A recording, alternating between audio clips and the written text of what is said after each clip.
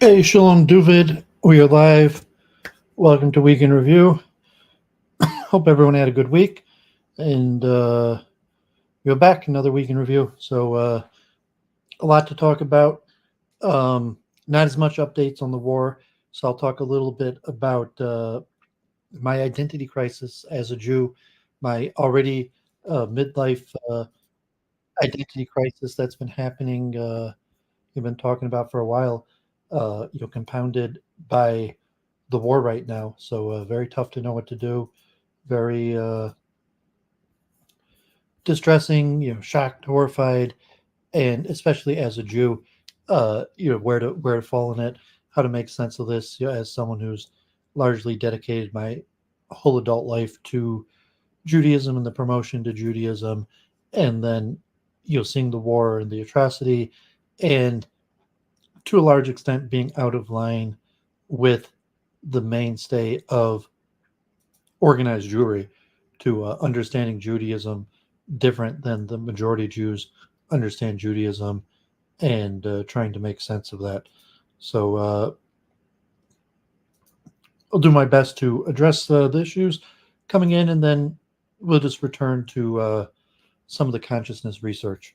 So hopefully put together a good program. If Kevin McCarran's around, we'll see maybe if he comes on later, if he's in Japan, or when he gets up, if he wants to talk a little bit about predictive processing and try to get it back to the research. So with that, let's jump straight into a screen share and look at some of the things that happened this week. So I just saw this week, the Lushkin Endowment for Leadership Symposium on pushing the boundaries of neuroscience, cognition, and life. And I think I'd see this shared by Michael Levin, who has the research on intelligence and single cell organisms, cell on the cell level. And Carl Friston was also a speaker. So I currently watched through the first 5 lectures of these, but these were pretty interesting. So we'll share that, and I'm going to get back into the cognitive psychology and neuroscience. Hopefully we'll read through some papers and discuss some different things. So on the debate circuit, this was the big news, God forbid, modern day debates, and Matt Dillahunty and Andrew Wilson from the Crucible. And Matt Dillahunty walks away in the middle of the debate after the opening statements due to Andrew Wilson making fun of him and teasing him, or however people understand that.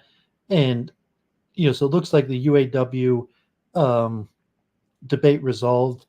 And so I had reached out to James to talk about debating on modern day debate, and he was kind of like, well, you're too small of a streamer, no one's going to watch you.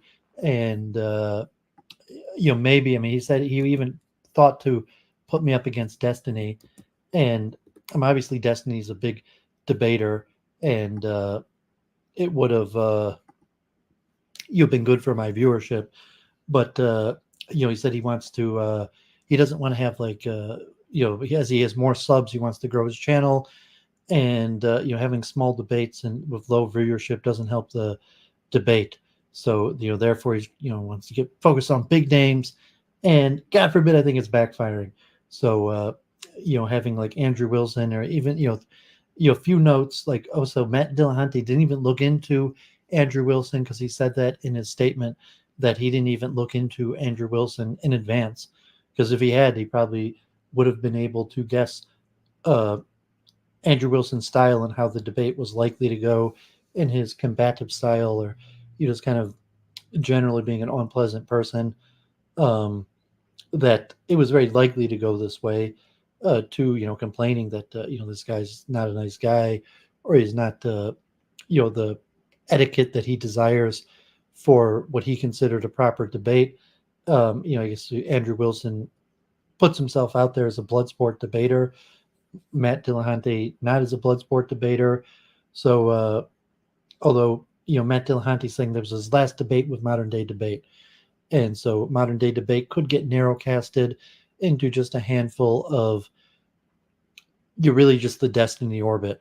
And even Andrew Wilson, to some extent, is basically just the destiny orbit. I mean, he has some of his own viewership, but almost all of Andrew Wilson's guests and the people he talks with are basically within the destiny orbit. And so it's disappointing. And I didn't watch any of the debates. I was going to try to watch the secular humanism versus Christian ethics debate, and got derailed. So I didn't watch any of the debates from the modern day debate con. So God forbid a disappointment. Okay, so that's all I got. Not related to Israel.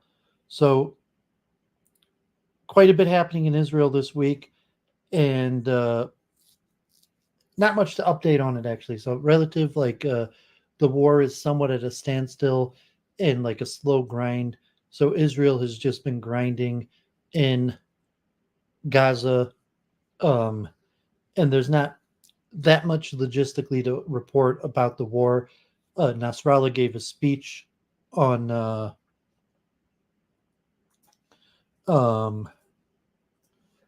Friday, whether Hezbollah was going to enter the war or not, and that also remains largely unclear. That if Nasrallah used coded language to discuss whether Hezbollah is going to enter the war or not. So Menachem Creditor. So people know in my YouTube channel, I have a lot of these protests have this, this recent song, Olam Chesed Yibaneh, which I think comes from Psalm 89. We will build the world with love, or the world was built out of love. And I even have that with Rashida Tlaib, where we chanted. It's a very popular song among liberal Jews, and if not now, popular song. Protests using the song at liberal protests for immigration, refugees, Black Lives Matters, and all these various things. So now, where they're having the very big anti-Israel protest ceasefire now, one of the popular songs they're using is Olam Chesed Yibaneh. So Rabbi Menachem Creditor, who actually married Shlomo Carlebach's daughter recently, composed the song, put out this tweet or Facebook that I hereby deny, if not now or the right to use my song Olam Chesed Yibaneh as part of their activities. They do not represent my beliefs, and their appropriation of my composition is against my wishes. So, the unlikeliness that he could actually stop them from using the song, if they were trying to make money off of it or putting it on their CDs or selling something. But if they're singing the song at protest and getting arrested to the protest, he could protest to it. Maybe they'll stop using the song. But legally, no, I don't think. They're already getting arrested for protesting Israel, where they're going to get arrested also for chanting a song against the wishes of the composer. So, that's unlikely. But just to put it out there, and even thinking that okay, it's a protest song. Largely, it's a song about love. But truth, the Judeo understanding of truth is somewhat utilitarian, and truth is what is best for the Jewish people. And love is also somewhat going to be understood what's best for the Jewish people. And to say, well, God forbid, the war in Gaza, the bombing, and all these various things, that's love. That's I'm not sure if that's what he's saying, or the protest. So I gotta see, no, it's not making sense to me. His if he's saying okay, that's not what he intends, or if he's trying to say he supports the war, he thinks Israel. We're going to talk about this more later with virtue signaling versus power signaling, where he's saying, okay, we support the war, and and you can't use this song as a protest against Israel. And whether you call it the war or however, but he says like, okay, if not now is protesting Israel, and because right now Israel has went to war, and you have to fall in line and back Israel, and to protest against the war is going against Israel, and he doesn't want his song used for anti-Israel protests.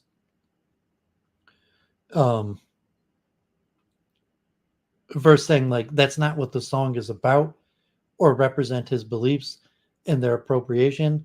The world was built on kindness, and try to interpret that. Well, it's a kindness to bomb Gaza because like you're trying to liberate uh, Gaza from Hamas, and even though God forbid there's a lot of civilian casualties, that in essence it's an act of love because the outcome for the future of the world will be better.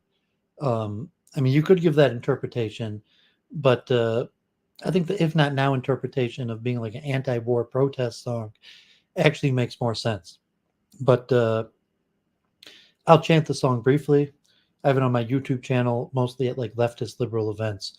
Oilam chesed yibane yedai nai nai na na na na.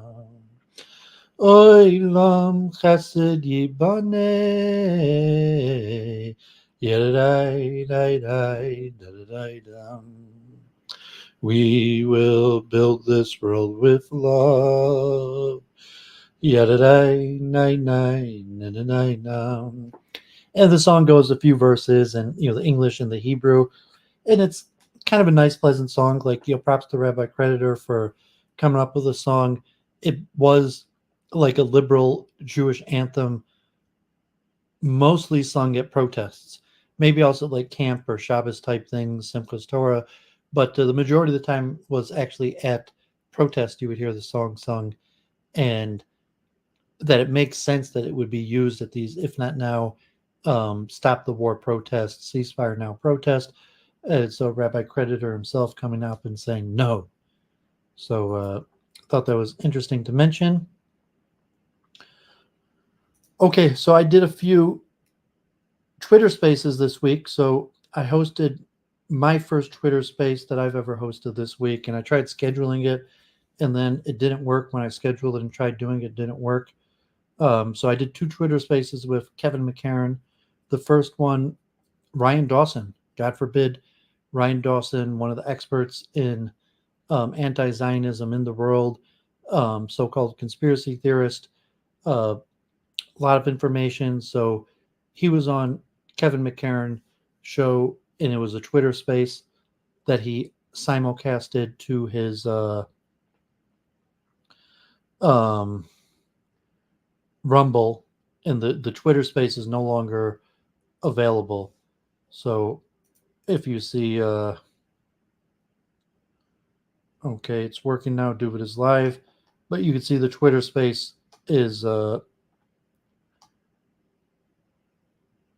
longer available. It wasn't recorded. But the first one with Ryan Dawson had over 4,000 viewers, over 600 people tuned in. The first hour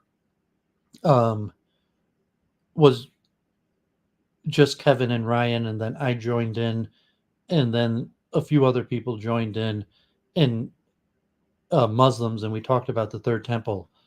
And then the next night we did another Twitter space, and the one with Ryan Dawson was huge, had like 400 to 600 viewers, and we kept it going for like an hour or two after Ryan left, and it maintained over 200 viewers.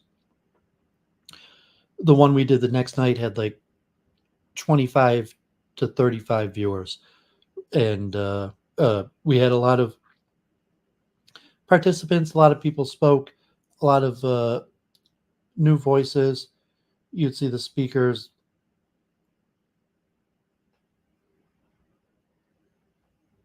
Almost 12 different people spoke and shared their voices. And so those Twitter spaces are available on Kevin's Rumble channel. And I'll talk a little bit about predictive processing and the Third Temple. So, Kevin was, focused on the religious aspect.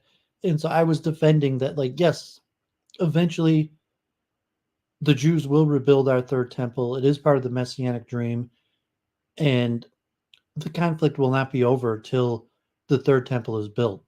Although, from my perspective, I don't think this war has really anything much at all to do with the Temple Mount, although it was called All Acts of Flood. It's more about human rights abuses and what's happening in Gaza than actually the third temple. The third temple is very important, and the understanding of the messianic vision, and say like, well, is conflict and war the natural way?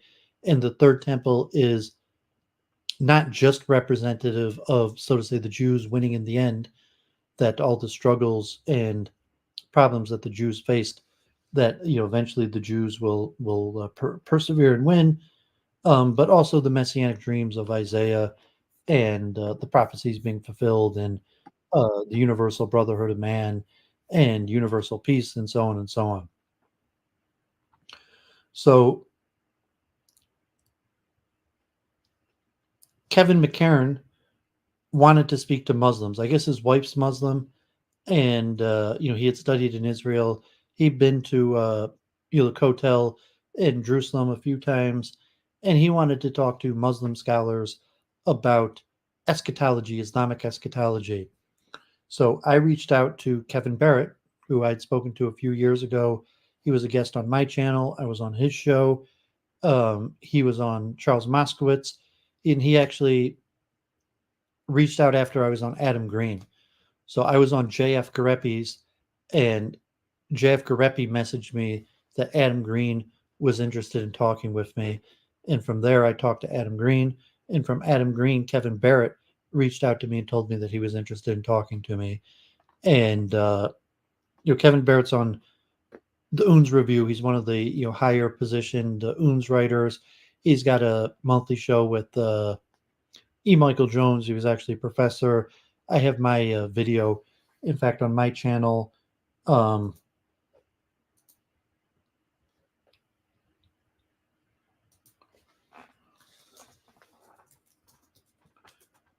Okay, so it looks like Kevin won't be joining us tonight, but one of my more popular videos is my interview with Kevin Barrett, and my fifth most popular stream. And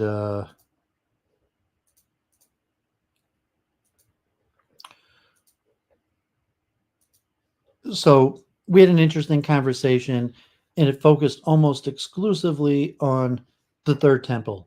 And I defended, I mean, one thing I told him, like, generally I'm neutral on Zionist to anti-Zionist, and I don't think Israel, the Jews, need an ethno state, and I'm happy to give up on Zionism and have a one-state solution, giving full citizenship to the Palestinians. And I think largely, I mean, God forbid the October 7th, the tragedy, human rights abuses across the board, denounce the Ahimsa principle. Doooovid supports the Ahimsa principle in all scenarios, minimizing violence. However, I think the larger cause of the conflict is, in fact, Zionism. So we didn't really talk about that much. We talked about the third temple, where I said, I do still support the Jews rebuilding the temple. And then we argued about the theology in Islam and the question, well, what about the Levitical laws? Because Muslims believe in Solomon and Moses. Do they believe in the Levitical law? Zobita had mentioned Zobita Al Arabia, who never got back to me. I was going to interview her on my channel even, but she never got back to me. But on her channel, I spoke with people who said the Shiites also have an understanding that King Solomon's temple will be rebuilt. And we talked about the nature of sacrifices and temple and atonement and the sins of the father being visited upon the children and the possibility of the third temple. And that covered the majority of the conversation. It was about an hour conversation. Right now, he just has the first 6.5 minutes, and I guess in a few days he will release the the whole of it. Okay, so Stephen James, we did a Thursday stream again on the war, and Aaron Amihud from Jerusalem joined, now calling himself Pigger, and his wife. So his wife did most of the talking, and we talked about what was happening in Israel and the Israeli perspective, and Aaron let his wife do most of the talking. And I guess she's a Sabra. She served in the military, born and raised in Israel. Aaron's a half Jew from America, and it was an interesting conversation. And Luke Ford, at the beginning, Luke Ford joined, and Stephen James, a big fan of Luke Ford, and he sent him the invite, so he joined, and it was an interesting conversation to get the Israeli perspective and how they're feeling about it. And she basically just answered questions. So Luke asked some questions, I asked a lot of questions, and then at the end, John Vance and Elliot joined, and we chanted a little bit, or I chanted a little bit.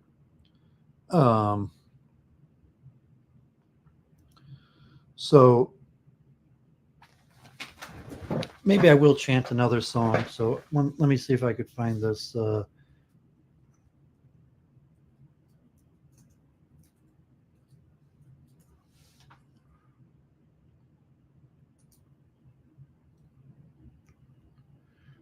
So I will chant a song here. Let me share a few more things, get them off my screen.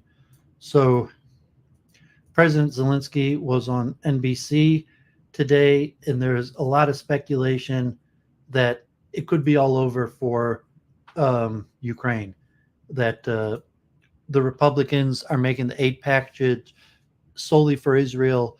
President Biden, Representative Solis, said that he thought Biden would pass the aid package for Israel, and Ukraine may not be getting more aid. Ukrainians' counteroffensive is basically sputtered out. We don't know the death totals. And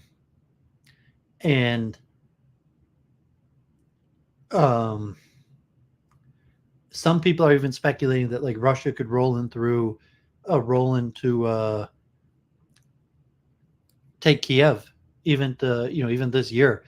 And President Zelensky's desperately asking for more weapons, F-16s, more powerful bombs, and it's not looking good for Ukraine. If there's a negotiated settlement at this point, there doesn't seem much that Ukraine has to offer. I mean, saying that Russia largely doesn't need to settle a negotiation about keeping the land it's already conquered. And at this point, Russia is much more likely to continue the offensive and even take Kiev than Ukraine is going to be able to recapture any of the territory. And so the settlement, if there is, it's unclear how that's going to go. So we'll see how that goes, but it's interesting. It's related to the war in Israel. Here in Michigan, so God forbid, University of Michigan had like a big rally of parents, and hundreds of parents came out to stand against anti-Semitism. You had Ron Wiesner and big heads, the Rabbi Fully Eisenberg of the Jewish Resource Center, and God forbid you sing these rallies are the Jewish rallies tend to be like almost all Jews. The pro-Israel rallies at this point are almost all Jews, and in some areas there's a lot of Jews, but like of this, probably like 75% of the people here are Jews and the parents of Jews, and just a handful of non-Jews, or localized rallies that are purely in Jewish institutions that might invite just a politician or the police. So Wayne State University finally passed its BDS resolution. Wayne State in Detroit, Doooovid's University of Michigan alumni, but my parents had went to Wayne State Law School, and I used to go to Wayne State quite a bit. and they finally passed the BDS resolution. There's also a huge pro-Palestinian rally, about 500 people at Wayne State, marching around, coinciding with the BDS vote. I mean, these pro-Palestinian rallies are getting bigger and bigger. More and more people are coming to him.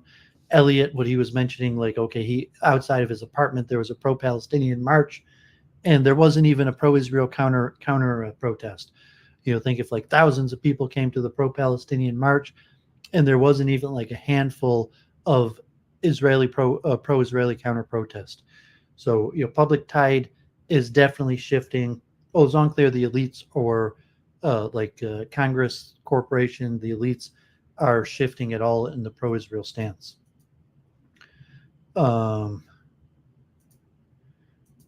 Here, Rashida Tlaib, in her statement, God forbid, claiming President Biden, in the genocide, and a defense of from the river to the sea that Rashida Tlaib said is not anti-Israel or genocidal, just means freedom. And Dana Nessel and various of the Democrats in Michigan came out like, no, from the river to the sea, you can't say that, it's bad. And this question of language, and these chants, like, are these anti-Semitic chants? Are they just anti-war chants? Are they anti-Israeli war crimes? Or is the intention more nefarious and anti-Semitic? And so a lot of it comes down to this expression from the river to the sea, where Jewish organizations claim from the river to the sea has substantially more nefarious intentions than other people. And I wonder if there's a Wikipedia entry on this yet. Yeah, so Wikipedia even already has an entry in it. And the last Australian, Samish. Yeah, I'll do a chant in a minute. I'm probably not going to do Am Yisrael Chai, although I'll talk about the Am Yisrael Chai Niggin, the Shlomo Carlebach tune that, ironically has become so popular. So Wikipedia, from the river to the sea, is a political slogan associated with Palestinian nationalism. The slogan refers geographically between the land of the Jordan River and the Mediterranean Sea, which includes the state of Israel and the Palestinian territories, the West Bank, including East Jerusalem and the Gaza Strip. The slogan has been employed by political groups since the 1960s to advocate for Palestinian liberation, with origins in the Palestinian National Council's initial charters, which demanded a Palestinian state geographically encompassing the historical boundaries of mandatory Palestine and a removal of a majority of its Jewish population. Though the official Palestinian Liberation Organization demand was later effectively withdrawn as part of the Oslo Accords, the slogan's meaning remains contentious, with some groups insisting it's a call for the dismantling of the Jewish state. Conversely, the slogan has come to be interpreted by some as advocating for a democratic state of Palestine encompassing what is today Israel and the Palestinian territories, where individuals of all religions would have equal citizenships. Others have simply said it stands for the equal freedom and dignity of the Palestinian people. The slogan has been used by militant groups, including Hamas and Palestinian Islamic Jihad, that have vowed to destroy Israel. It is regarded by many to be anti-Semitic or hate speech, suggesting that it denies the right of Jews for self-determination or advocates for the removal or extermination. It has also come under scrutiny in Germany, Austria, and the Netherlands, and in the UK, where it has been proposed to classify its usage as a criminal offense.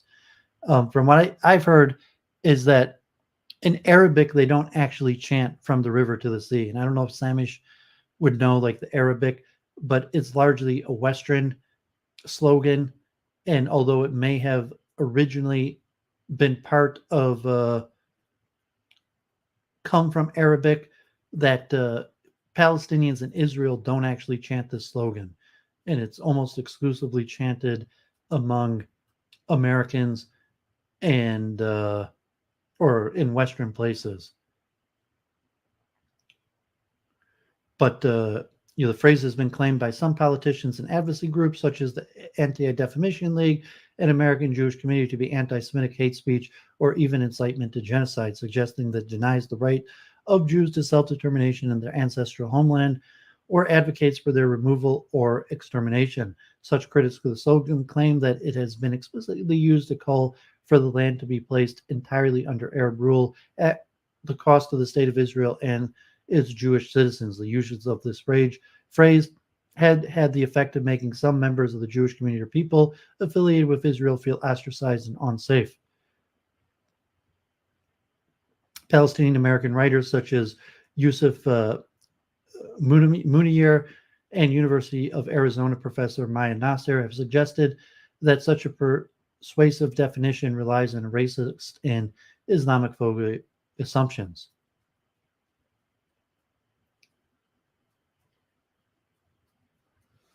So, interesting thing about that chant. So let's look at the map. So not too much going on in the war, but you look at the New York Times and the maps. So you could see like a lot of bombings, small tit for tat stuff on the Lebanon border. Nasrallah gave his big speech on Friday. So Samish is giving the ADL interpretation.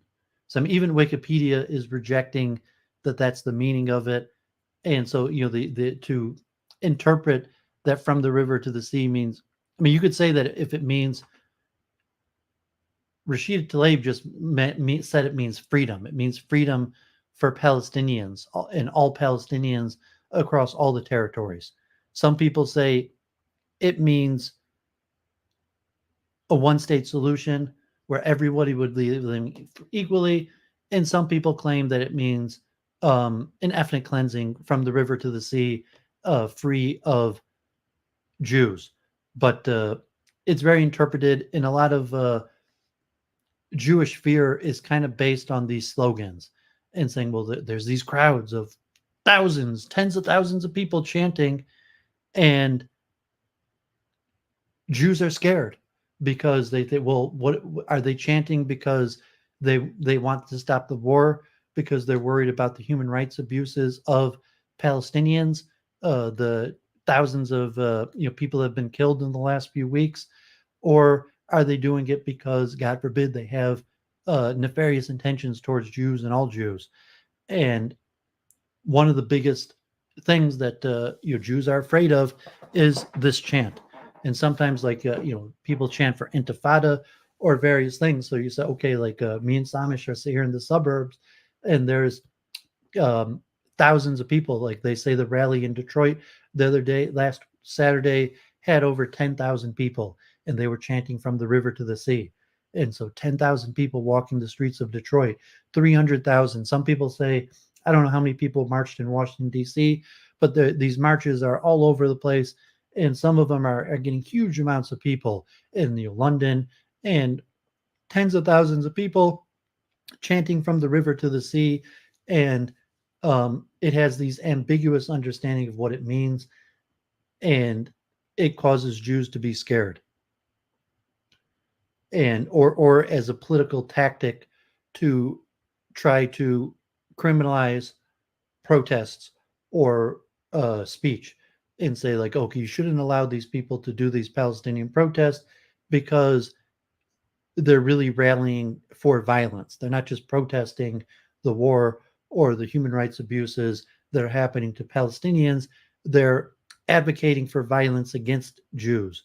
And the proof of that would be this slogan. So relatively, it's tough to say, but it's saying it's tough to parse the words like that and say if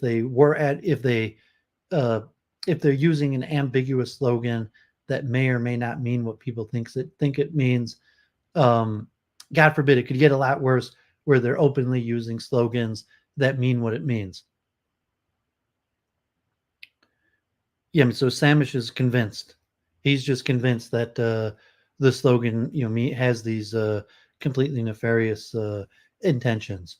But the consensus does not seem to back the Jewish fear. So it's saying even Wikipedia just mentions that a few Jewish organizations, and it's even unclear whether you could even directly quote proof that Palestinians mean that. And from what I understand, as say like they don't chant from the river to the sea in Palestine and Gaza. That's not a chant that they use.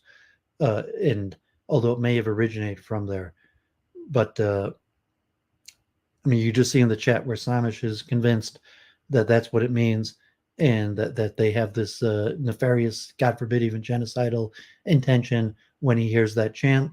I'm not convinced, and I think it seems the general public is not convinced, especially when you have um, the majority of Palestinian leaders claiming that's not what it means. But it is what it is, and these protests continue. The chant continues, and all we could do is see what will happen. So on the wars front this week, not much, just a little bit of tit for tat. Yeah, I mean, Affluent just sang the American song From Sea to Shining Sea, uh, from the Atlantic to the Pacific, uh, from the river to the sea, from the Jordan to the Mediterranean. Palestinians will be free.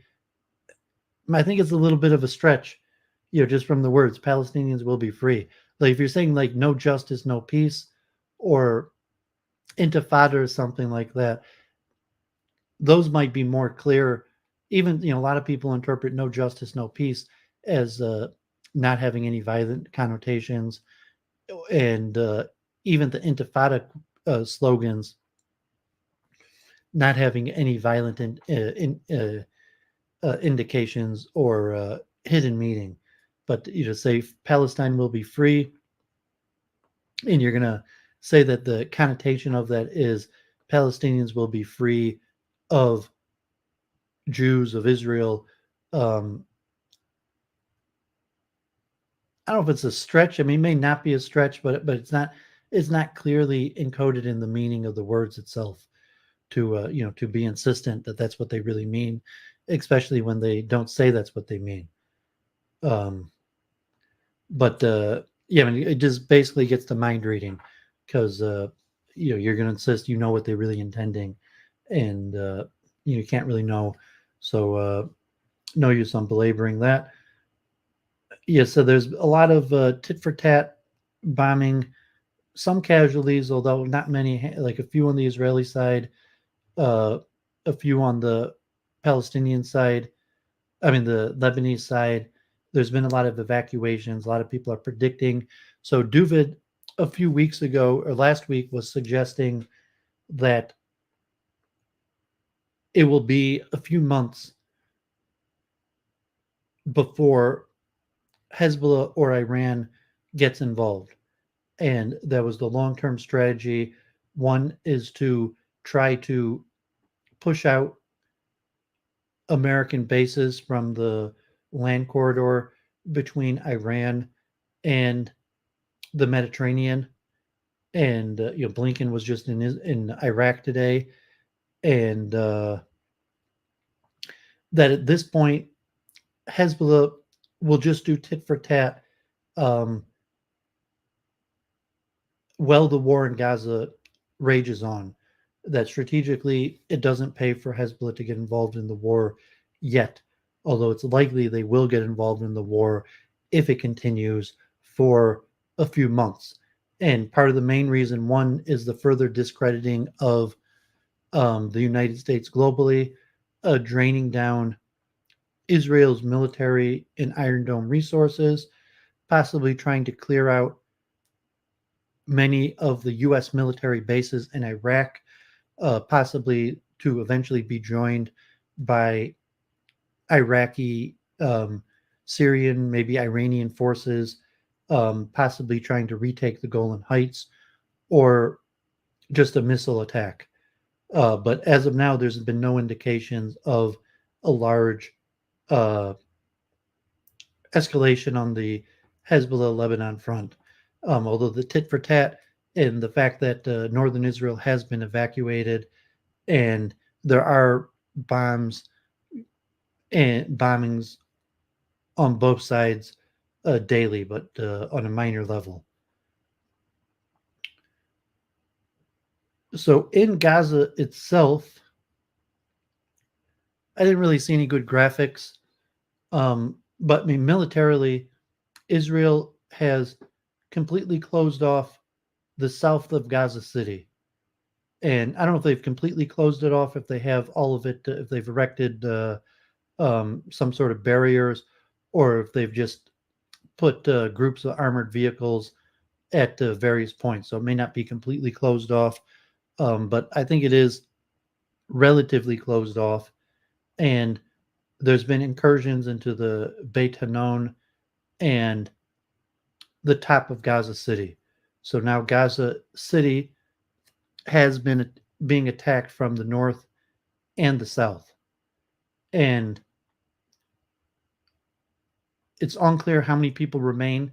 Probably about 300,000 to 400,000 people remain in northern Gaza, which means about 1,000,000 people have, or 800,000. I'm not sure the exact numbers, but close to it. They say 1,000,000 people are in temporary refuge status in southern Gaza. A few of them may have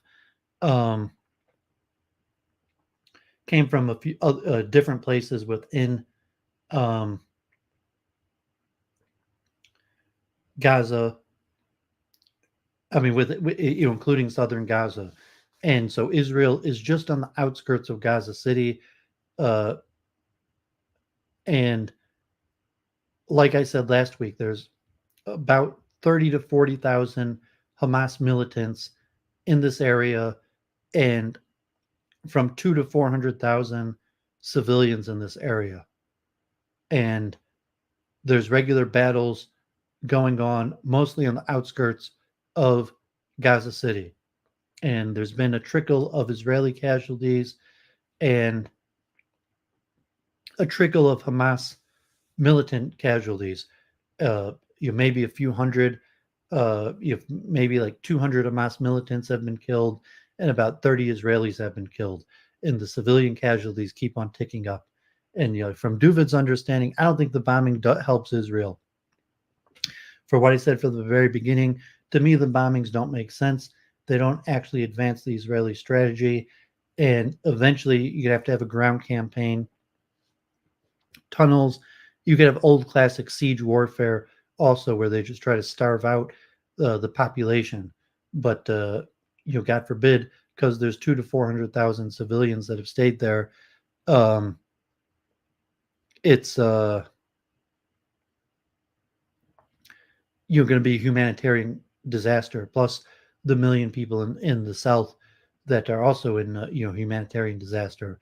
But let alone the 200,000 to 400,000 civilians that remained in Gaza City, northern Gaza, that the death total for the completion of the campaign, in all likelihood, will be over 100,000 people.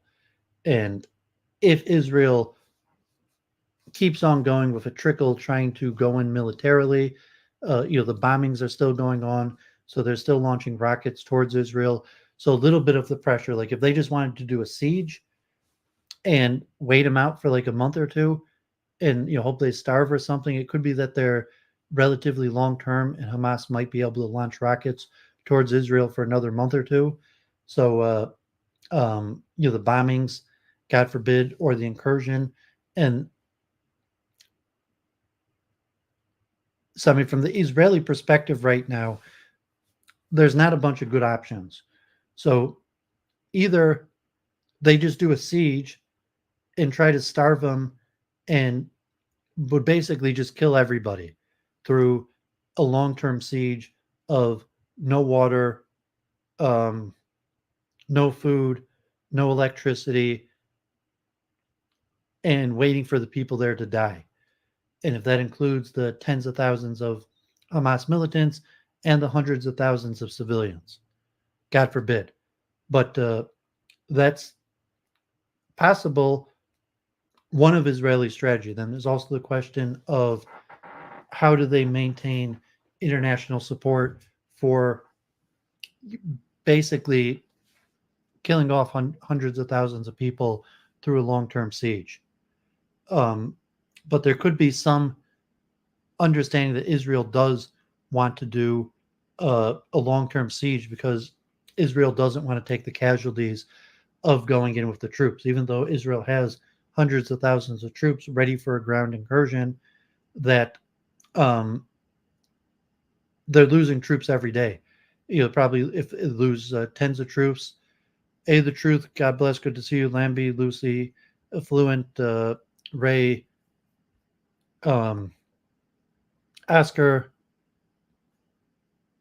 Sammy, of course, Last Australian, Mark Smith, Jim, you appreciate being there. God bless. Yeah, so there's not much update to say about the war, and Israel's strategy is unclear. Is Israel going to try to go block by block, house by house? So Barry, Jennifer, thanks for tuning in also. God bless.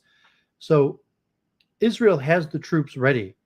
So they've called up the reserves. Israel has like 300,000 troops around Gaza. So relatively, Israel has almost as many troops as there are civilians in this whole area. For there's only like 30 to 40,000 Hamas militants, and there's like 350,000 Israeli troops massed around there. So just in the numbers, Israel has more troops than there are militants and civilians in this whole area. But it would be extremely bloody and deadly for Israel to go in and continue the land incursion. So just a little tit for tat, trying to close in the border barriers a little bit, and do a siege would limit Israeli life losses to the extent where Israel maybe would only lose a few hundred lives, and Hamas could continue bombing for another month or two. And at some point, Hamas will run out of rockets, and the people will just starve and die. And God forbid, the Hamas militants are more likely to have food and supplies than the civilians. So that would be a huge humanitarian disaster, and you'd be looking at the death of hundreds of thousands of people. To actually go with the ground incursion, building by building, into the tunnels, in the various things, would also be a huge humanitarian catastrophe. However, less Palestinian civilians would be likely to die, and the number of Israeli troops would likely be huge. Like estimated, could even be over 10,000 Israeli troops.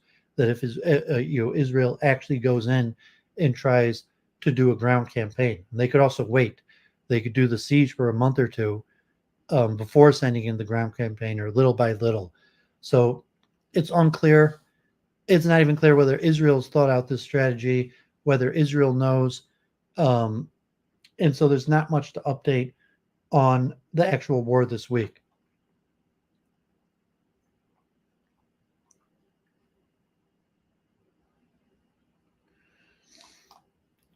And Doooovid had mentioned the last few weeks about the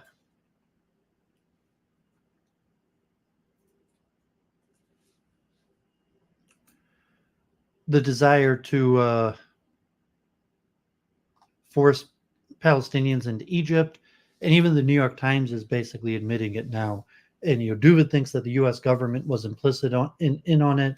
Showed some evidence, but even the New York Times is basically straight up saying that Israel is trying to expel the Palestinians into Egypt.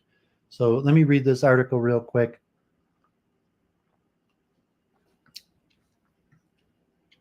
And then I'll chant a niggin, and then we'll get on with some other stuff, some research. And I'll talk about my identity crisis, God forbid. Israel quietly pushed for Egypt to admit large numbers of Gazans. The Israeli government has not publicly called for large numbers of Gazans to move to Egypt, but in private, diplomats say it has pushed for just that, augmenting Palestinians' fears of a permanent expulsion. Israel's quietly tried to build international support in recent weeks for the transfer of several 100,000 civilians from Gaza to Egypt for the duration of its war in the territory, according to 6 senior foreign diplomats. Israel leaders and diplomats have privately proposed the idea to several foreign governments, framing it as a humanitarian initiative that would allow civilians to temporarily escape the perils of Gaza for refugee camps in the Sinai Desert, just across the border in neighboring Egypt. The suggestion was dismissed by most of Israel's interlocutors, who include the United States and Britain, because of the risk that such a mass displacement could become permanent. These countries fear that such a development might destabilize Egypt and lock significant numbers of Palestinians out of their homeland, according to the diplomats who spoke anonymously in order to discuss a sensitive matter more freely. The idea has also been firmly rejected by Palestinians who fear that Israel is using the war, which began on October 7th after terrorists from Gaza raided Israel, killing roughly 1,400 people, to permanently displace the more than 2 million people living in Gaza. More than 700 Palestinians either fled or were expelled from their homes in what is now Israel during the war surrounding the creation, which is now more Israel during the war surrounding the creation of the state in 1948. Many of the descendants are now warning that the current war will end in a similar Nakba or catastrophe as the 1948 migration is known in Arabic. The office of Benjamin Netanyahu, the Israeli prime minister, declined to comment on the proposal. Days after the October 7th attack by Hamas, the armed Palestinian group that oversees Gaza, the Israeli military called for all residents of northern Gaza, about half the entire population of the territory, to evacuate to southern Gaza as it prepared for a ground invasion.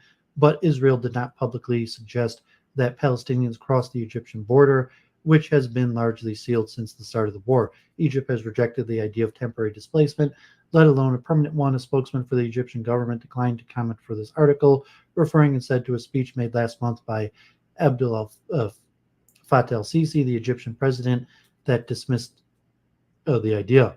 Egypt has affirmed and reiterated its complete rejection of the forced displacement of Palestinians and their exodus to Egypt lands in Sinai.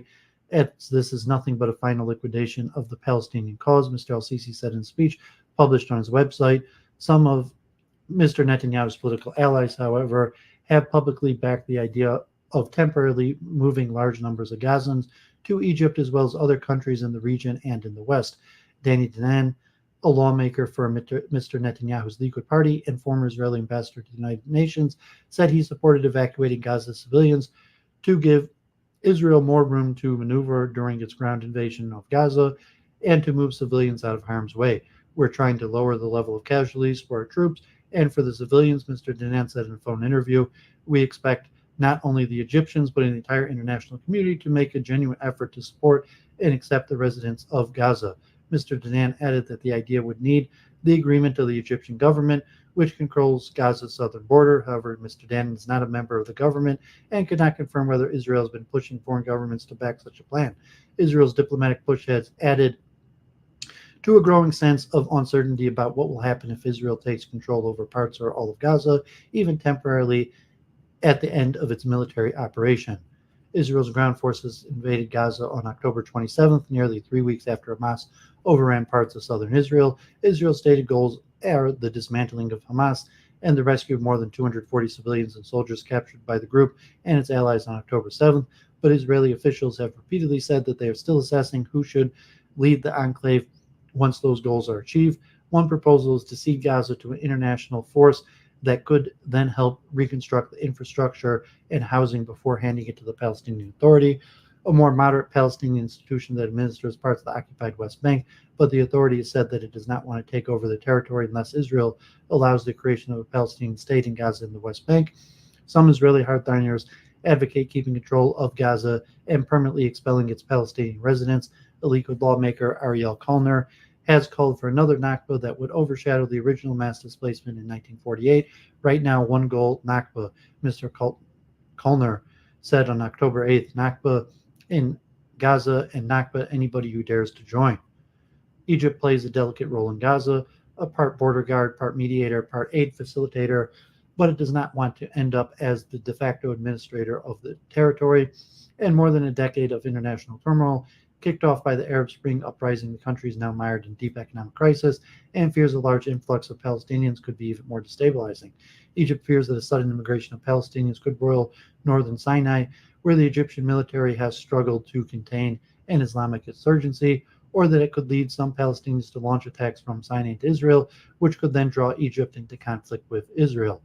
Palestinians in Gaza have also rejected the idea of relocating to Egypt, saying it would constitute a new Nakba. As a Palestinian, I won't renew the Nakba again, said Hamid Abed, at 35, a resident of Jabalia, an area of northern Gaza devastated in recent days by Israeli strikes.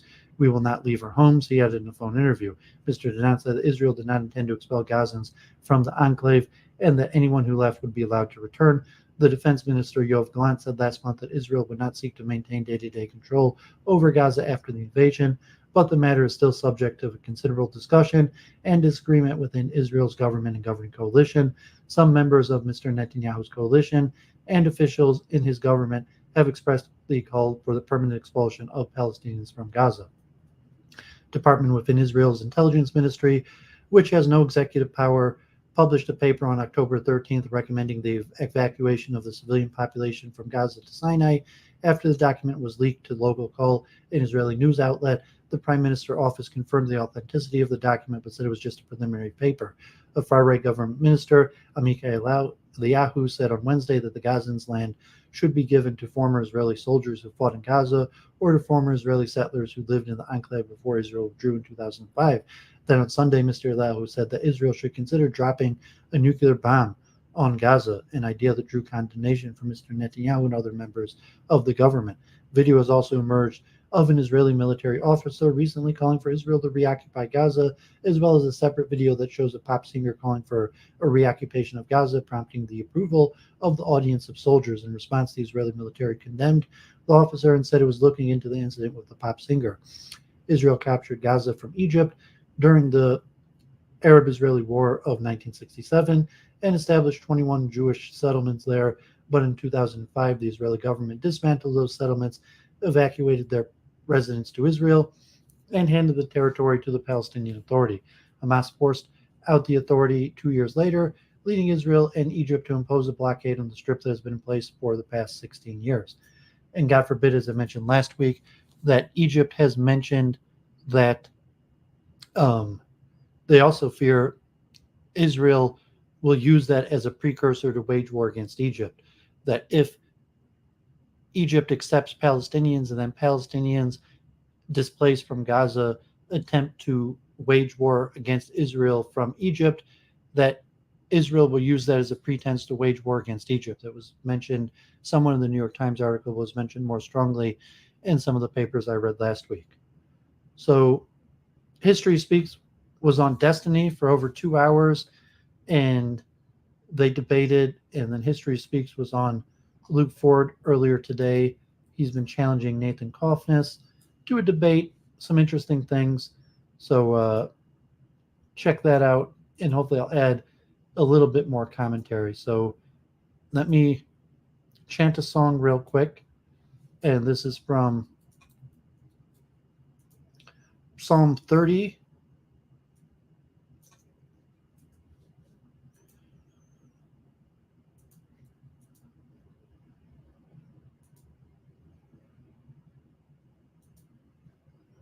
And Claire saying she's going to be appearing soon. I guess the link's in the chat. So if I guess I'll talk to Claire if she wants a little bit. But let me do a chant, and I have some related things to read. And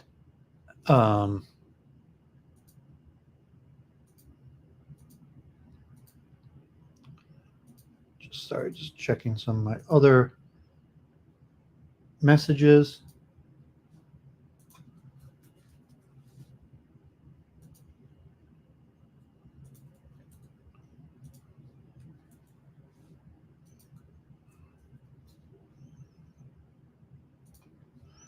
Okay, so this is also Shlomo Carlebach's song, and I'd mentioned Samish had mentioned chant Am Yisrael Chai. So Am Yisrael Chai, Od Avinu Chai, the popular chant at these rallies, was written by Shlomo Carlebach as an anthem for Soviet Jews. And at the fall of the Iron Curtain in like the 80s, I think the Am Yisrael Chai, Odavinu Chai, very popular song in recent times that this war was created as an anthem for Soviet Jews by Shlomo Carlebach in the 1980s. And at this point, the Soviets are, there's still Soviet Jews left, but the mass migration of Soviet Jews to the United States and to Israel, the anthem remains one of Shlomo Carlebach's most popular songs, most sung all over the world. This song is also a Shlomo Carlebach song. However, it's also a pretty popular song. I had in my head the last few weeks. To you, God, I call, and to God I will plead. Hear, O God, and have mercy on me. Be a help to me. Psalm 30, verses 9 and 11. Eilecho Hashem ekra v'yel Hashem eschana Eilecho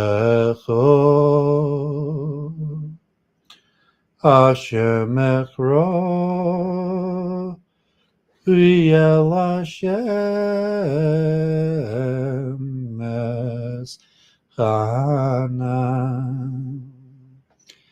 Shema Hashem v'chaneni Hashem heya oizerli Shema Hashem v'chaneni Hashem heya oizerli Shema Hashem v'chaneni Hashem oizerli Shema Hashem v'chaneni Hashem oizerli.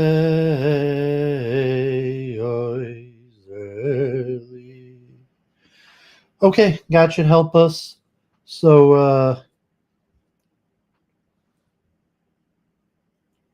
let me chant a few other songs. So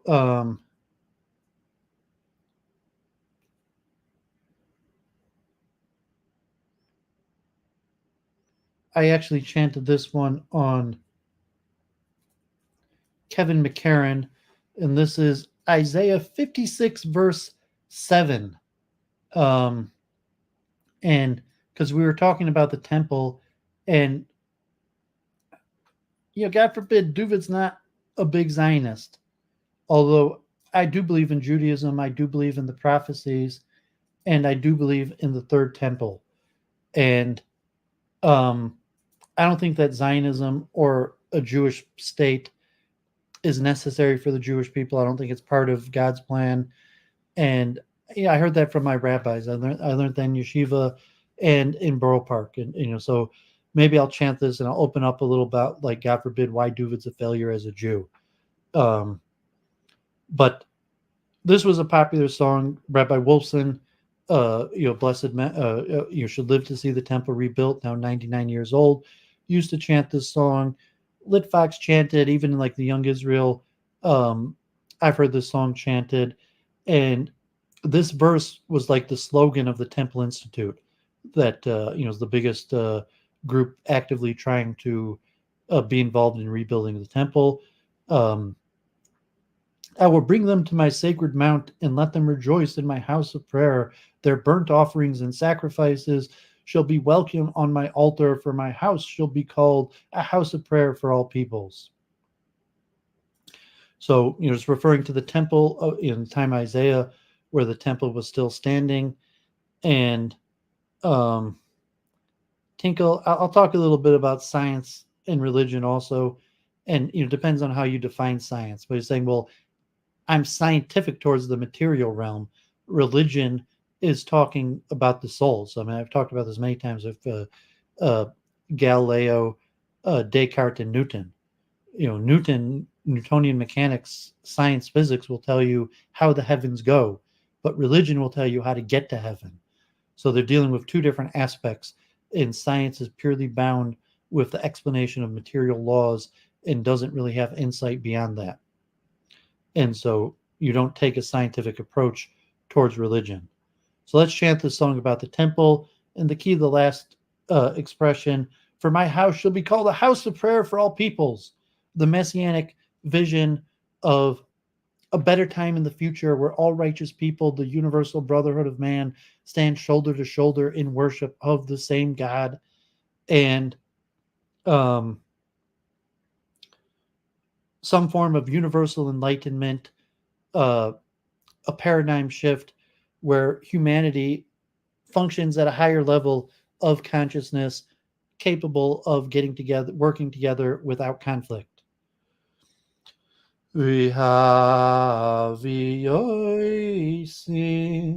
el har kachi v'simaktim beves tefilasi. We have yoisim el har kachi v'simaktim beves tefilasi. Oy loy sehem v'zivkehem l'rutzayin al mizbechi ki beis tefillah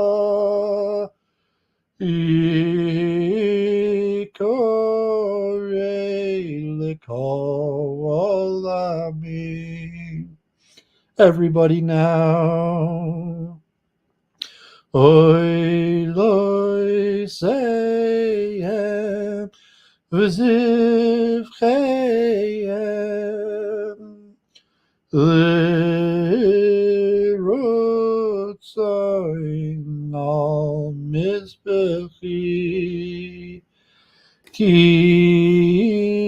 beis tefillah ikorei l'kol amin. Okay, and I'll chant the Lo Isa Goy El Cherev, the famous other verse from Isaiah, that the lion will, the lamb and the wolf and the lion and will all lay together in peace, and turn the swords into plowshares and the spears into pruning hooks, and nation will not rise up against nation anymore, nor learn war anymore.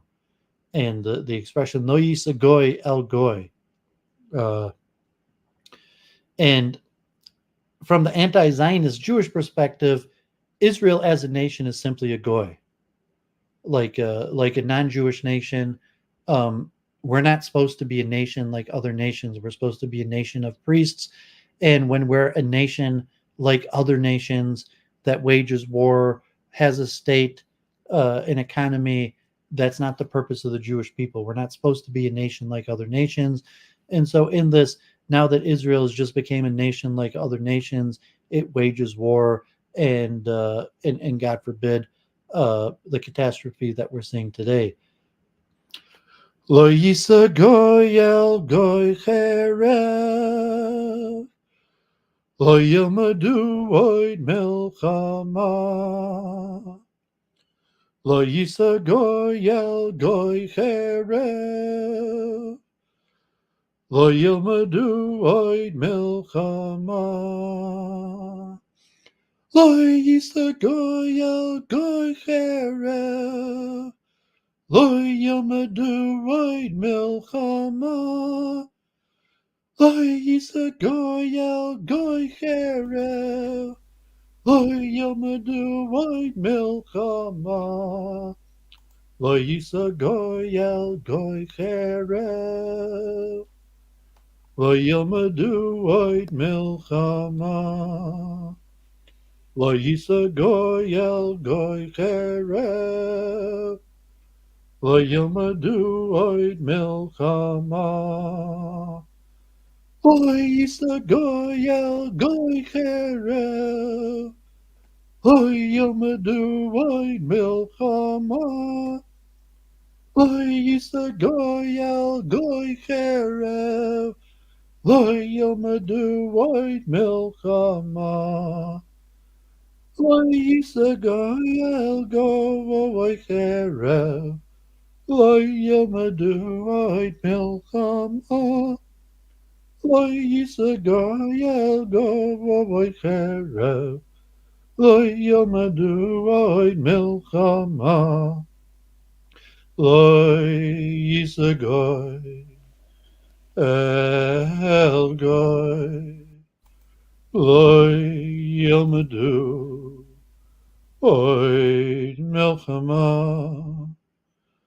Lo yisa goy el goy. Okay, looks like we got Claire Khaw here, so hopefully chanting anti-war slogans and the vision of Isaiah, and that the possibility for the universal brotherhood of man, and that all righteous people, the whole world, could usher into a peaceful era of righteousness, and everybody could work together without the conflict that draws us all back, and even the further visions of the prophecies that say even uh, all of the struggles facing humankind, evil itself, the evil inclination, even disease, sickness, old age, and death could also be eliminated. So I guess we got Claire Doooovid talking about his identity crisis and my failures as a Jew. So no one better than Claire Khaw to help Doooovid understand his failures as a Jew. Thank you for having me, Doovid. I have particularly enjoyed your chanting. It seems more tuneful today than previously, so I have enjoyed your particular selection. Your sound's Look, coming in a little low. If there's something causing that. okay, let me just fiddle around with the settings. Sorry about that. Audio. Oh, I think I know what I've done.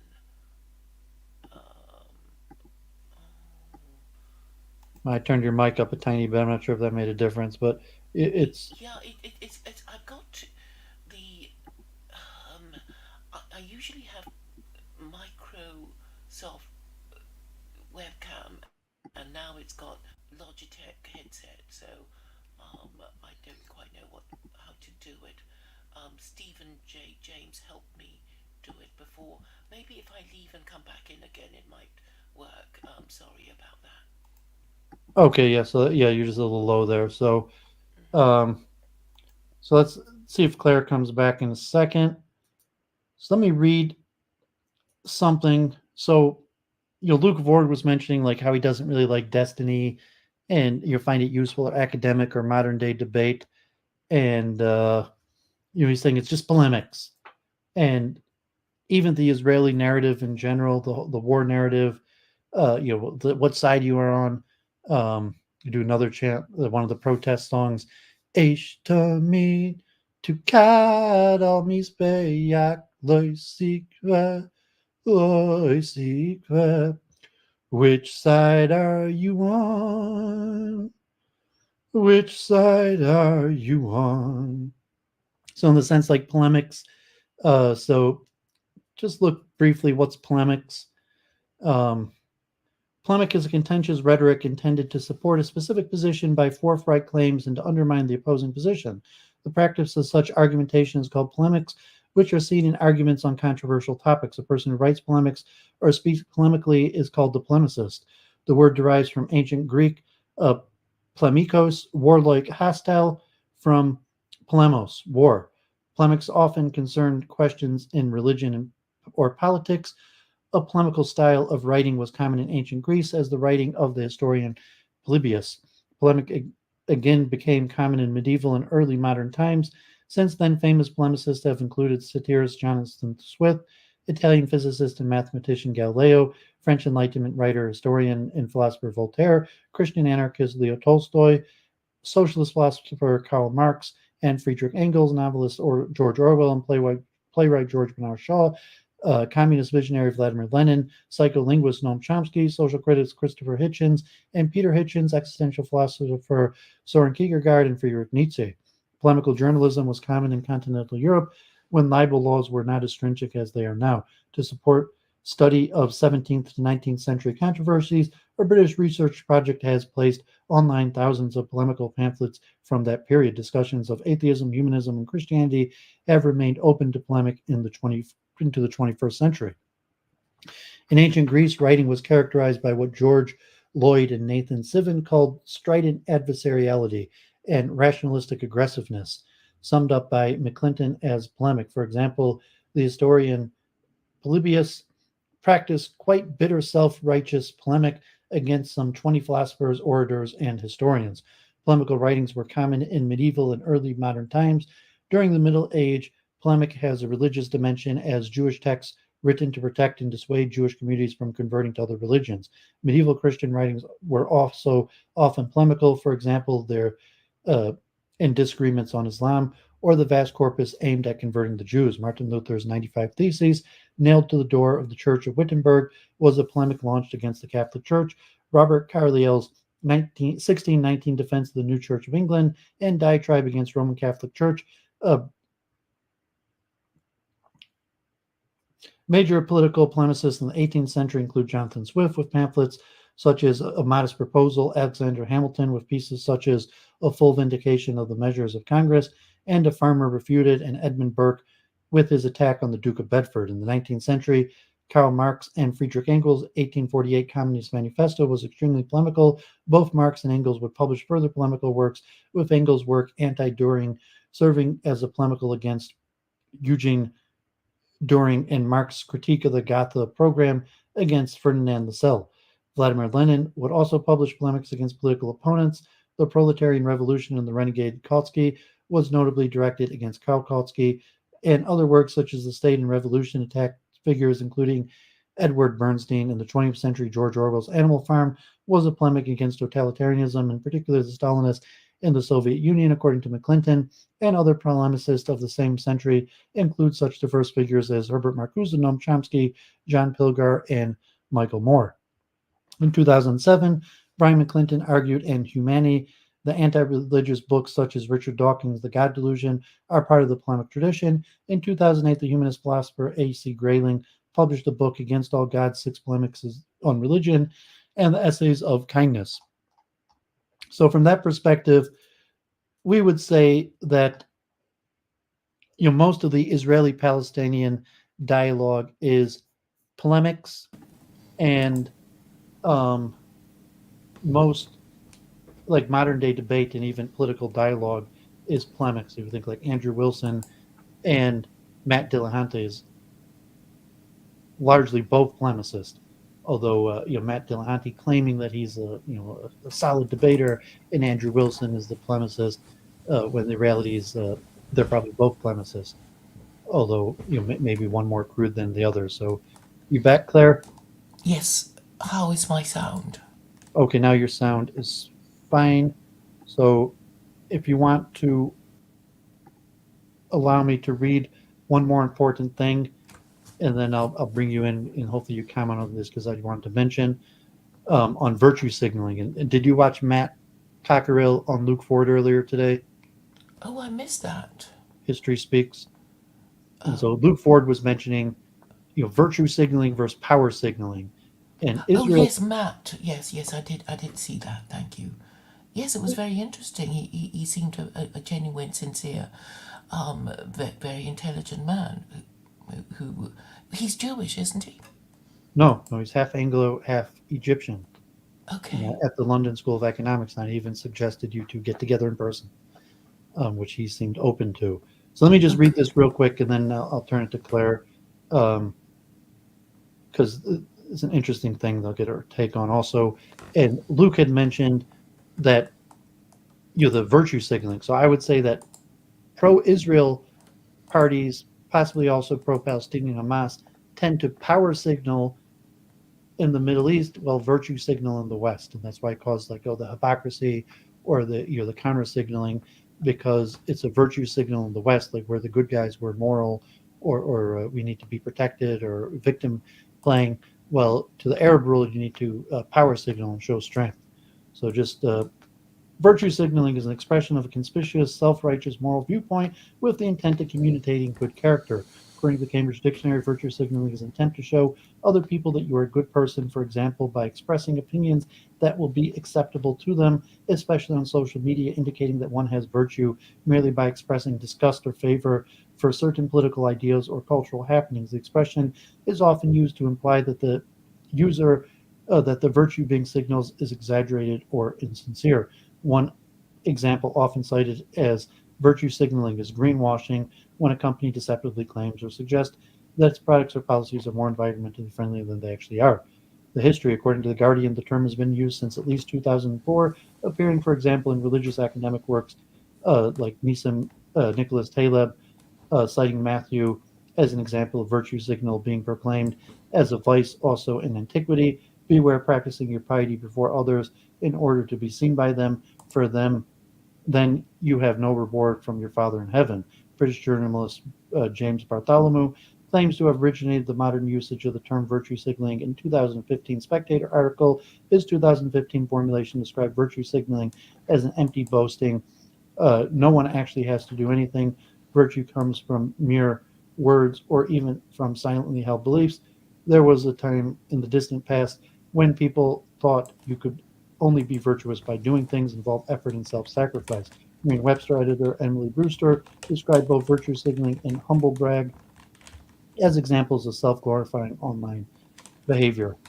So I thought that was, if you're typing there, Claire, I'm just going to I'm mute you sorry. for a second, and I'll just finish it, then you come in.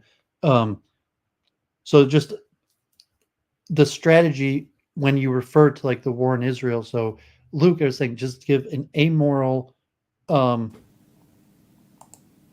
objective interpretation of what's happening without implying that there's good or bad, or that once you need to take one side or another, uh, as opposed to your virtue, where you're saying, well, there's good guys and bad guys, and you're doing it because it's the right thing. You're like Charles Moskowitz, like you have to help Israel because Israel is the side of moral and just, and Hamas, they're evil, and as opposed to the Arab world, generally Israel feels that you have to show power, and the method to win over the Arabs, you have to demonstrate power and not virtue. It's not like we're necessarily good or bad, but like you better not do this or else you're going to get hurt really bad. And the way to make peace with other Arab nations is through strength and them seeing that Israel's here to stay, not necessarily because we're moral or good, but because we're extremely powerful. And so that's like where you have this counter signal where at the same time Israel's counter power signaling to Arab nations, it's virtue signaling to the West. It is So about hard and soft power, isn't it? The hard power is a show of weaponry and strength and numbers, and soft power is we're nice guys and you should agree with us and trust us. yeah, I mean, Luke had also mentioned that generally, um, I forget what he said, but with oppression, that like group cohesion generally comes together with being oppressed, and it's harder to Oh form. yes, the culture of victimhood, but perhaps that only works if you're a matriarchy.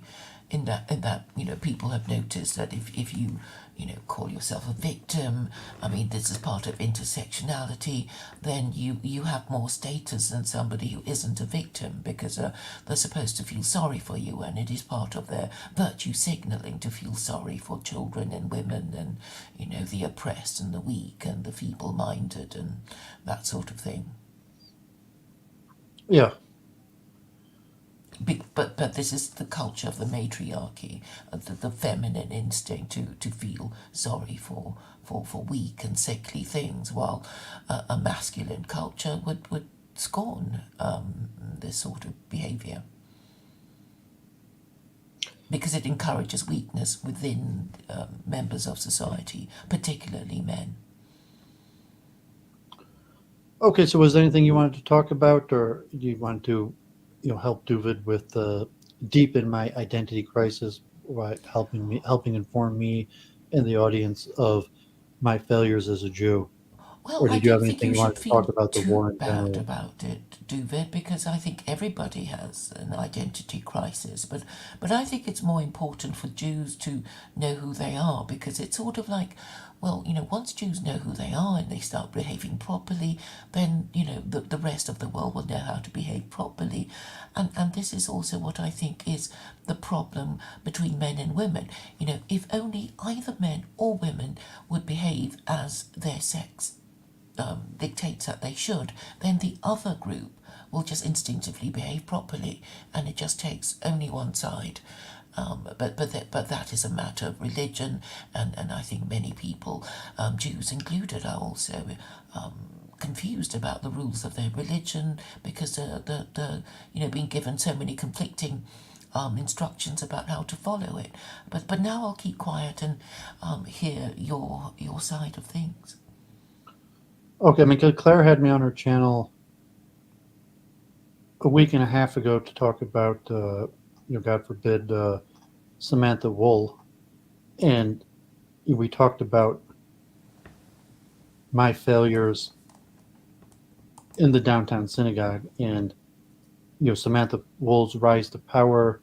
At the same time, God forbid, the decline of Doooovid, where Doooovid, I went to Israel, I studied in top yeshivas, I served famous rabbis, and the same in Brooklyn.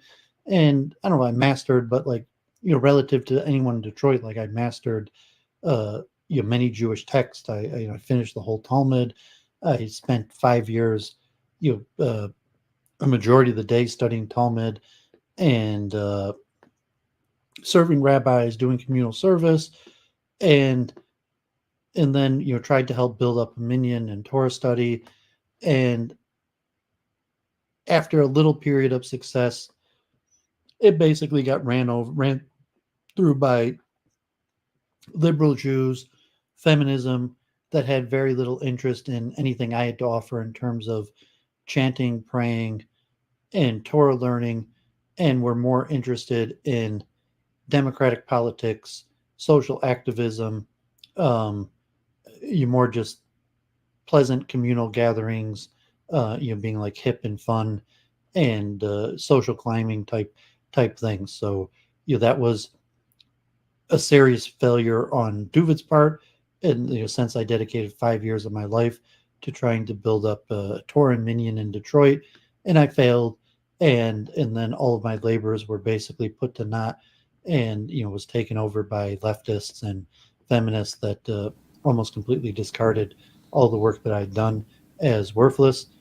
and then also being non-Zionist in the sense that I never thought the state of Israel was that important. I never thought it was important to have a Jewish ethno state.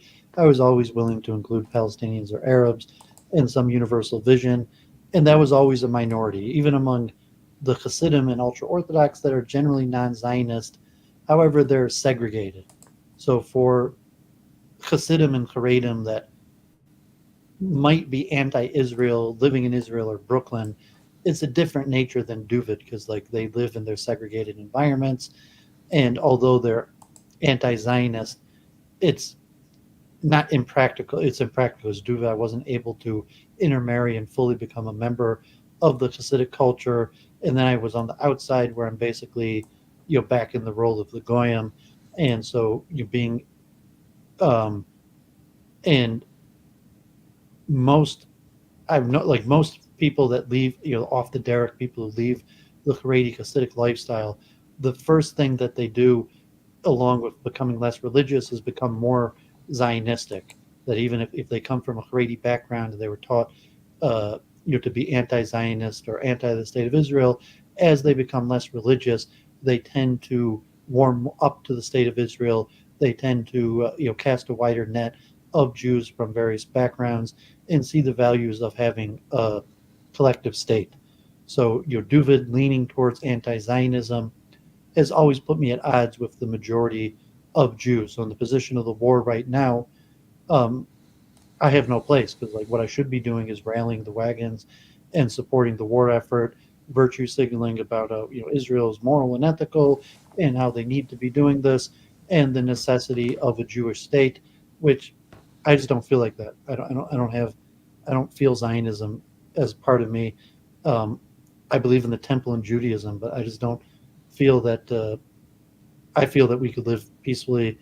We could tear down the wall and give citizenships to all the Palestinians, and live together, and Jews could do our religion, and there's no need to be segregated. And so, in those two senses, But why don't you feel that? Because obviously a lot of Jews feel under attack and in fear of terrorism by Arabs, even before the 7th of October. yeah, I don't, So why do you think it's possible? because I never really had bad experience with Arabs, and I just don't feel. I mean, God forbid, like there was a terrorist attack, like a lot of people died, um, but I don't feel threatened or in danger from Arabs, and I always lived, besides for the brief period of time. I mean, not brief period, like I mean, 15 years of my life where I lived largely in Jewish neighborhoods. 10 years of my life I lived in Jewish neighborhoods where basically everyone was Orthodox Jewish. Um, but I always felt comfortable in multicultural areas, living among different people, expressing myself and my background or culture among diversity. So I never felt the Zionism. I never felt the necessity, like, oh, wouldn't it be nice if it was only Jews, or the immediate danger. I mean, I said, like, I live in a mostly African American neighborhood. I'm in Detroit, Metro Detroit, and um, so I understand the theory of Zionism, but I never felt any attachment to it. And Zionism is probably the like one of the single most popular thing among Jews. And in Islamism, no, I couldn't have really just joined the Satmar Hasidim. And say, I lived in Borough Park among, like in Bubov, and I knew, and I basically associated. I went to anti-Zionist Hasidic synagogues. However, no, I mean they're basically like hereditary cults that you can't really join a Hasidic group. Like you're part of a Hasidic group because you come from that lineage back in Europe. And even Satmar itself, it means Saint Mary, the town of Saint Mary in Hungary. You're a Satmar Chassid because your family comes from that part of Hungary. And it's almost impossible to integrate with Hasidim, especially as a half Jew, and also as in the background. Like, I'm going to go to Kiryat Joel and live in like, or Clare in London, and go to like Stamford Hill and try to live with, just Hasidim. I'm too used to diversity. Yes, and one of the conversations you said you had earlier this week with Galit Amihud was that she, as an Israeli Jew, was saying the views of diaspora Jews don't matter because they don't really have skin in the game of being an Israeli, and they can say, well, give Arab equal rights, but they don't have to put up with the terrorism that an Israeli Jew would have to live under. Wasn't that what she said, Doooovid? Yeah, I mean, she also mentioned that they, deal with Arabs, and even defended some Israeli Arabs. And even when I was among Hasidim, like I was somewhat like the outsider role, where I was an intermediary between the Hasidim and non-Jews. I worked for like the Arab truck, and negotiating with people to put the Arab on their house, and Spanish laborers. I helped recruit Spanish laborers, and eventually did building permits and different levels of community activism, where basically I was the emissary of the Hasidic community to non-Jews because they didn't want to do it. They weren't interested in that part, so they kind of just, not necessarily because I was such an important member of the community that they chose me to do it, but it was because the lowly task that they themselves didn't want to do, that they oh, you're a half Jew, you're used to speaking to these guys, you do it. And I mean, I was comfortable in that role, but even if I was among Satmar Hasidim, I would still probably, and I did enjoy doing that as a role. It made sense to me when I was in Borough Park, and even as a anti-Zionist, that I could have expressed anti-Zionist sentiment for the Hasidim. Yes, I think at the moment people seem to be associating Zionism with unmitigated evil, and when I try to point out to people that, well, not all Jews are Zionists, and Neturei Karta are anti-Zionist, and before the founding of the State of Israel, that there were lots of Jews saying, no, we don't want a homeland, because the moment we get a homeland, they'll be telling us to go there, so we don't want one. Because we don't want to live in Israel. That would be the common view of lots of settled Jews in the West. So, and another thing about Zionism is that Ken Livingstone, the former London mayor, was saying that. Well, he was basically trying to say that the Nazis were Zionists. And then he basically and was shouted down for it, but it was true in the Habara agreement, wasn't it? Did I say it right? Havara.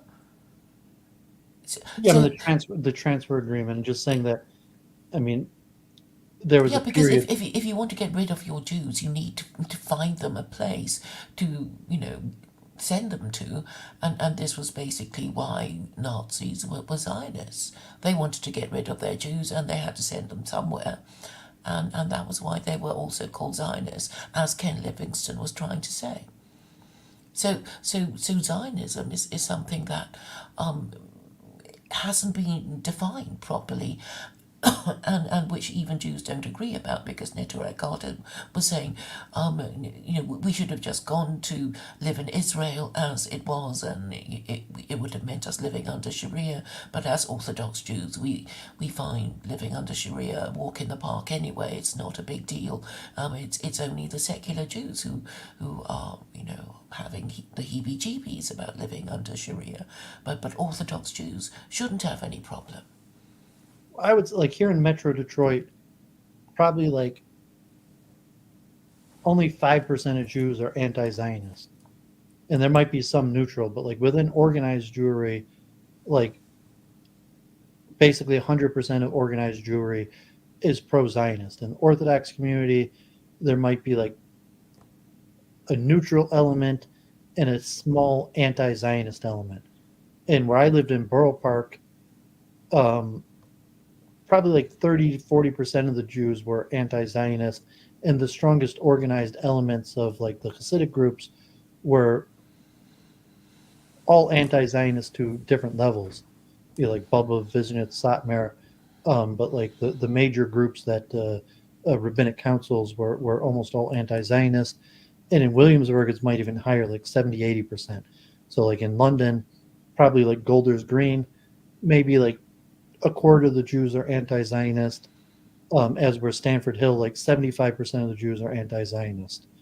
And just saying well, Zionism believing in the Jewish state, and just say that, saying, well, no, I don't believe in the Jewish state.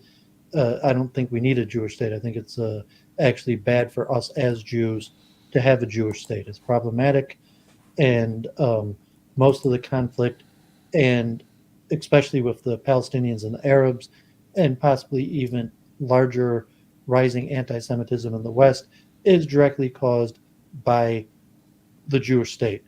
And besides for the problems that it causes, that it's unnecessary and has no benefits. I don't need a Jewish state. I'm just you're just like I live in the United States as a so to say a good citizen who's proud of my country, or at least an honest person. I pay my taxes, go to court when I have to.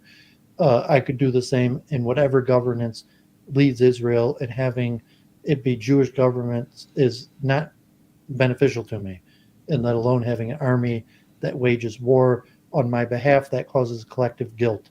And so like now it's okay, God forbid, um, Israel, the Jewish state, has just killed 10,000 people, thousands of children, and that blood is on my hands as a Jew because it was done in my name and for my benefit.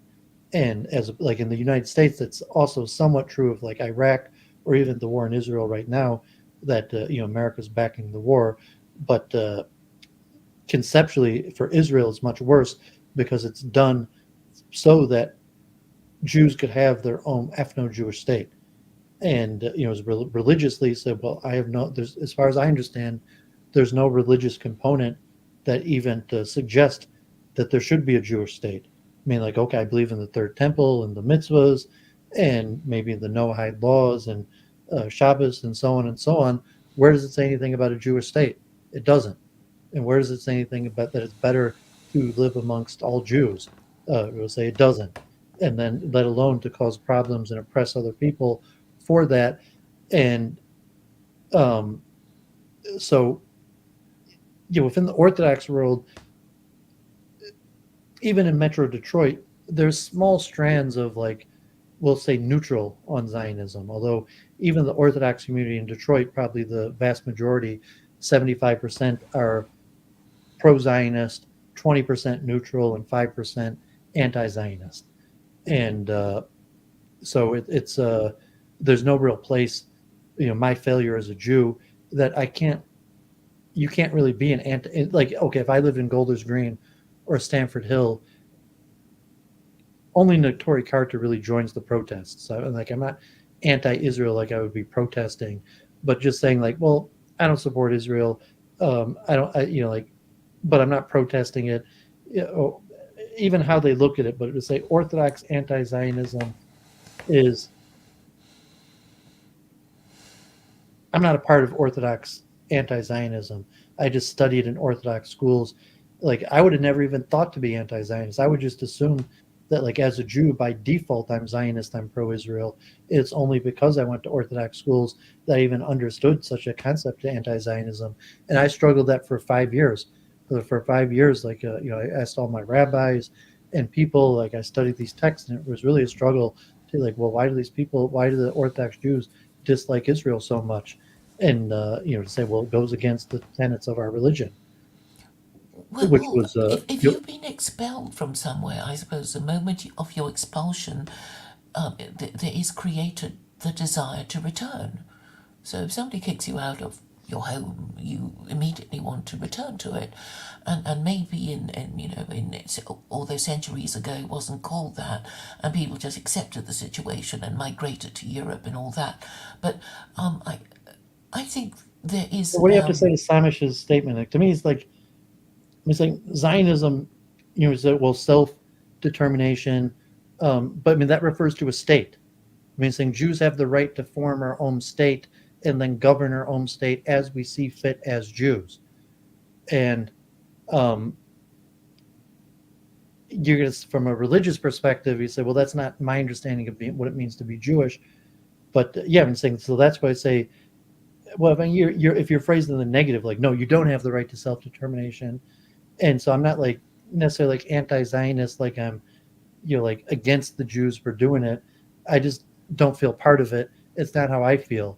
And saying like, well, I don't see any benefit to a Jewish state, to me or Jews in general, although I see Jews feel that way, and even towards my safety, that to me as a Jew, I think the Jewish state makes me less safe. And if you could say, well, what does that mean? Do these people have the right to self-determination? Do they have the right to wage war as Jews? And well, the thing is already was there. also leaning anti-Zionist. I mean, they're already there, and there is a legal principle of possession being 9 points of the law. So even if you didn't, well, it'd be a different thing if you weren't there. But anyway, you already are there. It's called the State of Israel.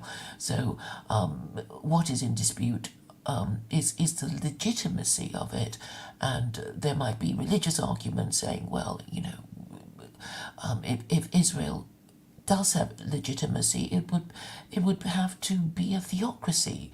So you'd have to be either a Torah theocracy or a Sharia theocracy, but you can't be a liberal democracy because God is not a liberal democrat. And there is a verse in the Quran that does mention Jews having a right to live in Israel in a commingled crowd, presumably with Gentiles, which was the case anyway in the ancient kingdom of Israel. You did have Noahites living with you. So I think the term Zionism has to be, finally defined, but I also know that recently there has been a move towards making anti-Zionism synonymous with anti-Semitism. Do you have any Right. So comment those are on that? my three main failures as a Jew is my inability to fit in with Orthodox Judaism, to follow the law up to the standards of the Orthodox community for various reasons. My inability to make my Jewish knowledge applicable and useful to the larger Jewish community, and the things that I spent over a decade learning that that it I haven't found a way to make that valuable to the larger Jewish community. And third, my neutral to negative view towards Zionism, Well, I've and learned that's a lot caused from me you. as a failure as a Jew. That like I can't like I'm clearly not an Orthodox Jew because I don't follow the standards of Orthodoxy, and I'm not even from like an Orthodox family where they're going to consider me part of the community, even though I don't really follow their teachings. Although I went to Orthodox schools, there might be some open window of inclusion that like, okay, at least I went to their schools or had done things for their community or rabbis, but um, I'm not really part of the Orthodox community. um, I have no value to the larger Jewish community because most of the things that I learned that should be useful to the Jewish people are really only valued by the Orthodox, like the Torah learning and the chanting. And my inability internally to just believe in Zionism. I just Well, can't bring myself to believe in Zionism. Not at least I'm not actively involved in anything. Like I might like some post on social media or have a conversation. So I'm not. I mean, like I'm still basically almost all my friends and associates are pro-Israel, but internally I just can't bring myself to believe in Zionism, and to say that has largely caused me to be a failure as a Jew. but there's no requirement even in Judaism for you to be a Zionist. Because, I mean, I was looking at Wikipedia and apparently there's all these Well, kinds socially, of Zionism, like religious Zionism, cultural Zionism, social Zionism, and, political Zionism. It was ridiculous. But, well, and socially now. So that's uh, what I said. When I was in the Orthodox or Hasidic world, yeah, I mean, there was never like Zionism just wasn't a thing. Like people had their political views. There were no Israeli flags. There was nothing really connected to Israel. If there was a war, maybe they pray for the dead or something. But Zionism was just a non-issue. Even if people went back and forth to Israel, or there were Israelis, um, the law and the system was something that you try to get around the best of your ability. However, now like okay, I'm not in the Orthodox world. So most people outside of the Orthodox world, their connection to Judaism is through is tenuous at best. Like maybe go to synagogue a few times a year through liberal organizations that do activism, or just running in circles of Jewish friends, even if you don't really do that much Jewish. But Zionism is one of the bonds where people feel strongly about Israel, especially in the time of war, like now, where if you don't um, rally to the cause, you're an outsider. You're not, and especially if you're speaking up against, like Israel's declared war. Uh, Israel needs your help to defend and support the war. And like, I don't want to defend and support this war. I don't believe in this war. And it makes me an It's outsider a to my, neocon war. well, but I mean, it's a Jewish war. Well, And it I makes me an think. outsider to Judaism to not support this war. Well, I It, think it makes a me a lot of bad the Jew. At least I could anti-Semitism. argue, I don't think I'm a bad Jew. Maybe you don't think I'm a bad Jew, but the majority of Jews in my area think that I'm a bad Jew, that there's something wrong with me because I don't support this war, because I don't believe in the Hasbara. I don't, I'm not, so I'm calling that my failure as a Jew. So like, I feel I'm right. If I'm right, how come how come none of my fellow Jews think I'm right? Well, perhaps they don't know what it is that they're supposed to believe, because it seems to me that what the neocons have done is to make Israel totemic for Jews, and the post-war narrative for the West is that Britain sacrificed its global empire to save the Jews and passed on this burden to America, who now look after Jews in Israel and protect Jews from Arab incursions, etc. And this is the new national narrative that nobody, not even Jews, are allowed to challenge. I know that Neturei Carter are demonized and marginalized for saying what they do, and they're trying to make anti-Zionism synonymous with anti-Semitism, when in fact Jewry are not agreed on Zionism. It's all a matter of perspective. If you live in Israel, I guess you would be a Zionist, but if you don't want any trouble.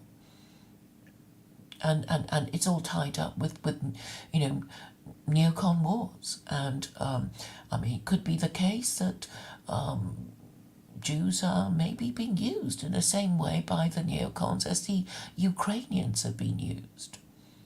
Like, well, start this war, fight this war, die for the American empire.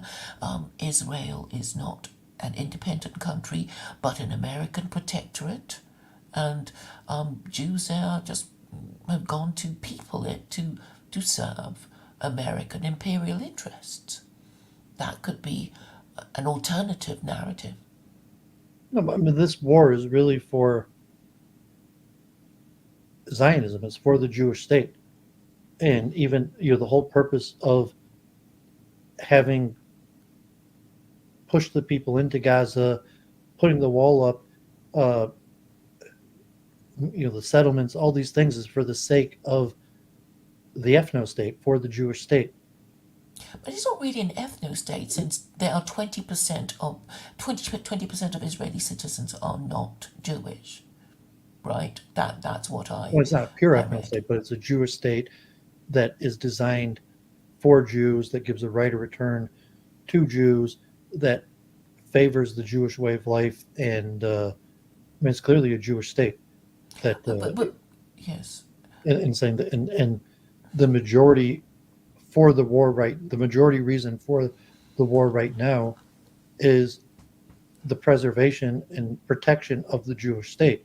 That to say, if it wasn't important, if Zionism wasn't important, meaning to say that we didn't care about having a Jewish state, we could probably just give citizenship to the Arabs and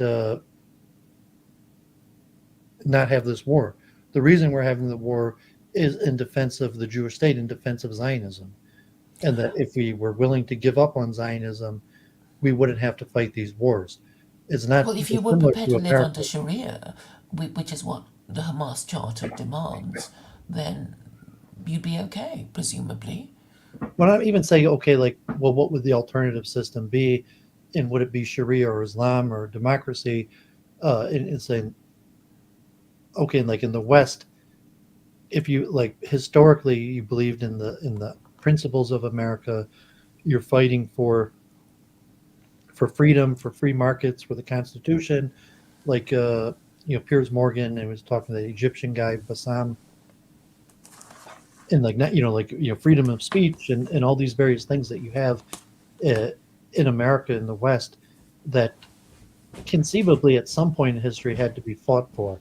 But like relatively in the past, like we don't really fight for these things, like the wars that America's waged in the past, hasn't really been over protecting our freedoms, although 9/11 and the war in Afghanistan and Iraq was at least framed that way, although most people reject that. But in Israel, it's not, we're not necessarily fighting over freedom, over rights. We're fighting over the Jewish state.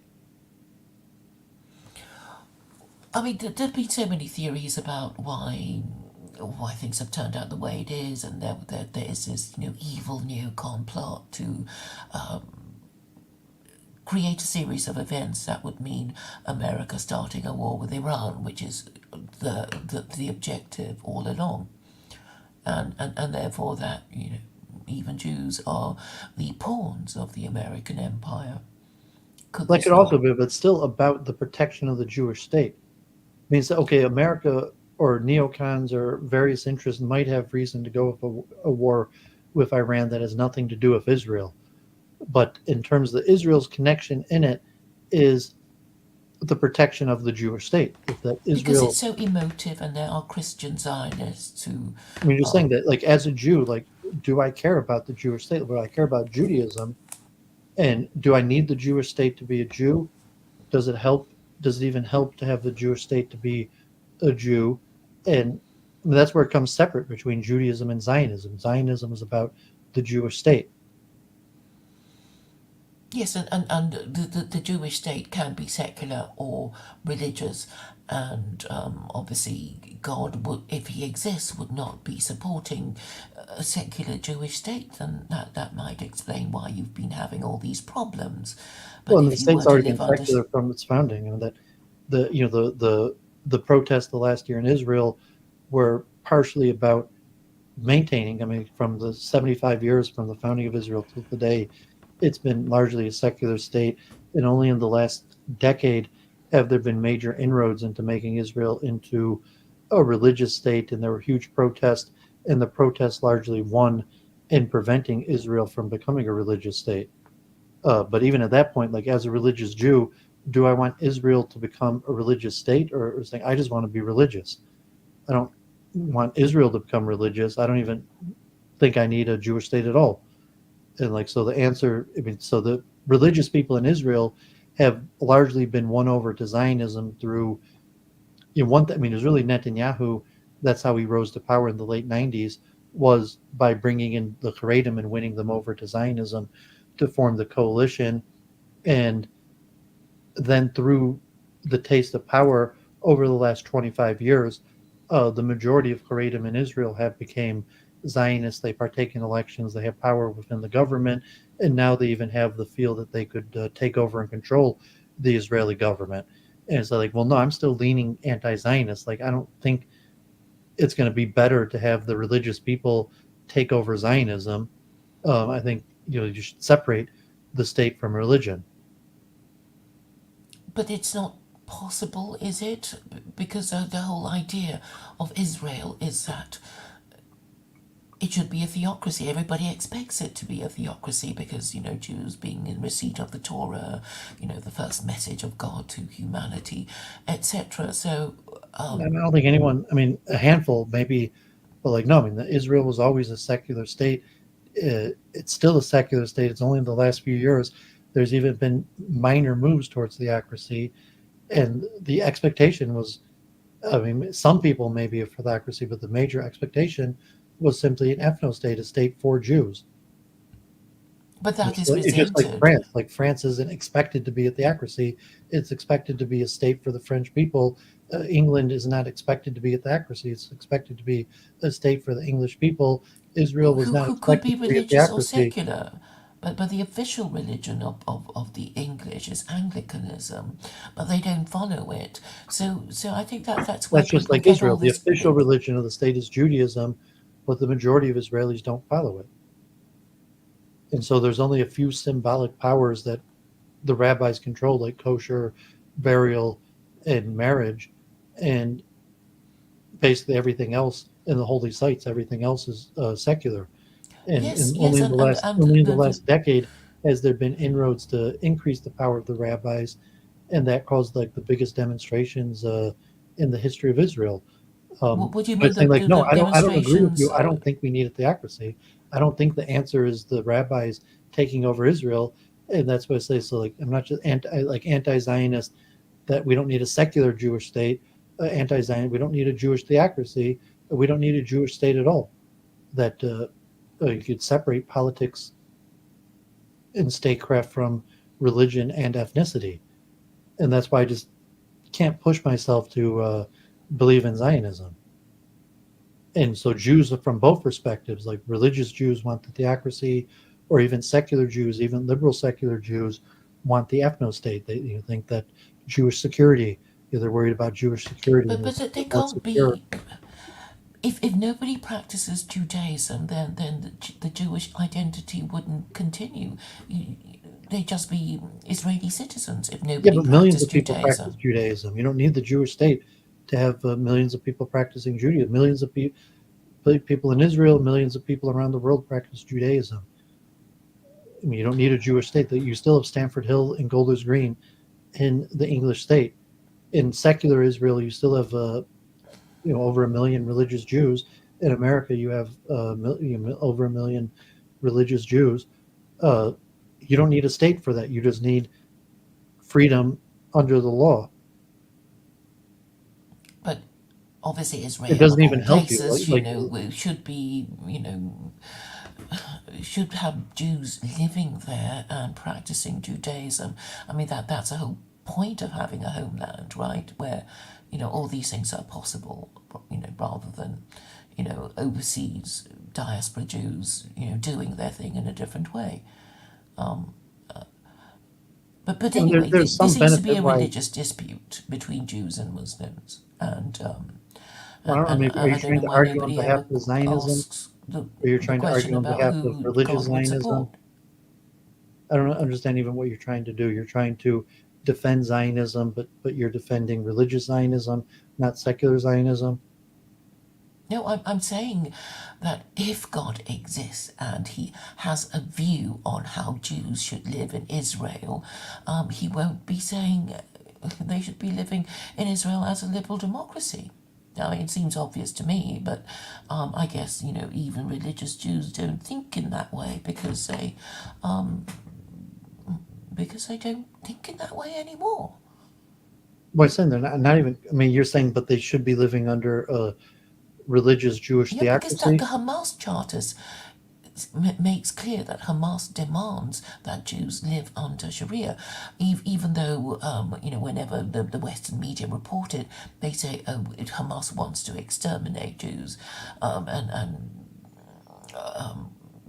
demands a genocide. But actually, what the Hamas charter says is that it should be under Sharia.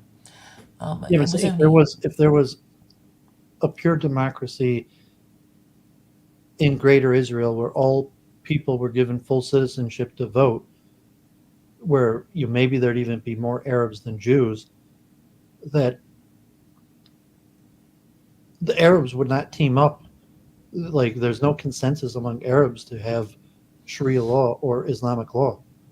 That well, that's what the Hamas charter says, and I guess they voted yeah, I'm for. saying if you had a parliamentary, like if all of a sudden all the Palestinians and Arabs were given full Israeli citizenship, and you had elections with like Hamas and Likud and the PLO or the Islamic parties, or there was a new party, that even if Hamas somehow won 25%, I mean, even unlikelihood that it'd be that, but even in like a general new one one state solution, and Hamas is one of the parties, the chance that Hamas would win more than like 20% of the vote is very unlikely.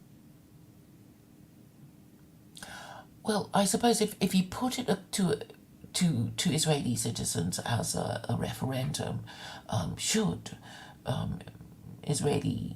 Israel live under some kind of theocracy? It could be a Torah theocracy, or it could be a Quran-based theocracy, and then they could choose, I guess. I mean, that would be Yeah, a way of like I mean, resolving they've the had the matter. polling. Like, no, I mean, like 70% of Israelis would oppose that. Well, And I'm I'm talking just about if assuming you that had the a religious one-state Jews solution that would. included all of the Palestinians and Jews voting in one open election, that the Islamic parties would I mean, the chance that the Islamic parties would even be able to form a government is extremely small.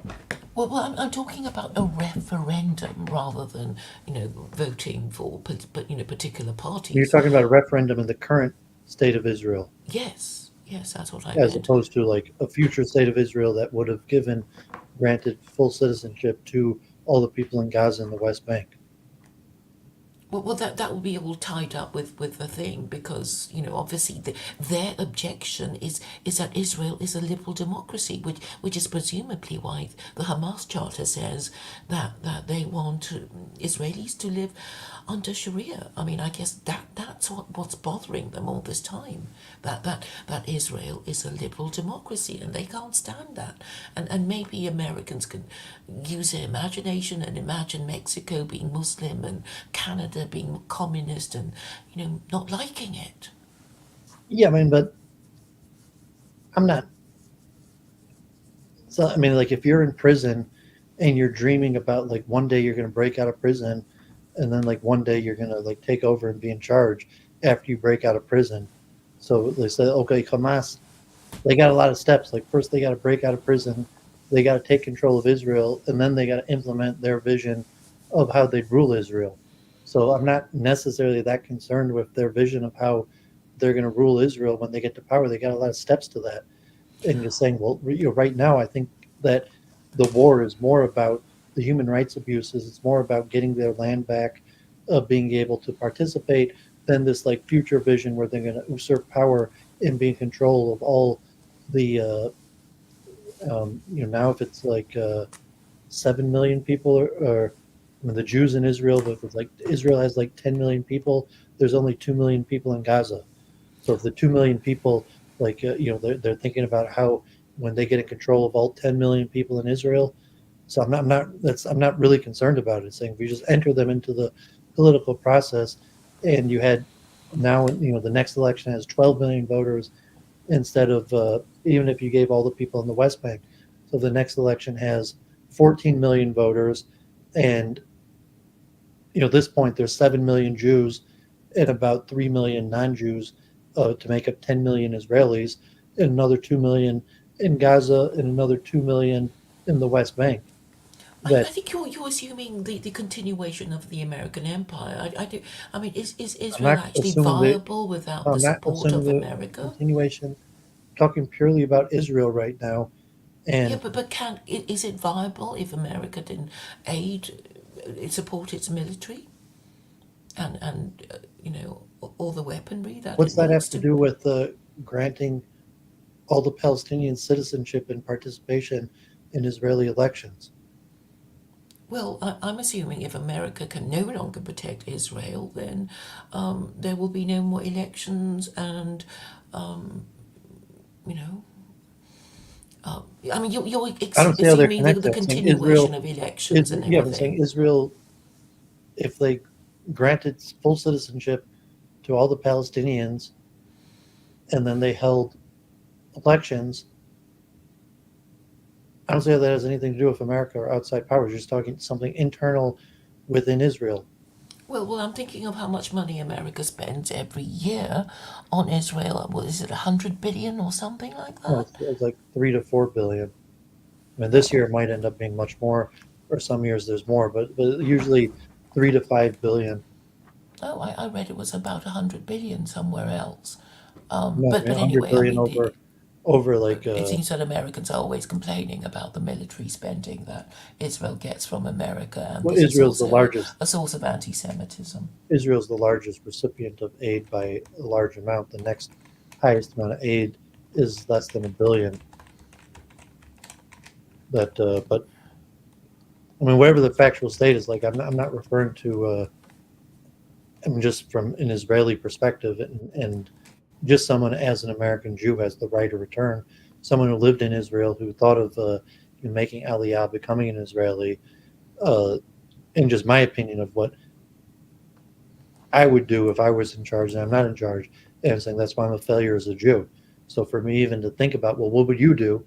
And saying, well, Jews don't agree with me. I'm a failure as a Jew because I'm just hypothesizing about things that like far less than 1 out of 10 of Jews uh, are even considering. Well, Jews don't agree with each other anyway, so I guess you shouldn't feel too Well, no, I too mean bad 90%, about over it. 90% of Israelis agree about the war. They agree about the necessity to eliminate Hamas. So in that sense, like no, there's bigger consensus in Israel over this war than there's been about close to anything in the history of Israel.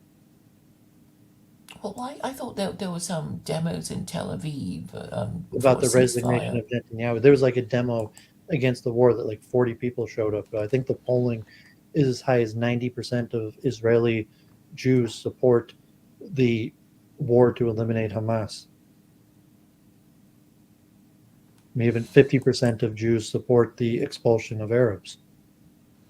But who will constitute their labor force? I I mean, mean, just these questions. I'm saying, I mean, whatever that like like saying I have a view, I have an opinion, but it's not even like it's not even a big enough opinion that there's even a party that represents this view. It's like I can't even say like I'm part of some party. There's not even a party. There's not even enough Israelis that have the same opinion as me that there's even a political party that represents it. So I mean, you could give this like what if or how they should govern themselves, but it's somewhat just worthless speculation. So I'm a failure of a Jew. I'm not representative of Jews. In fact, my opinion is in opposition to Jews, so much so that probably most Jews might even consider me an enemy of the Jews, a self-hating Jew, a bad Jew. And like, okay, maybe I could give an argument or something. I think even Luke mentioned that, Matt, like, I could give an argument, but like, that's the type thing you say when you're already lost. You say, well, no one likes me. I have a defense for why I'm acting the way I do, but like still no one likes me. I'm an outsider among Jews, so much so that they're skeptical that even like there's something fundamentally wrong with me, that somehow I'm like their enemy.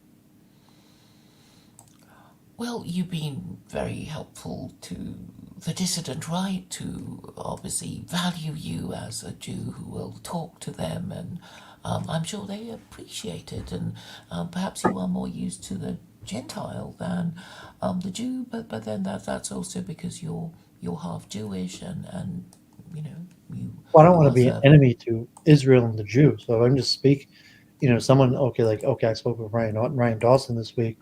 Saying, well, not all Jews are Zionists. Like here's Doovid, here's Notori Karta, like here's 5% of the Jewish population that's anti-Zionist.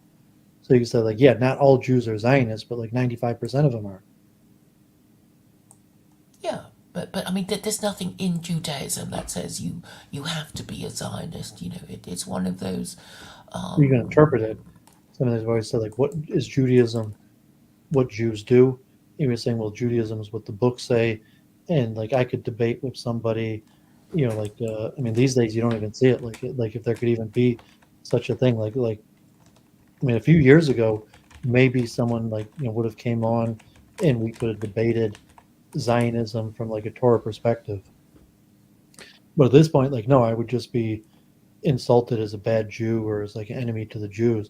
Like I don't think any Jew is going to come on and try to like debate me about whether about anti-Zionism from a Jewish perspective. I mean, Sula Adir Weintraub is supposed to have. He said last week he was going to have the debate between the two Zachs on Zionism versus anti-Zionism. Oh, he did. Yes, In he fact, did. He did. that was I today. didn't I listen didn't to watch all of it it. yet. So the two Zachs, Zionism versus anti-Zionism on Sula. But like even on Sula, like half the people in the chat are calling him like an enemy to the Jews.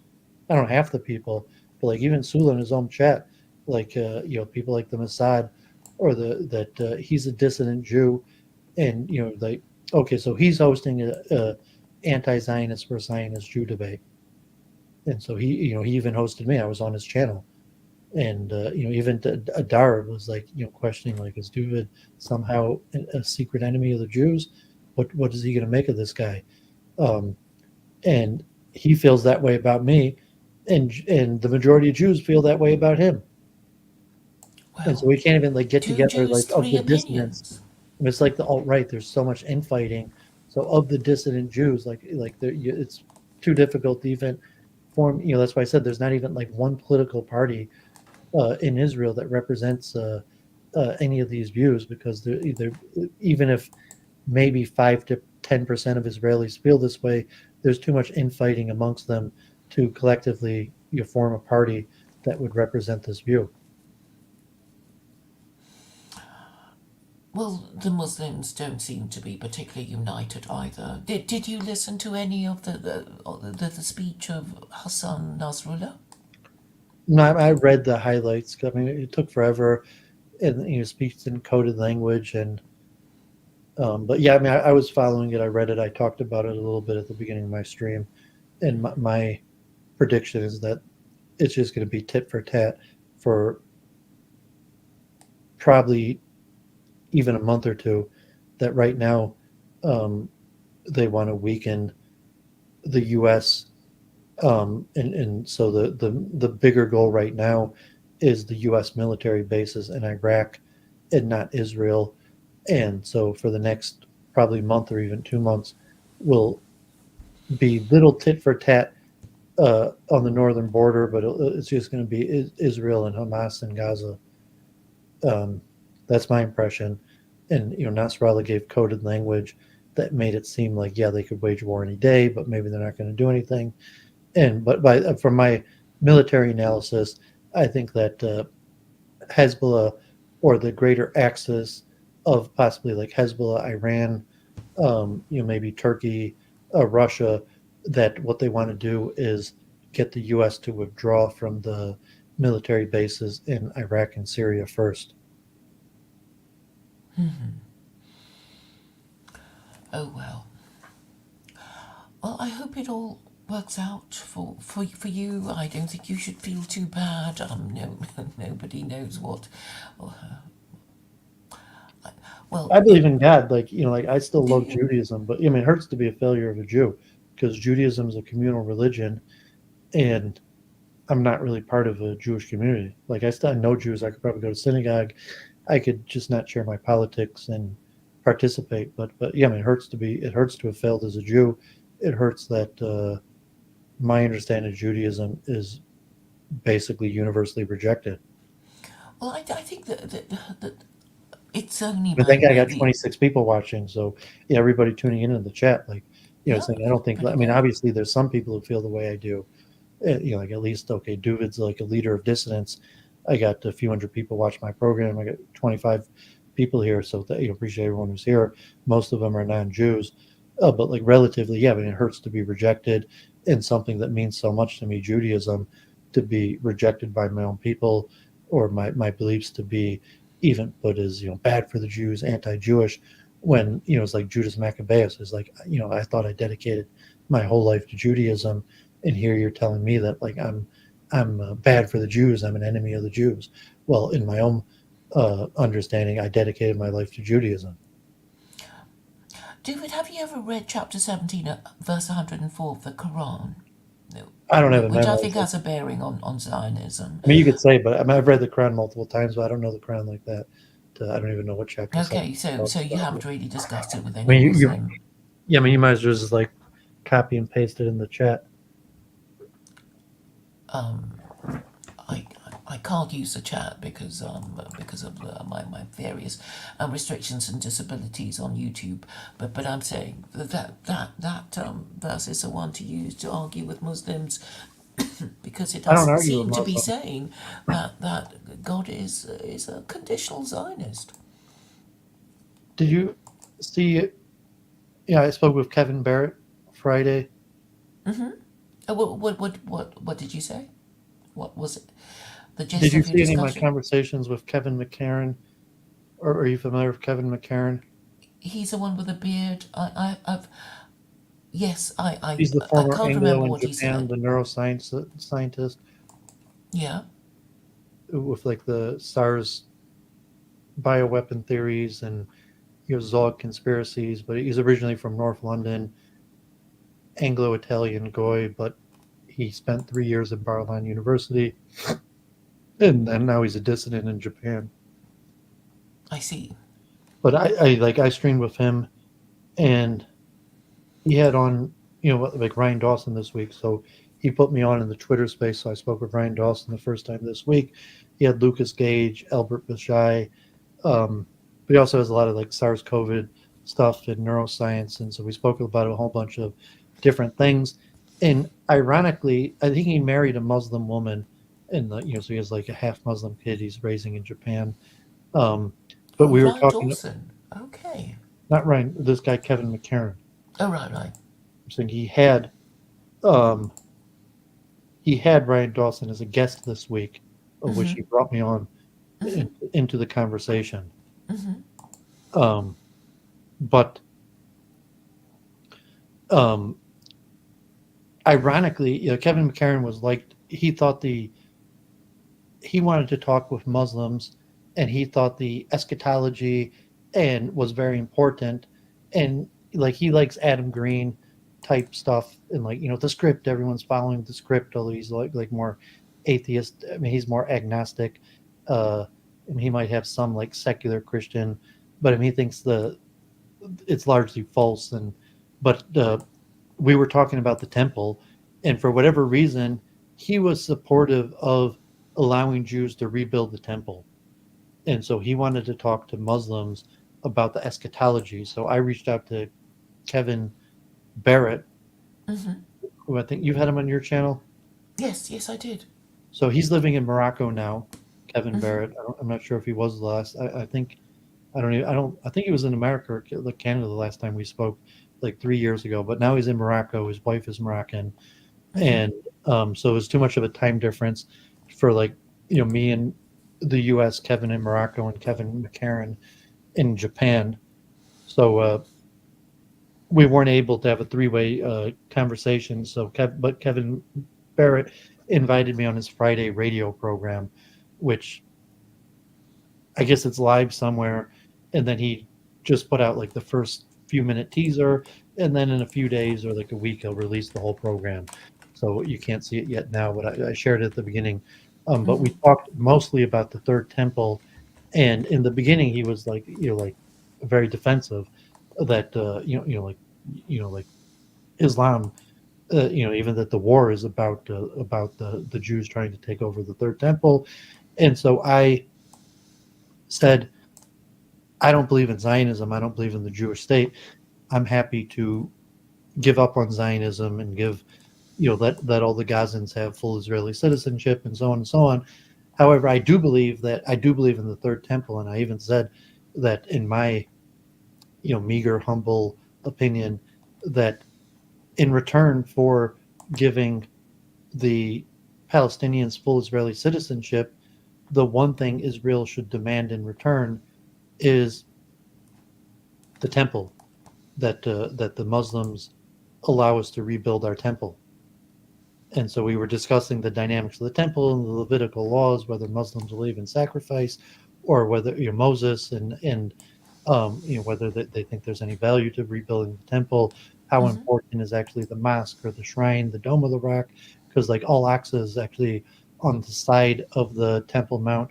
The shrine, the Dome of the Rock is just a shrine that is where the temple would actually be. And so we ended up like 45 minutes of our discussion was about the temple. And I was pitching the temple, that Muslims should help the Jews rebuild the temple and fulfill the Messianic dream, and that even the rebuilding of King Solomon's temple could be argued to be a positive thing for Muslims, which he was definitely highly skeptical. But the conversation almost ended up being entirely about that. How fascinating. I look forward to that when it's finally out. I have a few views about that, so I'm particularly looking forward to that. I still do believe in the poison temple. chalice for Jews, because that would be the end of rabbinical Judaism, and you'll have to establish a new form of temple Judaism, right? If you really did have to build it. So Kevin McCarran's view was kind of conspiratorial, like that will be the end of Jewish subversion, to just like, we'll let the Jews have their temple. Like that's what the religion believes, and like enough with the subversion and the Noahide stuff and Zog, and so just let the Jews have their temple and see what happens. And so he was coming to more a cynical view, but we did have a big space, and after Ryan Dawson left, we still held on to a few hundred viewers, and a lot of Muslims came on. We discussed it, and then we did a Twitter space the next day, and a few more Muslims came, and we discussed that even a little bit more. And I said, like, well, the temple has to go along with the other messianic vision about a fundamental change in the world peace and universal recognition of God, mass enlightenment. But from the Islamic point of view, like I said, so Kevin Barrett was originally trying to frame the war as about the temple, and and I said, well, I don't think that's accurate, because like, even though there were a few things with the temple right before the war started, that relatively over the last few years there were much bigger things about the temple, and I think the war right now is mostly about human rights. And even though Hamas called it the Al-Aqsa flood, that's just symbolic for them. But really, they're fighting over human rights, and getting their land back, and breaking out of the wall, the siege. But it's symbolic for them, the Al-Aqsa, and the Jews taking over the mosque. But that actually argue that, like, they should in fact let us take over the mosque and rebuild our temple. And what they want as Hamas, or in Gaza, it's not the temple that they want, it's just human rights. So that's going to be on Kevin Barrett's channel, is it? Ryan Dawson and all No, that? Kevin McCarran, that's on his channel. It was a Twitter space, and he live casted on Rumble. That was like Tuesday night, and so that's on his Rumble channel. I shared that at the beginning. Kevin Barrett has some like radio show, so I'm not sure where it was broadcast, but then he records it and releases it on his Substack or Oons Review the next week, because he has like a freemium where he has paid subscribers. So like the first week it's behind the paywall, and then he releases it to everybody like a week later. Okay. Well, I look That forward was to just that. me and Kevin Barrett for an hour. For an hour, there's no one else, Okay. and it was almost all about the temple. The Ryan Dawson focused almost exclusively on like Zionism, political, military stuff. He wasn't that much into the religious stuff. And it was after he left. I mean, so he was on for like 2 hours. The first hour was just him and Kevin McCarran, and it was me, Ryan, and Kevin, and then we went on for another 2 hours where we opened it up to just random people in the Twitter space. And then the next day we did the same thing for like 5 hours, the Twitter space. And so it was just random new names and new names, new voices, chiming in, mostly small-time users. You probably never heard of any of them. All right. Well, I'll have a listen. Thanks for I don't mentioning even that. recommend listening to it. I mean, it was long, and it was It wasn't even recorded, I see now. well, the Twitter space wasn't recorded. It's on Kevin McCarran's Rumble. Okay. That but yeah, I don't know if if maybe in 2-speed, I wouldn't, because it takes so long and there's so many voices. I'm not even sure that I'd so Ryan Dawson War, and then Israel Gaza War, Third Temple, Neuroscience, and Metaphysics. There's almost 5 hours. Although I did gain like 100 followers on Twitter. Oh, that's nice. I did like Twitter Spaces. I might consider. I was telling Stephen James, he was saying he was considering doing Twitter Spaces with you to build up a following. Although, thank God, everyone tuning in, appreciate you tuning in. I got pretty high viewership right now, bigger than my regular viewership. But it seemed easier to grow your viewership on Twitter X through Spaces than through YouTube. Yes, because it's just designed to make it easier And I think there's a different protocol of communication as well on Twitter Spaces, but it's easy to join and leave and all that. So yeah, I think it should be explored. Well, I like it anyway. Well, you do. You meet a different kind of people than You've on been doing Twitter YouTube. Spaces. Yeah, I do it reasonably regularly. I'm not so much on YouTube anymore. Well, that was my first one. I mean, saying Kevin McCarran's with Brian Dawson had up to 600 people, and even after he left, we slowly lost viewers, but so it was down to like 400 viewers, and 2 hours later we still had 200 viewers, and then the next day I did a Twitter Space and invited Kevin on, and we had like 25 to 35 viewers, although we still got like 10 speakers. Almost all new voices, people I never heard of before, Okay. from all over the world. Well, that must be gratifying. Well, It's tough. I mean, like a lot of people. I mean, so you get new voices, but then at the same time, they're not trained. They're not used to it. They don't know what they're doing as much. So, but yeah, it's important to get new voices in, especially if you're promoting. So, like, okay, Doooovid is promoting the Third Temple as like metaphysically. Like, I'm not promoting like a political strategy, like a Zionist Third Temple, but I'm promoting metaphysically that the world needs some sort of something new to break this paradigm, and the Third Temple representing the possibility of a new form of worship, a new method where man could get along, or even if it's a return to the Levitical sacrifices, you just said that at least symbolically that could push humankind out of our rut and move us into a new productive era, and the Isaiah prophecies that are based on peace and the universal brotherhood of man.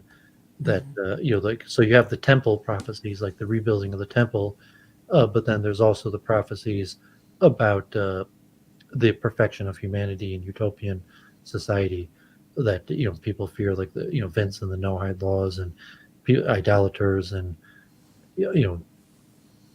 sexual deviants are going to start getting beheaded, but at least some vision for some utopian perfected state of humanity that would come along together with the temple. yes. Well, I must thank Samish for his question. He's asking me how is your secular Quranism doing in the light of the current instability in the Middle East? And before I go, I think I should answer his question.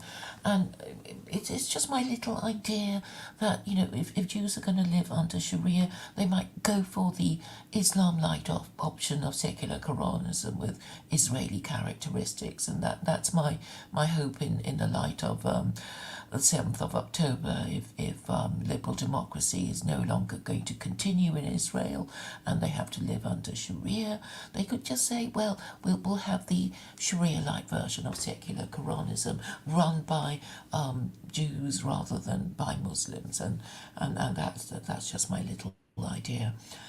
Well, thank you very much for having me, Doooovid. I don't think you're that much of a failure. You're certainly a great hit with the dissident right, who appreciate you being their most high status Jew, who is the most rabbinically knowledgeable, and I'm sure that is your niche. You found your niche. So off I go. Thank you very much for having me, Doooovid, and thanks to Samish for your question. Okay, well, God bless. Thanks for joining. Okay, so thanks to Claire for coming in and helping Doooovid understand my failures as a Jew. So let me wrap this up with one more thing I was going to read, related to an important thing involving Ukraine and what's happening in Israel, and to understand, even like secular Quranism, or even like a messianic vision, the Third Temple, which is the rules-based order, which in Wikipedia, it's under the liberal international order. But this concept that you're going to have universal rules that everybody's going to live and abide to, and is it even possible? Claire calls like simplistic solution a secular Quranism, and you're just like, oh, like this template of rules for all of humanity, or like the Noahide laws, which could be seen as template structures, and where each given society could have their own legal systems that comply within the Noahide laws.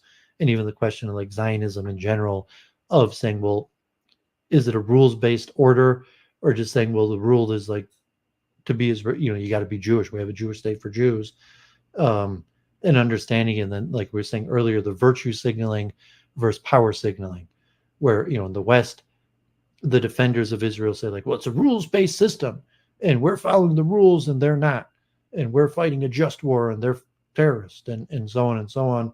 Versus like a power signal where the error is not necessarily that we're following a rules-based order, we're just powerful.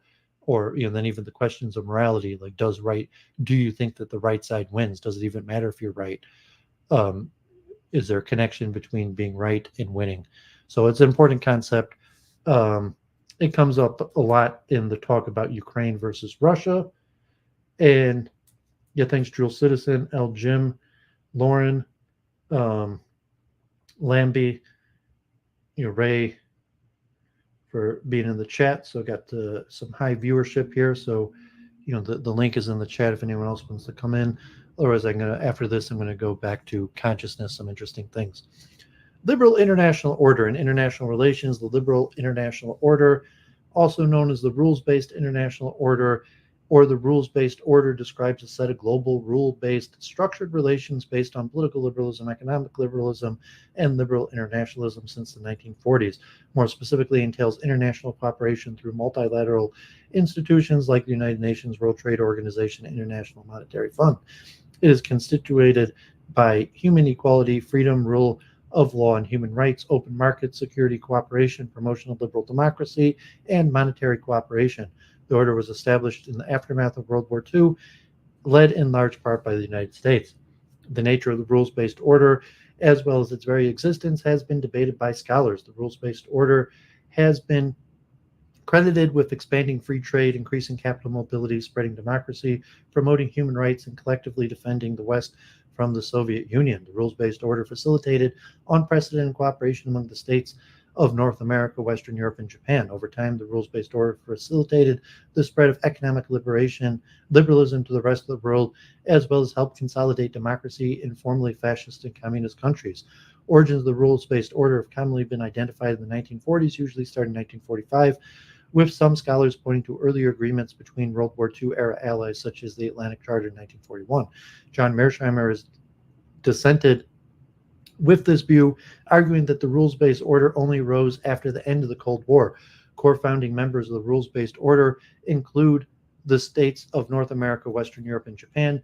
These states form a security community. The characteristics of the rules-based order have varied over time. Some scholars refer to Cold War variations of the rules-based order, largely limited to the West, and a post-Cold War variation having a more widespread scope and giving international institutions more power.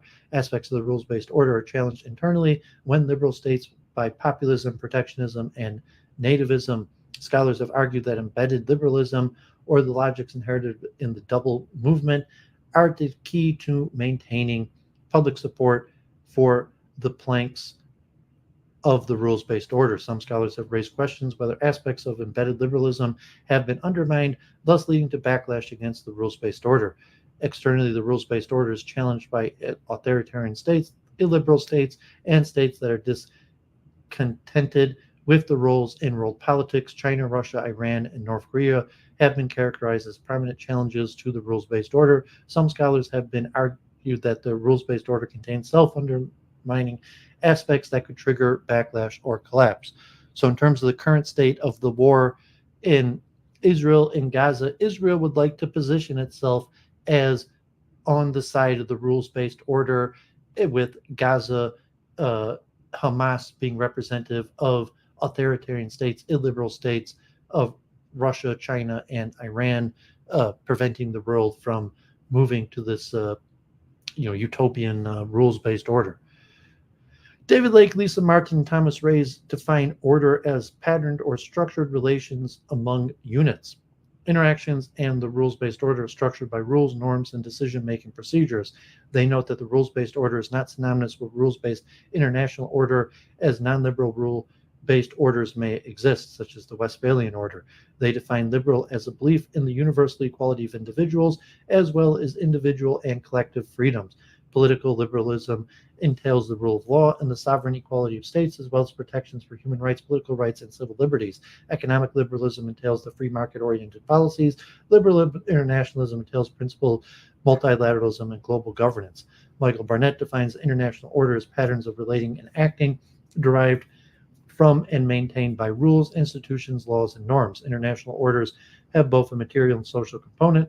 Legitimacy, the generalized perception that actions are desirable, proper, and appropriate, is essential to political orders. George Lawson has defined an international order as a regularized practice of exchange among discrete political units that recognize each other to be independent. John Mearsheimer defines the international order as an organized group of international institutions that help govern the interactions among the member states.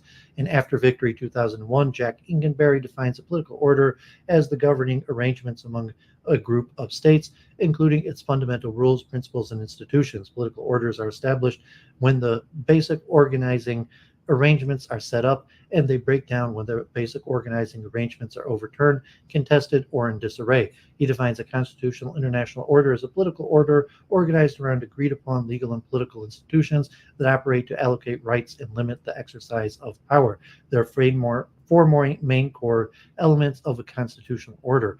1, shared agreements about the rules of the game within the order. 2, rules and institutions that bind and limit the exercise of power. 3, institutional autonomy from special interest. 4, the entrenchment of these rules and institutions with a broader immutable political systems.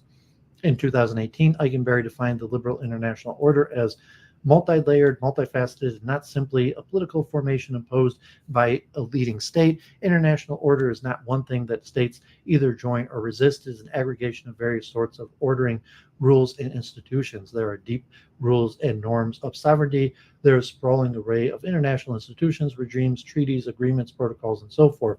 These governing arrangements cut across diverse realms, including security and arms control, the world economy, the environment and global commons, human rights, and political relations. Some of these domains of governance may have rules and institutions that narrowly reflect the interest of a hegemonic state, but most reflect negotiated outcomes based on a much broader set of interests.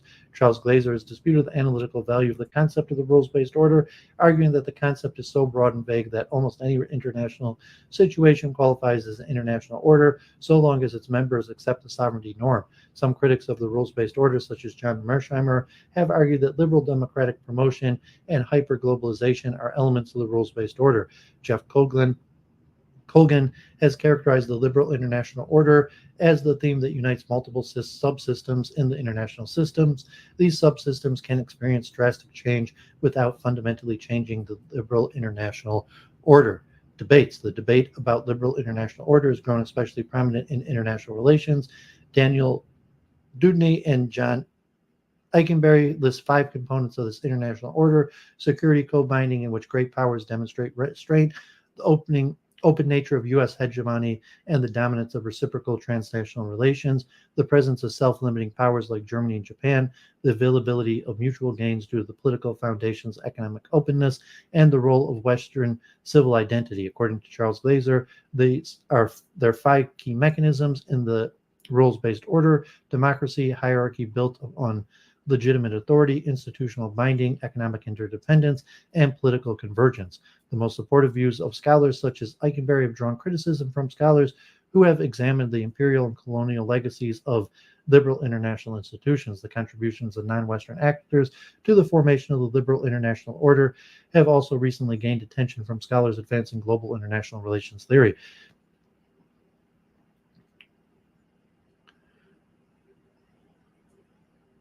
Okay, so I'm going to move into another key important topic, which is predictive processing. And, going to take it more to the neurological consciousness level and the rules-based order for a better understanding about politics and how to understand the war And so with Kevin McCarran, and even briefly, I had a chance to ask Ryan Dawson about it, is how do you understand group behavior? And Kevin McCarran had some ideas, and to me, they seemed rather weak. He had difficulty explaining how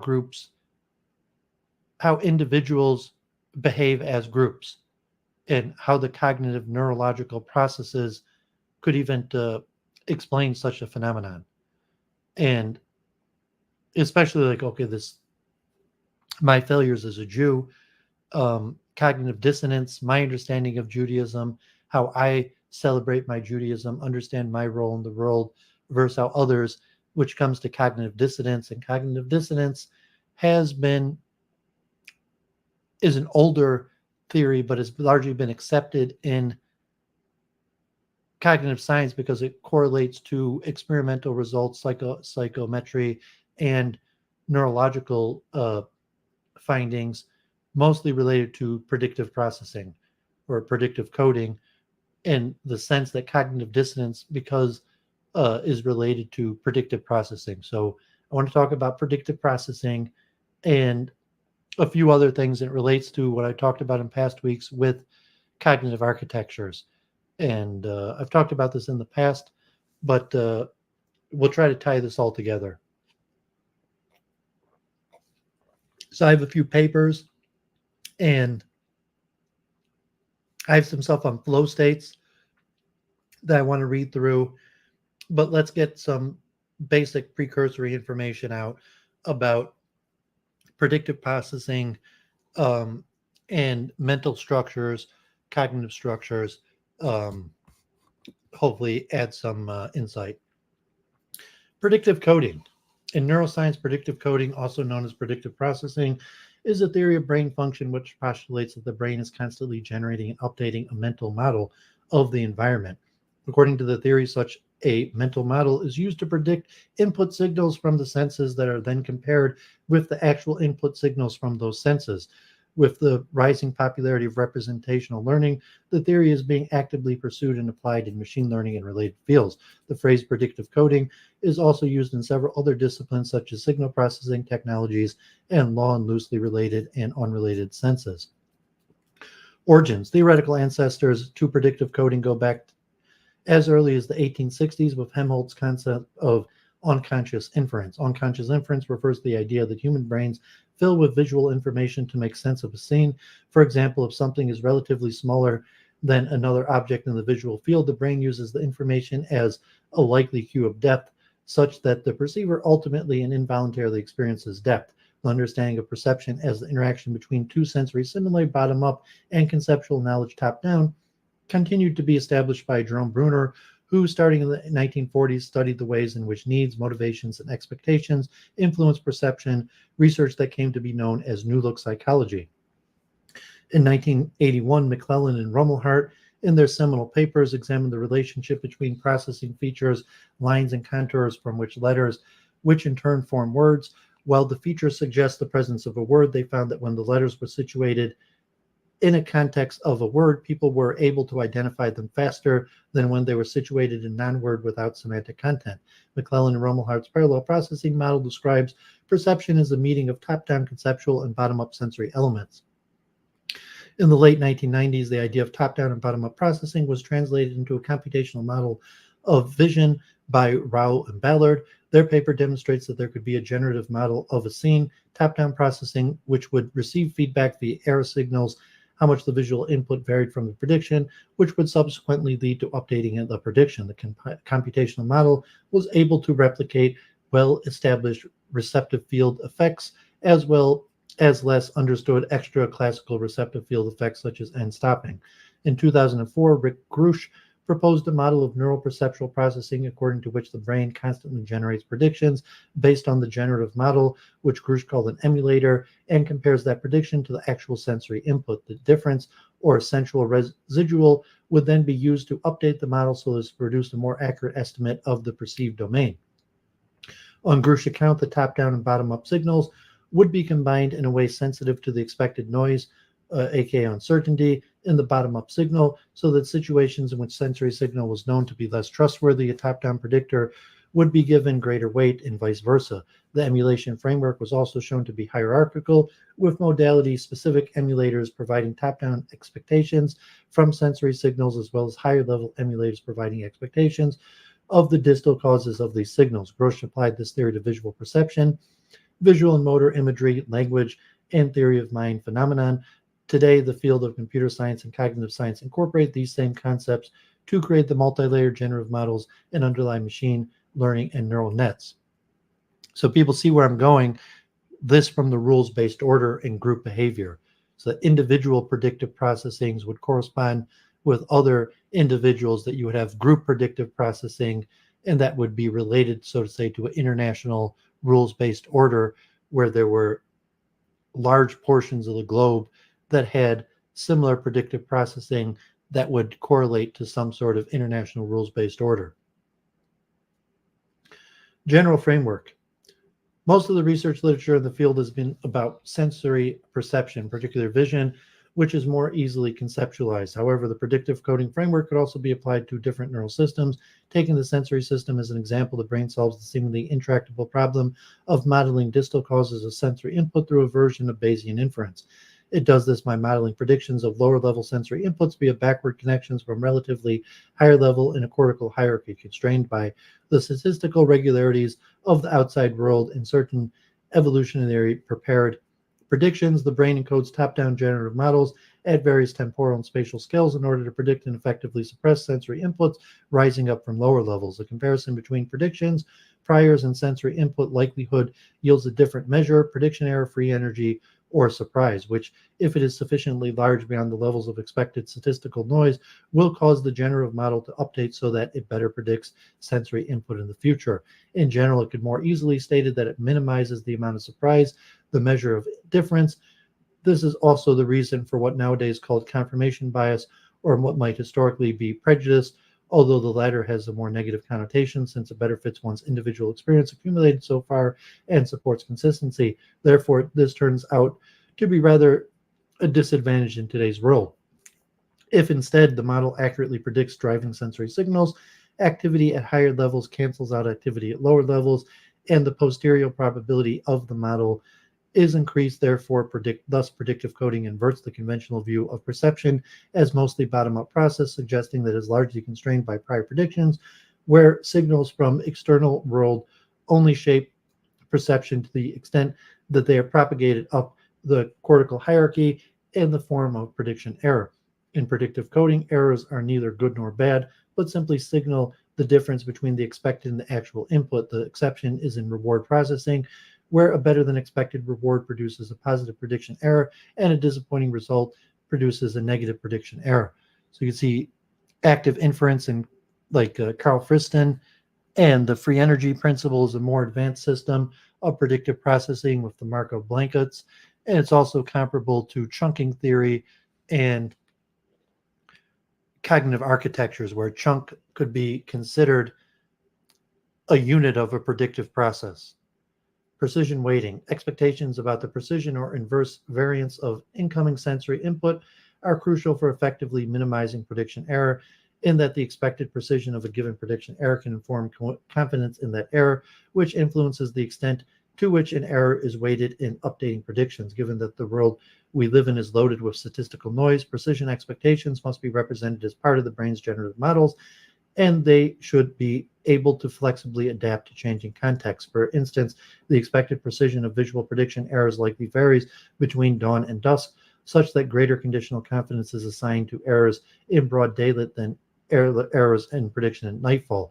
It has recently been proposed that such weighting of prediction errors in proportion to their estimated precision is in essence attention, and that the process of devoting attention may be neurobiological, accomplished by ascending reticular activation systems, optimizing the gain of prediction error units.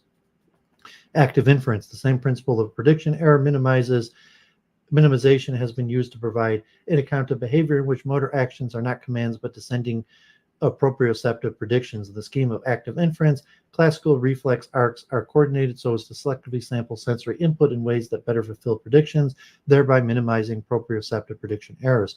Indeed, Adams' 2013 review evidence suggested that this view of hierarchical predictive coding in the motor system provides a principal and neurally plausible framework for explaining the agranular organization of the motor cortex.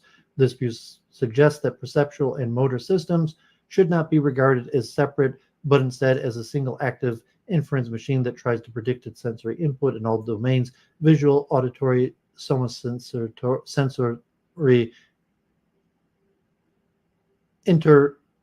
interoceptive, and in the case of the motor system, proprioceptive. So I'm going to skip a little bit of it because it's long and I got that to cover on the neurology, but we'll return to that. Applying predictive coding perception. The empirical evidence for predictive coding is most robust for perceptual processing. As early in 1999, Rao and Ballard proposed a hierarchical visual processing model in which higher order visual cortical area sends down predictions and the feed-forward connections carry the residual errors between the predictions and the actual lower-level activities. According to this model, each level of the hierarchical model network, except the lowest level, which represents the image, attempts to predict the responses at the next lower level via feedback connections, and the error signal is used to correct the estimate of the input signal at each level concurrently. Emberson established the top-down modulation in infants using a cross-modal audiovisual emission paradigm, determined that even infant brains have expectations about future sensory input that is carried downward from the visual cortices and are capable of expectation-based feedback. Functional near-infrared spectroscopy data showed that infant occipital cortex responded to unexpected visual emission, but not to expected visual emission. These results established that a hierarchical organized perception system, higher order neurons send down predictions to lower order neurons, which in turn send back up to the prediction error signal. Interoception. There have been several competing models for the role of predictive coding in interoception. Interoception is the collection of senses providing information to the organism about the internal state of the body. They can be conscious and subconscious. And in 2013, Anil Seth proposed that our subjective feeling states, otherwise known as emotions, are generated by predictive models that are actively built out of causal interoceptive appraisals in relation to how we attribute internal states of others to causes. Sasha Andobaka, James Kilner, and Carl Friston, 2015, proposed that the free energy principle requires the brain to produce a continuous series of predictions with the goal of reducing the amount of prediction error that manifest as free energy.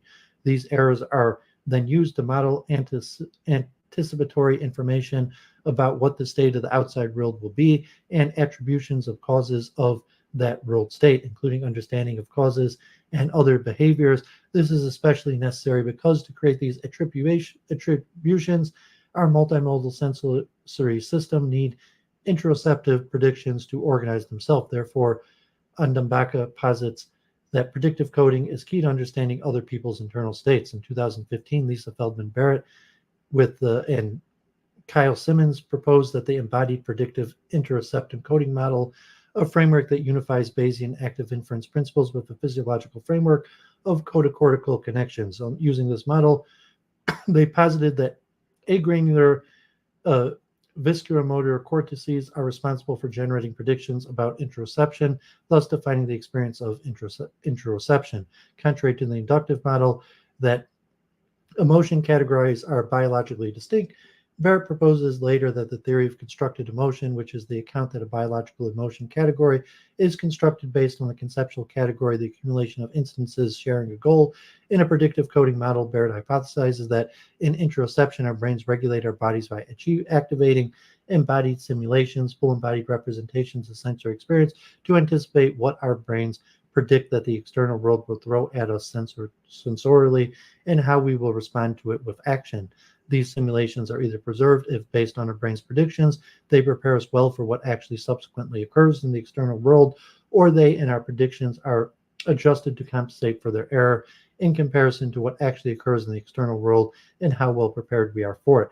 Then in a trial and error adjust process, our bodies find similarities and goals among certain successful anticipatory simulations and group them together under conceptual categories. Every time a new experience arises, our brain uses the past trial error adjust history to match the new experience to one of the categories of accumulated corrected simulations that it shares the most similarity with. Then they apply the corrected simulation of that category to the new experience in the hopes of preparing our bodies for the rest of the experience. If it does not, the prediction, the simulation, and perhaps the boundaries of the conceptual category are revised in the hopes of higher accuracy next time, and the process continues. Barrett hypothesizes that when prediction error for a certain category of simulations for X-like experiences is minimized, what results is a correction-informed simulation that the body will reenact for every X-like experience, resulting in a correction-informed full-body representation of sensory experience and emotion. In this sense, Barrett proposes that we construct our emotions because the conceptual category framework of our brains used to compare new experiences and depict the appropriate predictive sensory simulation to activate is built on the go. Challenges. As a mechanistic theory, predictive coding has not been mapped out physiologically on the neuronal level. One of the biggest challenges of the theory has been the imprecision of exactly how prediction error minimizes work. In some studies, the increase in blood oxygen level dependent imaging, a bold signal has been interpreted as error signal, while others it indicates changes in the input representation. A crucial question that needs to be addressed is what exactly constitutes error signal and how is it computed at each level of information processing. Another challenge that has been posed is the predictive coding's computational trace tractability. According to Quisthout and Van Rouge, the subcomputation at each level of predictive coding framework potentially hides a computationally intractable problem, which amounts to intractable hurdles that computational modelers have yet to overcome. Ransom and Fazlpour indicate 3 problems for the predictive coding theory of attention. Further research could focus on clarifying the neurophysiological mechanisms and computation model of predictive coding. And let me see, maybe we'll take a look at this paper at some point. And I had wanted to talk about this with, so I'll put this paper in the chat and hopefully I'll look at it for maybe next week. The 3 problems of predictive coding theory of attention. So I had wanted to bring this up with Kevin McCarran, and I discussed this briefly with him on our streams. And from a neurological level, how does this rise to group behavior? How do you explain group behavior, even in a time of war, or even to say that I'm a member of a group and we understand phenomenon and predict, or like a rules-based order? And, maybe we'll look at John Searle and some more topics that I'm trying to get into related to expertise. But, for cognitive architectures, most of them rely on some form of predictive processing, and then to build up a model based on predictive processing with the top-down and bottom-up processes working simultaneously. So I want to look at a few more small just definitions to throw out there, and then I'll read a few papers, but these are important for understanding these neural consciousness processes. Mental model. A mental model in psychology is an internal representation of external reality, hypothesized to play a major role in cognition, reasoning, and decision-making. The term was coined by Kenneth Craik in 1943, who suggested that the mind constructs small-scale models of reality that it uses to anticipate events. Mental models can help shape behavior and set an approach to solving problems similar to a personal algorithm in doing tasks. In psychology, the term mental models is sometimes used to refer to mental representations or mental simulation generally. The concepts of schema, psychology, and conceptual models are cognitively adjacent. At other times, it is used to refer to mental models and reasoning, and to the mental model theory of reasoning developed by Philip Johnson Laird and Ruth Barn. History. The term mental models is believed to originate with Kenneth Craik in his 1943 book, The Nature of Explanation. Georges Henry Lequet in Children's Drawing, published in 1927 in Paris, argued that children construct internal models a view that influenced, among other child psychologists, John Piaget. J. Wright Forrester defined general mental models thus: the image of the world around us, which we carry in our head, is just a model. Nobody in his head imagines all the world, government, or country. He has only selected concepts and relationships between them, and he uses those to represent the real system. Philip Johnson Laird published Mental Models Towards the Cognitive Science of Language, Inference, and Consciousness in 1983. In the same year, Deirdre Genter and Albert Stevens edited a collection of chapters in a book also titled Mental Models. The first line of the book explains the idea further. One function of this chapter is to belabor the obvious people's view of the world, of themselves, of their own capabilities, and of the tasks that they are asked to perform or topics they are asked to learn depend heavily on the conceptualizations that they bring to the task. Since then, there has been much discussion and use of the idea in human-computer interaction and usability by researchers including Donald Norman and Stephen Krug, Walter Kinch, and Van Dijk, using the term situational model in their book Strategies of Discourse Comprehension, showed the relevance of mental models for the production and comprehension of discourse. Charlie Munger popularized the use of multidisciplinary mental models for making business and investment decisions. Mental models and reasoning. One view of human reasonings that depends on mental models.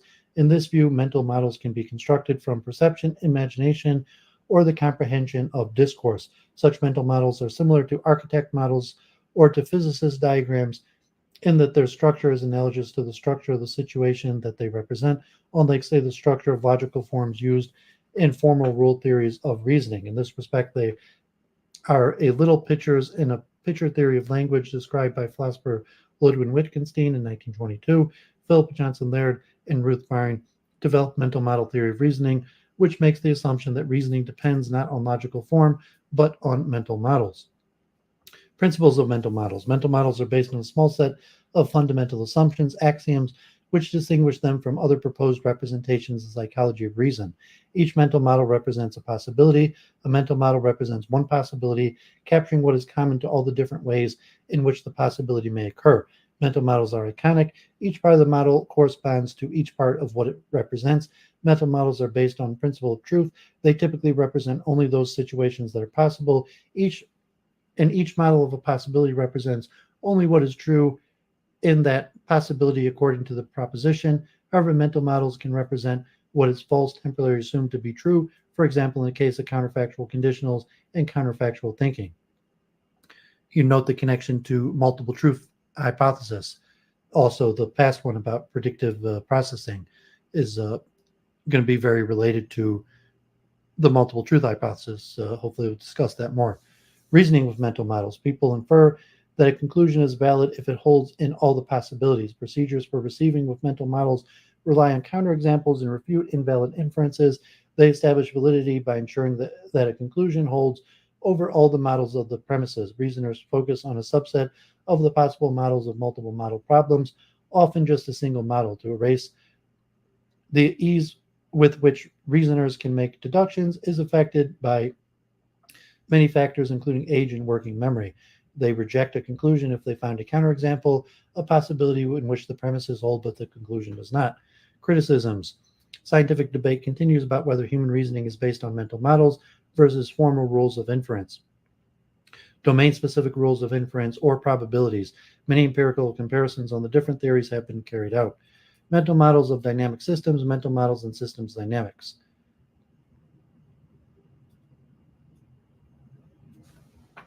Okay, so a lot of this is related to logic and computer programming. So that's all I'm going to read from that. So let's look at schemas. It's the psychological theory of schema. In psychology and cognitive science, a schema describes a pattern of thought or behavior that organizes categories of information and the relationship among them.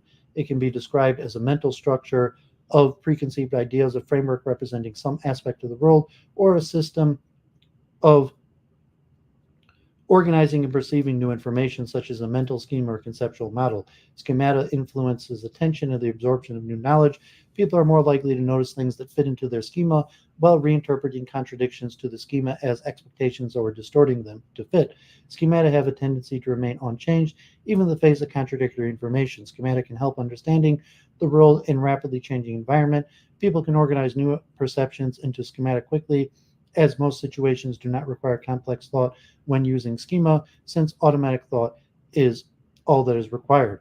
People use schematic to organize current knowledge and provide a framework for future understanding. Examples of schemata include mental models, social schemas, stereotypes, social roles, scripts, worldviews, heuristics, and archetypes. In Piaget's theory and development, children construct a series of schemata based on the interaction they experience to help them understand the world. And schemas are part of chunking theory, although this wiki entry doesn't include chunking theory, and you could extrapolate from schemas to say that rules-based order of like international relations is simply a mental schema. History. Schema comes from the Greek word of schemat or schema, meaning figure.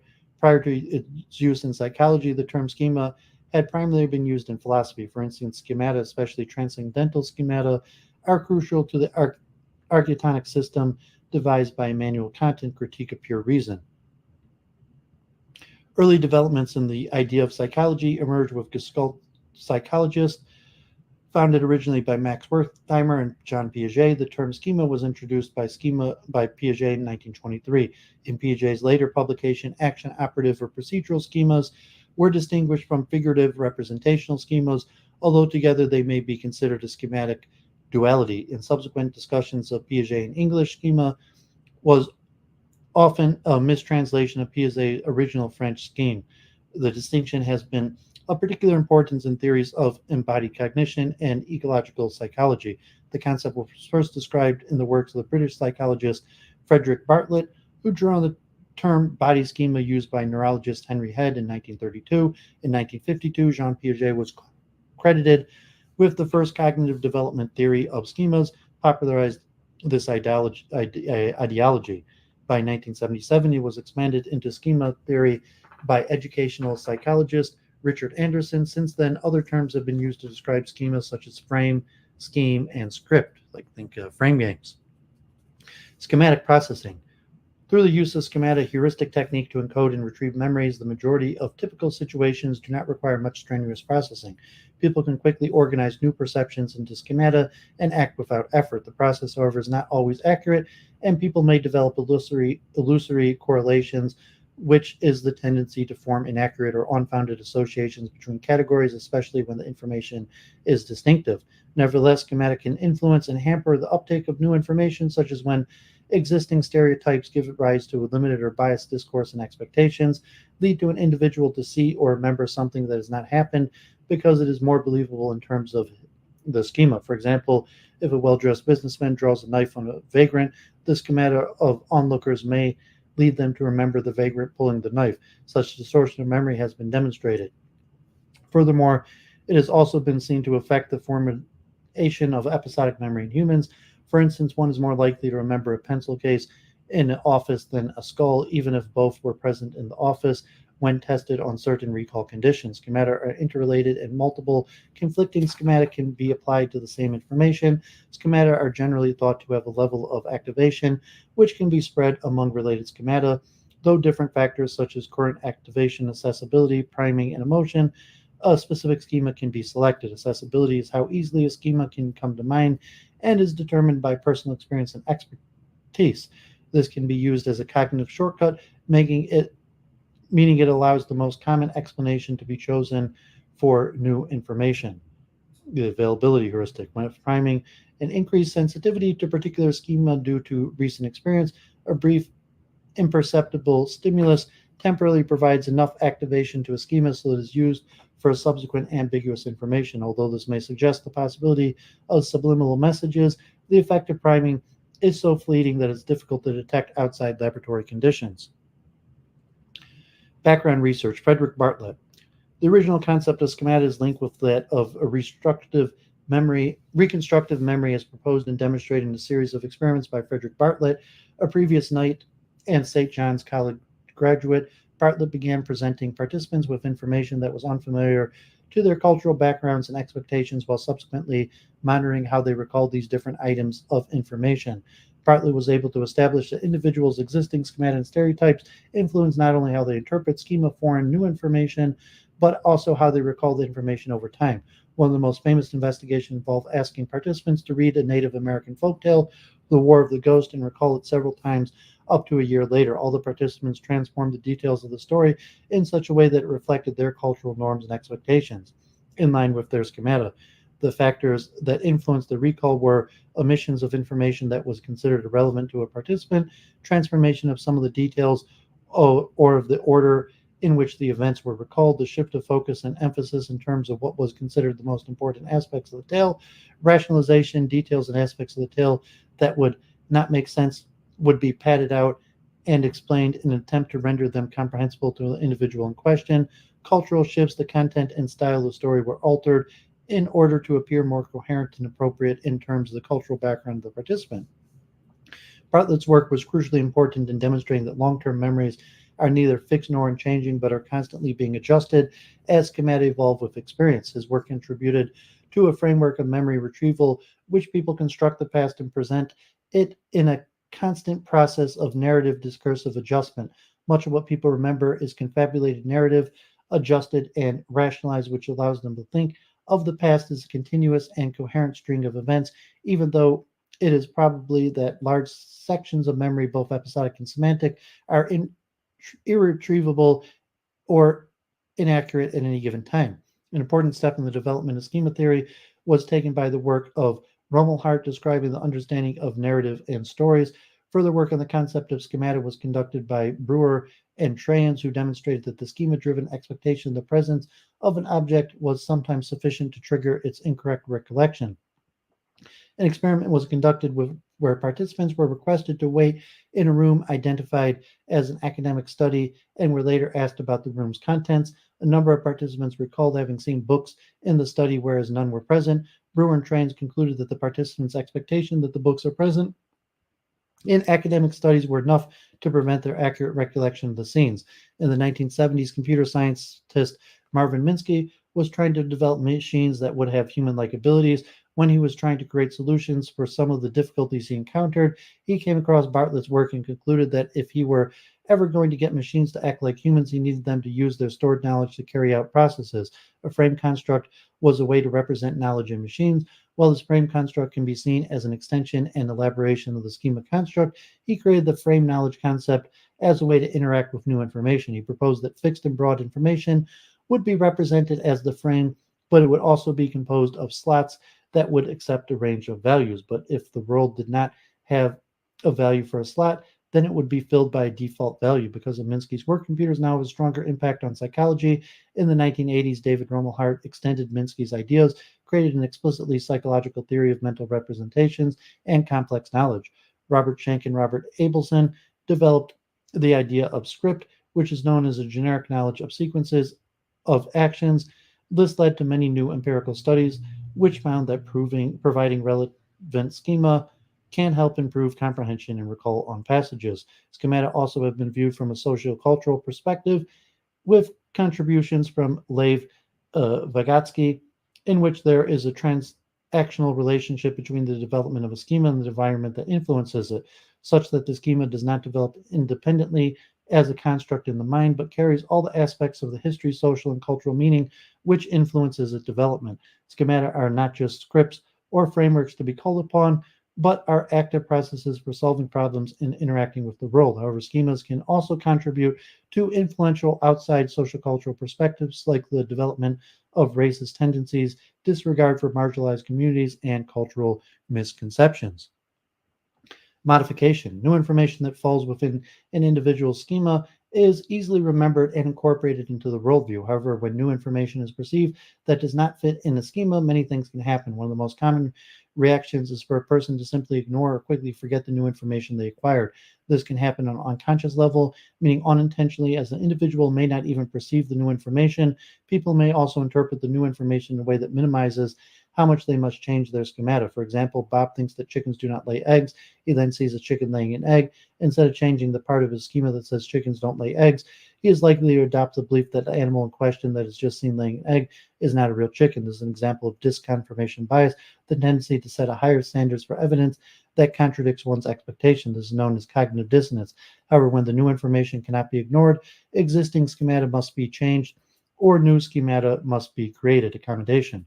Jean Piaget was known best for his work in development of human knowledge. He believed knowledge was constructed on cognitive structures, and he believed people develop cognitive structures by accommodating and assimilating information. Accommodation has created new schema that will fit better with the new environment or adjusting old schema. Accommodation could also be interpreted as putting restrictions on a current schema and usually comes about when assimilation has failed. Assimilation is when people use a current schema to understand the world around them.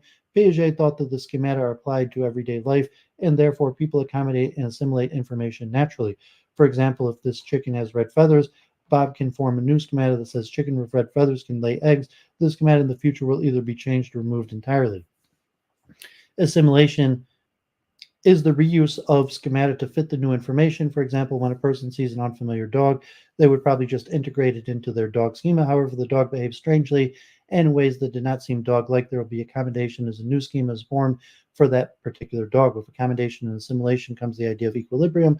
Piaget describes equilibrium as a state of cognition that is balanced when schema are capable of explaining what it sees and perceives.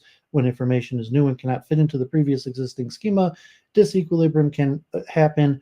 When disequilibrium happens, it means that a person is frustrated and will try to restore the coherence of the cognitive structures through accommodation. If the new information is taken, then assimilation of the new information will proceed until that they must make a new adjustment to it later down the road. But for now, the person remains at equilibrium again. The process of equilibration is when people move from the equilibrium phase to a disequilibrium phase and back into equilibrium. In view of this, a person's new schemata may be an expansion of the schemata into a subtype. This allows for the information to be incorporated into existing beliefs without contradicting them. An example in social psychology would be the combination of a person's belief about women and their beliefs about business. If women are not generally perceived to be in business, but the person meets a woman who is a new subtype of businesswoman may be created, and this information perceived will be incorporated into the subtype. Activation of either women or business schema may then make further available the schema of businesswoman. This also allows for previous beliefs about women or those business to persist rather than modifying the schema related to women or to business persons. The subtype is its own category. Self-schema. Schemata about oneself are considered to be grounded in the present and based on past experiences. Memories are formed in light of one's self-conception. For example, people who have positive self-schemata, most people selectively attend to flattering information, ignore unflattering information, with the consequence that flattering information is subject to deeper encoding and therefore superior recall. Even when encoding is equally strong for positive and negative feedback, positive feedback is more likely to be recalled. Moreover, memories may even be distorted to become more favorable. For example, people typically remember exam grades as having been better than they actually were. However, when people have negative self-views, memories are generally biased in ways that validate the negative self-schema. People with low self-esteem, for instance, are prone to remember more negative information about themselves than positive information. Thus, memory tends to be biased in a way that validates the agent's pre-existing self-schemata. There are three major implications of self-schemata. First, information about oneself is processed faster and more efficiently, especially consistent information. Second, one retrieves and remembers information that is relevant to one's self-schema. Third, one will tend to resist information in the environment that is contradictory to one's self-schema. For instance, students with a particular self-schema prefer roommates whose view of them is consistent with that schema. Students who end up with roommates whose view of them is inconsistent with their self-schema are more likely to try to find a new roommate, even if the view is positive. This is an example of self-verification. As researched by Aaron Beck, automatically activated negative self-schemata are a large contributor to depression. According to Cox, Abramson, Devine, and Holton, 2012, these self-schemata are essentially the same type of cognitive structures as stereotypes studied by prejudiced researchers. They're both well-rehearsed, automatically activated, difficult to change, influential towards behavior, emotions, and judgments, and biased information processing. The self-schema can be self-perturbating. It can represent a particular role in society that is based on stereotype.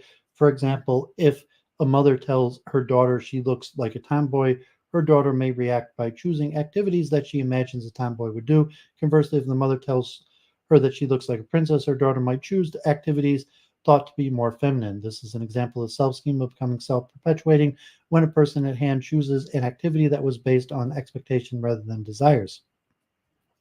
Schema therapy. Okay, so one last thing.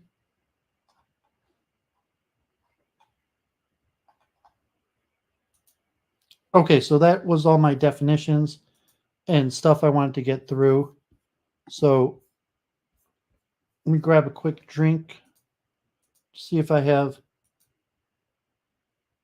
any messages. And then I'm going to talk about flow states, flow in animals. Hopefully that's pretty interesting.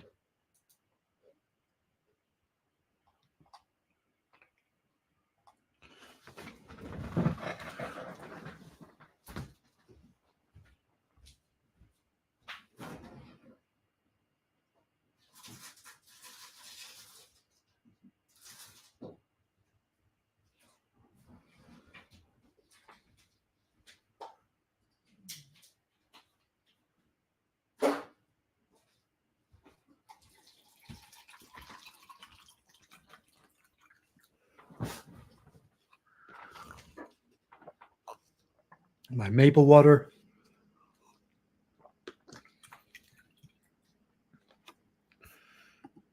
Okay, so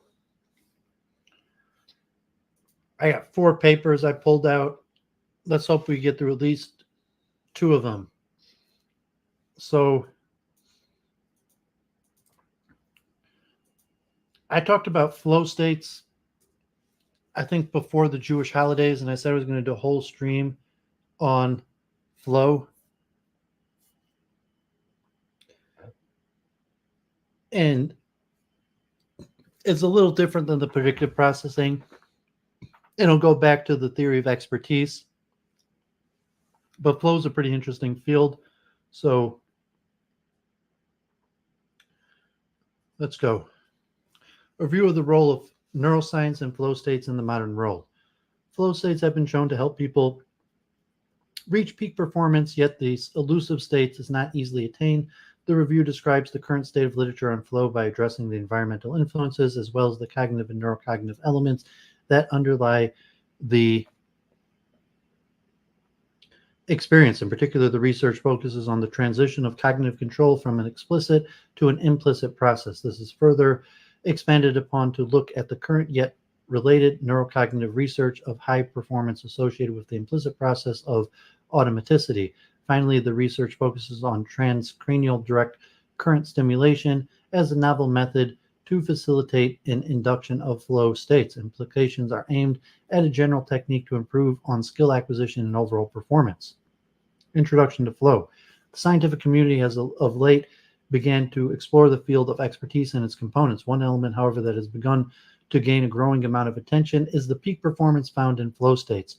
Whether it be sports, business, or other professional endeavors, flow is described as a state of optimal performance, denoted by smooth and accurate performance with an acute absorption in the task to the point of time disassociation and dissociative tendencies.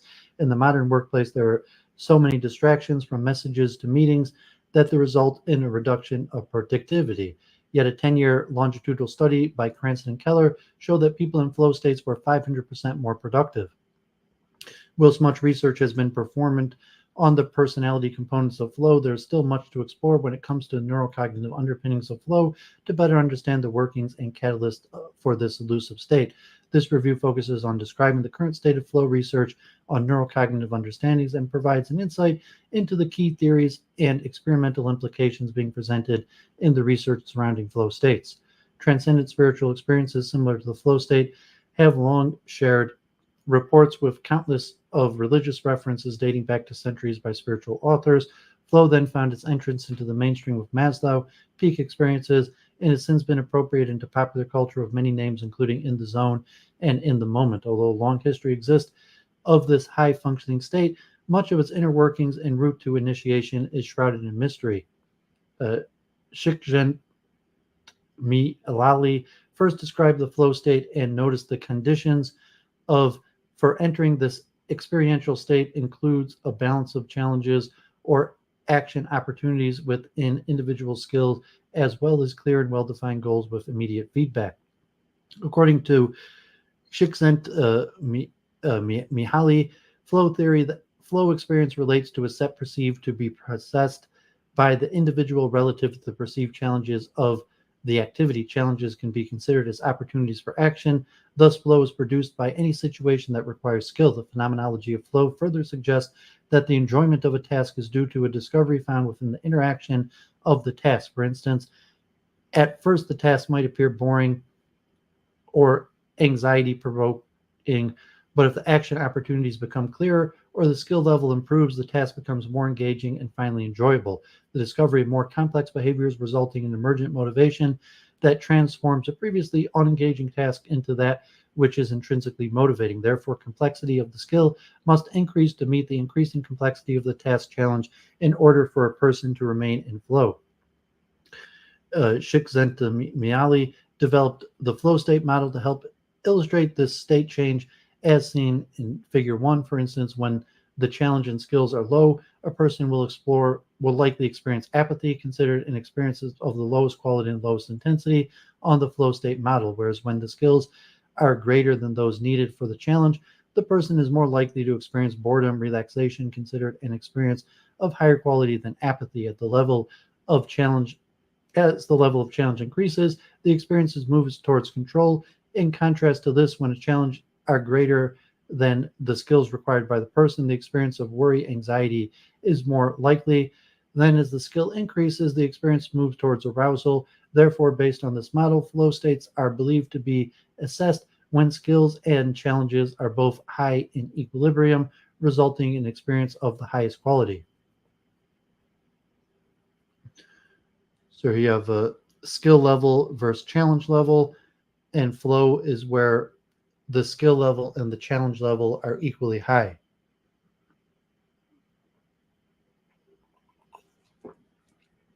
Yeah, sometimes Doooovid enters flow state in these streams reading these papers, where the challenge level and the skill level are equally there. Nonetheless, flow rarely occurs in everyday life because challenges and skills are rarely balanced. But even those two parameters do not guarantee flow. Therefore, flow requires activities to have a further set of particular criteria. Firstly, the activity typically requires learning of skills and have clear goals with quick and unambiguous feedback. This affords a sense of control over reality by understanding what needs to be done and how they are performing.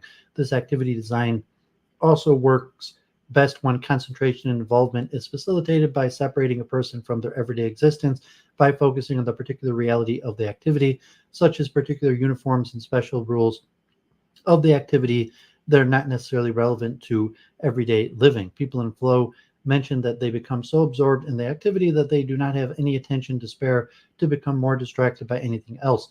People have also mentioned a collection of other psychological phenomena associated with the states. These include a feeling of control over the activity, an experience of time distortion in which a person loses awareness of how time is passing, the removal of self-consciousness in which a person loses the awareness of themselves, as well as thoughts of everyday problems, feelings of transcendence where the person feels a sense of unity with the activity. 9 components associated with flow state experience from Csikszentmihalyi. Clear goals, expectation, and rules are discernible, and goals are attainable and align appropriately with one's skill set and abilities. High level of concentration, high degree of concentration, a limited field of attention, and person engaged in the activity will have the opportunity to focus and delve deeply into. A loss of the feeling of self-consciousness, the merging of action and awareness, distorted sense of time. One's subjective experiences of time is altered. Clear and immediate feedback, success and failures in the course of the activity are apparent so that the behavior can be adjusted as needed. Balance between skill level and challenge. Activities neither too easy nor too difficult. A sense of personal control over the situation or activity. The activity is intrinsically rewarding, so there is an effortlessness of action. People become absorbed in their activity, and the focus of awareness is narrowed down. Therefore, when a person has perceived adequacy of skills matched with the above average challenges as part of goal-directed behavior, rule-bound systems that provide clear feedback, the person can find complete absorption that removes the possibility of any distractions from thoughts irrelevant to the task at hand. In this focused space, a person has an opportunity to find such a level of immersion in the activity that will feel an inspired sense of control, a complete removal of self-consciousness, a distortion of time, and feeling of transcendence. Furthermore, it has been found that flow states can be reached by any person performing any sort of task as long as they can ascertain an adequate level of skill. These levels of skills require expertise that can afford the smooth performance state associated with flow, and consequently with higher expertise is believed higher flow values. Many people were studied in many different situations, and all were able to achieve the optimal experience from the activity. Flow states have become such commonplace in all areas of society that people use many ways of describing the state, such as wired in the groove, in the moment, and the zone, to name a few. The experience has typically been described throughout the ages as forms of religious fervor, but now has moved into the current day through many other forms of engaging activities. Flow has been reported in everything from business transactions, sports, video gaming, music, art, and yoga. These flow states all share in a series of similar characteristics that were attributed to flow by Csikszentmihalyi. In it is the subjective challenges and skills, not the objective ones, that impact the quality of someone's experience. Numerous studies have further highlighted the similar subjective experience of flow states in various activities such as sport, gambling, skateboarding, education, to name a few. No matter what the activity, the elicitation of the flow state is considered by many to be the holy grail of performance. Environmental influences on flow. Even when one has satisfied the conditions stipulated as necessary to reach the flow state, this, however, still does not conclusively answer how certain people are able to reach the state, nor why and whether all people are able to attain such a state. One element noted by Csikszentmihalyi that influences the entrance into flow states is the level demanded by the critical implications of the activity. This has been shown to ascribe to be a normative continuum of the flow experience based on the task's personal importance. For example, surgery and mountain climbing are highly critical tasks, which are more often reported to result in intense ecstatic flow experiences, whereas absorbing yet less critical tasks such as reading and video games have less intense flow experiences. Additionally, flow states have been shown to be moderated by the level of perceived importance a person places on a task. A study by Engesser and Reinberg showed that the importance impact of the skill challenge requirements during activities considered important, such as exam flow, was high when the challenge was low, while activities considered less important, such as playing Pac-Man, flow was highest when there was a skills challenge balance, but low when the challenge was too low or high. Additionally, this study showed the importance of achievement motives based on risk-taking models of Atkinson, who showed how the explicit motive of fear of failure and the implicit motive of hope for success influence the performance towards a balance of challenge and skill. In particular, people with the hope for success are more likely to experience flow during balanced skills, challenge tasks, compared to individuals high in fear of failure who experience less flow when balanced. In considering these additional implications of critically importance and achievement motives, these lead to an introduction of environmental aspects such as the role of a task. For instance, how do these elements apply to work compared to recreational tasks? A study by Csikszentmihalyi and Lefebvre showed surprisingly that flow was 3 times more likely to occur during work than recreation. Or even within work, it depends on the role. For instance, managers report the highest level of flow in work, while general workers report the highest level in recreational flow. Furthermore, a recent study by Viljoen of part-time or professional musicians on the experience of flow looked at these elements to show the differences in their approach to the task. Occupational musicians showed a significant connection between mindfulness and frequency of playing, which is associated to assessing flow, yet part-time musicians found that a professional musician's occupation became routine and likely inhibited flow. To clarify, mindfulness is described as a connecting bridge between our minds and the present moment, allowing the person to stay aware of what is happening at the very moment. Therefore, mindfulness appears to share similar attributes that may support flow states facilitation. Additionally, the struggle of financial security for occupational musicians placed stress on how many musicians, which also was distracting from achieving flow states. Therefore, it is worth considering the difference of recreational occupational roles and the related levels of task frequency regarding perceived expertise when measuring flow states. When delving further into what flow is and how far-reaching and common flow states are in modern society, it is also important to understand why flow is so relevant to modern-day society. In the modern workplace, there are so many opportunities to be distracted from work with messages, meeting, and social media. It is difficult to not become distracted or overwhelmed. When in flow states, the individual is considered to perform at their full capacity.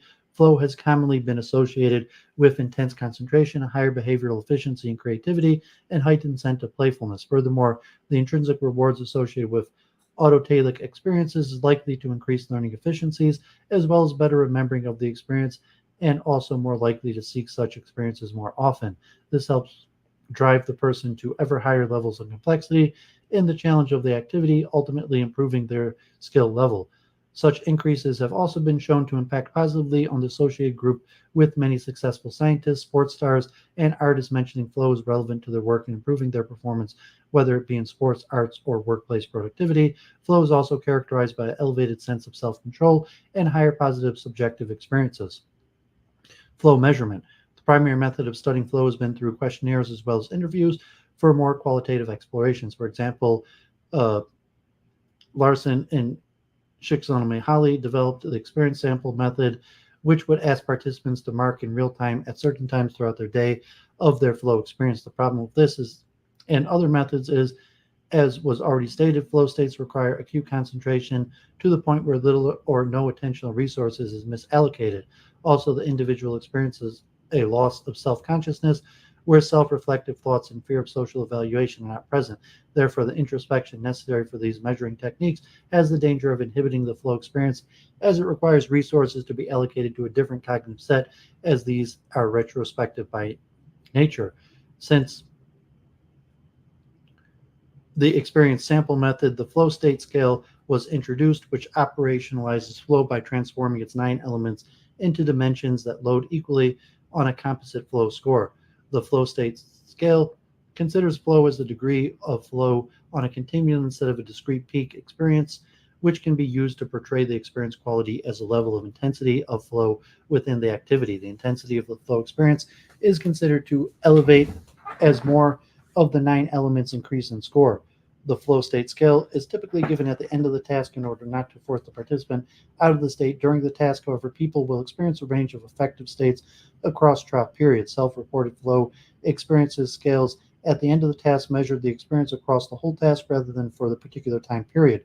This may further be influenced by the recency effect in memory, which may color the memory of the entire trial by the most recent experience towards the end of the trial. Such pitfalls of studying the dynamics underpinning flow states limit how far researchers explore the elusive state to optimal performance in our understanding of consciousness. Researchers have since begun to address this limitation through the use of psychophysiological methodologies, which focus on the expression of psychological phenomena in bodily processes to explore the dynamic nature of flow experience throughout the entire task. Psychophysiological measures, such as hypnosis, meditation, and sleep, have been employed to explore the more complex physiological aspects of human consciousness. These measures include ECG, EMG, and skin conductance, and have begun to be utilized in the study of flow states. More recently, EEG and fMRI are shedding new light on neurocognitive elements of flow states. However, these studies have not accumulated enough evidence to define a common acceptance of the neurocognitive functioning, and thus researchers continue to address flow states from different methodological backgrounds, and these different motivations result in different perspectives. Select studies have now begun to measure flow states and demonstrate the psychological effects of flow with physiological results utilizing various physiological variations to justify experimental design decisions, yet this results in conflicting results from multiple research queries. Therefore, during this exploratory phase, precise research questions are still ill-defined due to the disparate results. Flow neurocognitive mechanisms. As flow research has continued to delve deeper into its neural functioning, theorists have naturally moved to explain the neurocognitive mechanisms underpinning the state. Dietrich proposed a flexibility-efficiency trade-off, which addresses the balance between implicit and explicit processing systems used to acquire, memorize, and represent knowledge. Theories of implicit-explicit processing has been guided by the modern understanding of neuroscience, which assumes a more hierarchical development of cognitive function, where an increase in integrated neural structures continues to increase the level of complex processing. Therefore, Dietrich introduced the first neurocognitive model for flow states as the transient hypofrontality hypothesis, which considers flow a state of transient downregulation of the highest cognitive hierarchical component, the prefrontal cortices, defining flow processes in the form of transitional from explicit to implicit informational processing systems. The majority of research has found a consensus among the nature of the explicit system, different to the implicit system, as a rules-based system linked to language function and conscious awareness across many tasks, the serial reaction time task, the dynamic control task, and many others. However, there is still contradictory evidence from the explicit reasoning ability of Kohler's apes, despite the presence of language. Nevertheless, whilst verbalizing appears to be the general standards, a better theoretical principle is still needed for conscious awareness. Conscious awareness has been described along similar lines as the implicit and explicit systems, with both on and offline systems that have worked to establish consciousness. Systems offline to consciousness are reflective, rigid, and fast responding, such as a frog snapping at a fly. However, as it's organizationally inefficient to house the ever increasing number of complex reflexes, a more effective system proposed would be to include a temporary buffer that enables the organism to examine multiple representations of the plan of action before making a decision. Conscious online elements appear to share a close relationship with working memory and executive control. Executive control directs our attention and the working memory. It also links the past, present, and future by providing a moment-to-moment performance. Findings on the association between the prefrontal cortex with the prevailing model was developed by Crick and Koch, which states that conscious awareness can only exist if the brain activity projects to the prefrontal cortex. Crick and Koch's theory, however, is not a complete theory of conscious awareness, and therefore we are relegated to using the operational definition that explicit processes are able to be explained verbally. Studies have started identifying the prefrontal regions involved in the explicit system due to evidence of the dorsolateral prefrontal cortex acting both as a working memory buffer for the content of consciousness as well as selecting content through the executive attention network. The medial temporal lobe structures have also been identified as relevant underlying circuitry. An argument has been presented that the explicit system is a more recent evolutionary occurrence and present in animals with more highly developed prefrontal areas. Support is found for this in late phylogeny and ontogeny development of the prefrontal cortex. Furthermore, the structure of information processing is known to be hierarchical, and due to the sophistication of the explicit knowledge representation, such higher-order structures are believed to be localized in the prefrontal areas. Two distinct parallel processing tracks have been identified that traverse the brain and process the incoming information differently. The emotional track processes more typically in a non-algorithmic skills-based manner that attaches values to help evaluate the biological significance of the information. The second track performs detailed features analysis in a computational mode, free from any interpretations of salient information. Whilst both pathways begin to converge to the thalamus, the cognitive pathway feeds through the hippocampal formation and temporal, occipital, and parietal contrices, helping provide a degree of selective attention required to process information incoming. As connections continue to take place along the hierarchical pathways, a full convergence appears to occur at the dorsolateral prefrontal cortex. The dorsolateral prefrontal cortex is primarily involved in executive functioning and enabling higher functionality such as self-reflective consciousness, abstract thinking, and theory of mind. Furthermore, it plans formulating appropriate strategies and subsequently directs the motor cortices to initiate the process of all these prefrontal functioning, in which control over the cortices are the most sophisticated. The dorsolateral prefrontal cortex is also responsible for temporal integration, directed and sustained attention, and working memory, which facilitates an intricate cognitive framework that actively attends to information, thus adding a buffer to hold such information in mind whilst organizing it in space-time. This cognitive tract is broken up into two attentional tracts of its own, the top-down and bottom-up processing, explained by Corbetta and Schulman. Voluntary shifts of attention are thought to be mediated by the dorsal frontoparietal system, resulting in goal-directed top-down signals arising from knowledge about the current activity, such as finding your way home. On the other hand, the ventral frontoparietal system mediates an automatic bottom-up capture of attention guided by salient properties inherent in the stimuli, such as your unique and alarming ringtone. The dorsolateral prefrontal cortex has been shown to exhibit a top-down functionality which inhibits the maladaptive and inappropriate cognitive and emotional behavior. The frontal lobes appear to be based on more universal principles which inhibit people from compulsively acting on immediate cues. Therefore, the frontal lobes help free us from slavery to direct environmental triggers. It is inhibitory abilities of the top-down processes that allow a person to remain task-focused and not to be guided by more salient bottom-up processes. Neurocognitive models of flow.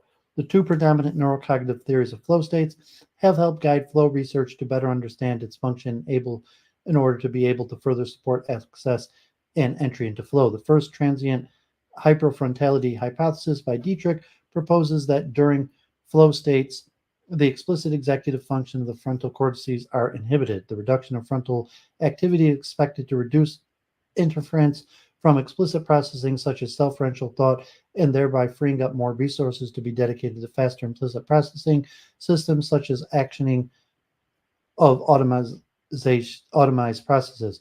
Recently, studies have been done using psychophysiological measures to test the transient hypofrontality hypothesis of flow experiences of a variety of testing of EEG with shooting, arithmetic, video games, memory tasks, as well as fMRI for arithmetic tasks. For instance, Hirio conducted a near-infrared spectroscopy on occupational therapy students who completed a verbal fluency test, whilst there were only 2 channels in the study.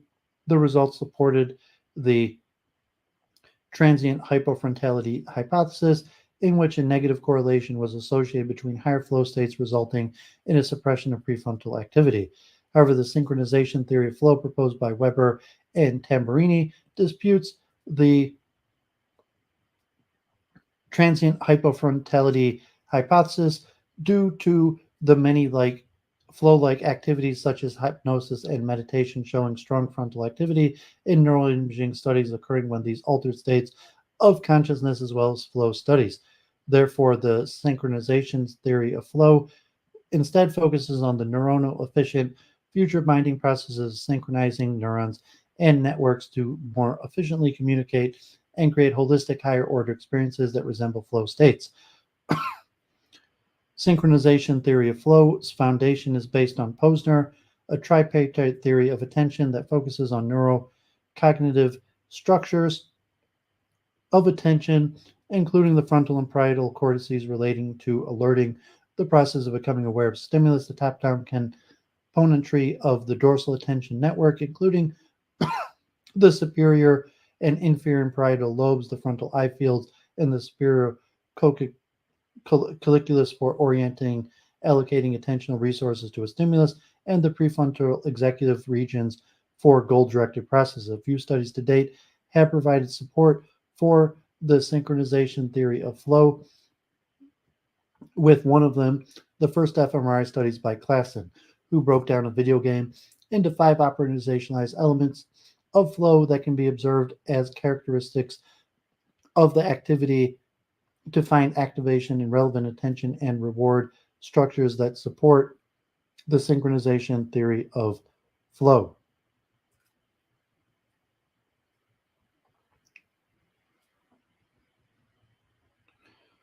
Whilst there are fundamental differences between the transient hypothalamical hypothesis and the synchronization theory of flow, they do share similar beliefs in the role of emotional tract in managing automation of implicit processing as well as intrinsic reward.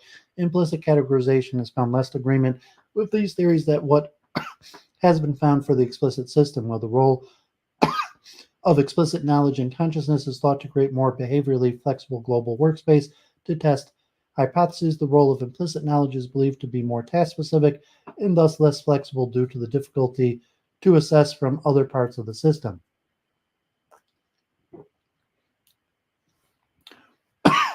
One thing agreed on is that the implicit system is not accessible to the conscious awareness.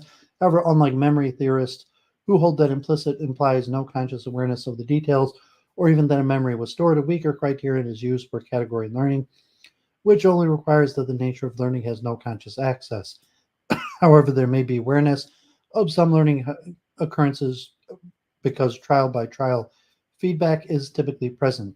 For instance, when a participant receives feedback that their actions was correct, they will understand and be conscious of a learning having taken place. Implicit categorization theory is relevant to flow experiences, as the literature has stated that such states require clear and timely feedback. When feedback has been removed, people are then restricted to verbalized rules. There's been a lot of research also supporting the implicit system as experience or skills based as conveyed through performance rather than verbally. Implicit categorization learning was shown in a study by Spearing and Ashby to provide optimal training results when the challenge level of the task begins with difficult examples and then move to easier examples after it is understood that no simple verbal rule is sufficient. Rather than getting locked into a verbalized single rule, implicit learning allows decision making to take a more integrative approach from a different perceptual dimensions. This information integration approach is maximized only at the pre-decision stage as two or more stimulus components are integrated.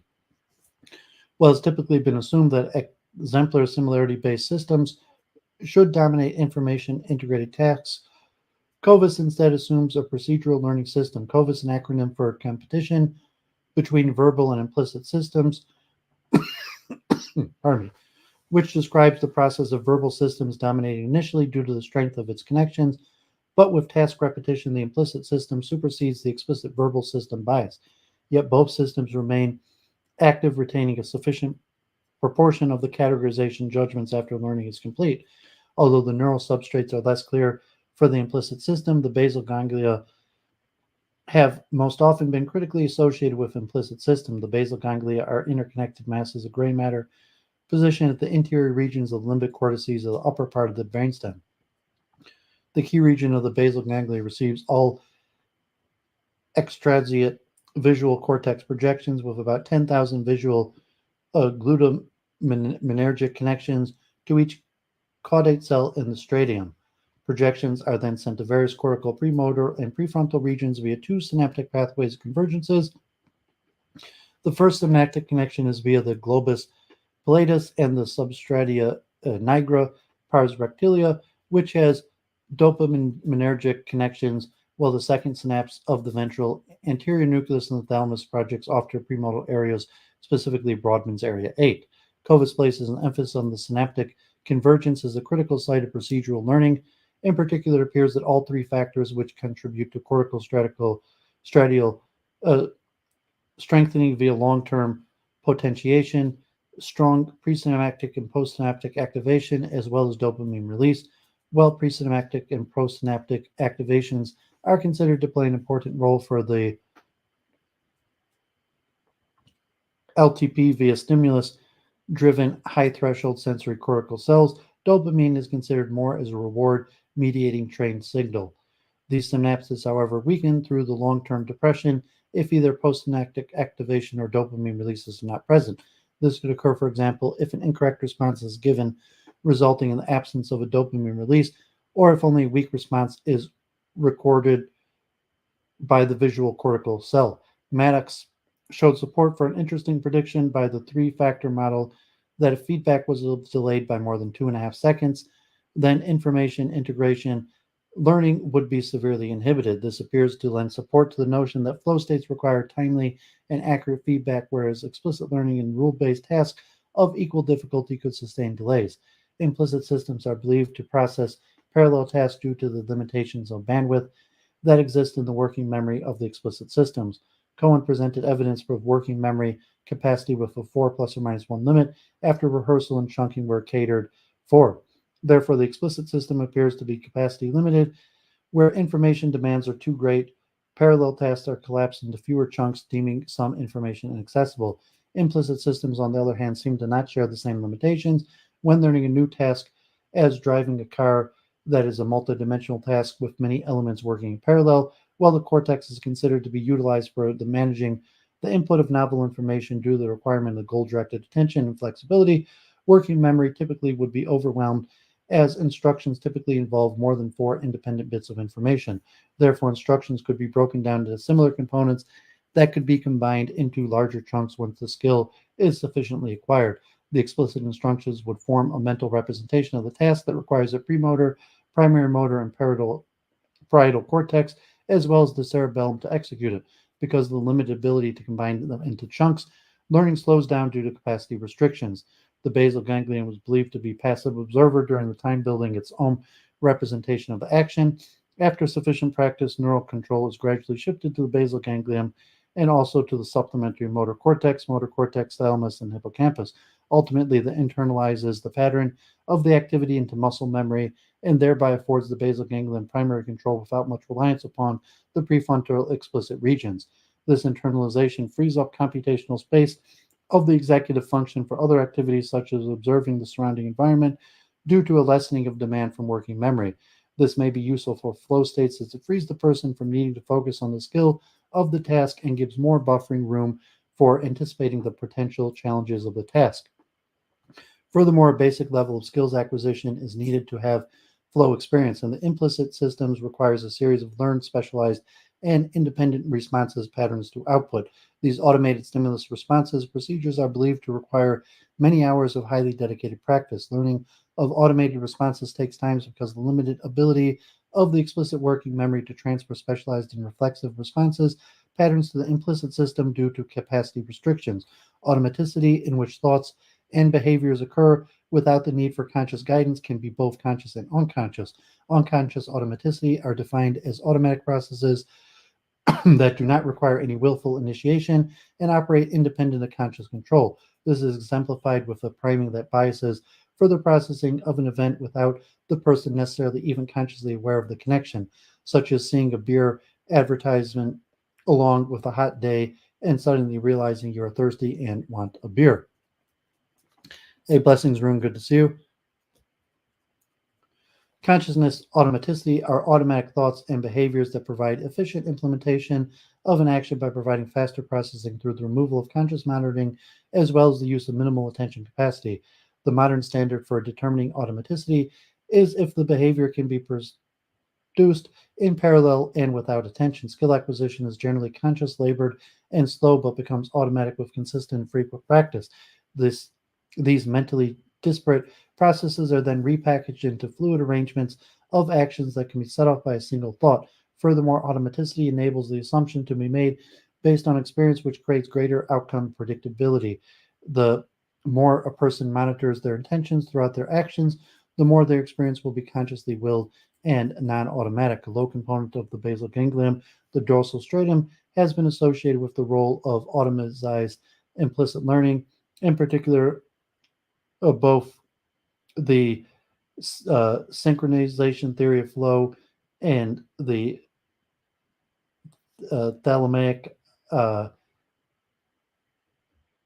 THH models have shown strong support not only for automation of implicit function, but also dopaminergic influence, in which fMRI flow studies have exhibited basal ganglion striatic activation, along with increased striatic dopamine during flow states in support of the role of implicit control of basal ganglion. The striatum's volume increases after a skill acquisition period of a video game task.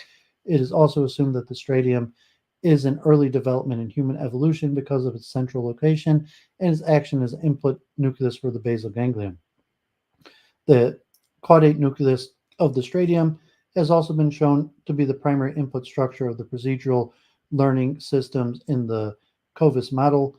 It is long known that to effectively multitask two things simultaneously requires one task to be implicit. Thereby, implicit systems are ultimately more efficient than their explicit counterpart.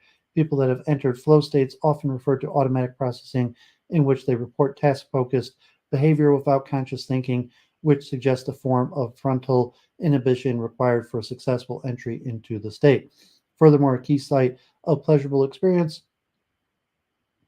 of reward is associated with the dopamine-rich striatum due to dopamine's role in rewarding behavior by predicting rewarding outcomes that would result in reward-seeking experiences, which lend support to an autotelic nature of flow states, because the autotelic nature of high criticality of flow are moved to consider the role of novelty as relevant to the induction of flow states.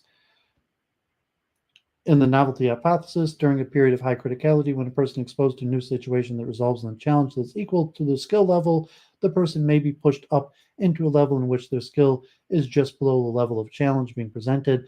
This additional stimulation may be enough to absorb the final amount of explicit buffering systems in order to fully immerse the performer in the task. Exploration of flow functions. As flow states are considered a complex combination of multiple cognitive features, it has been difficult to delineate specific neurocognitive markers. Studies, for the most part, still rely on a mix between psychophysiological measures and probing post-task self-report questionnaires.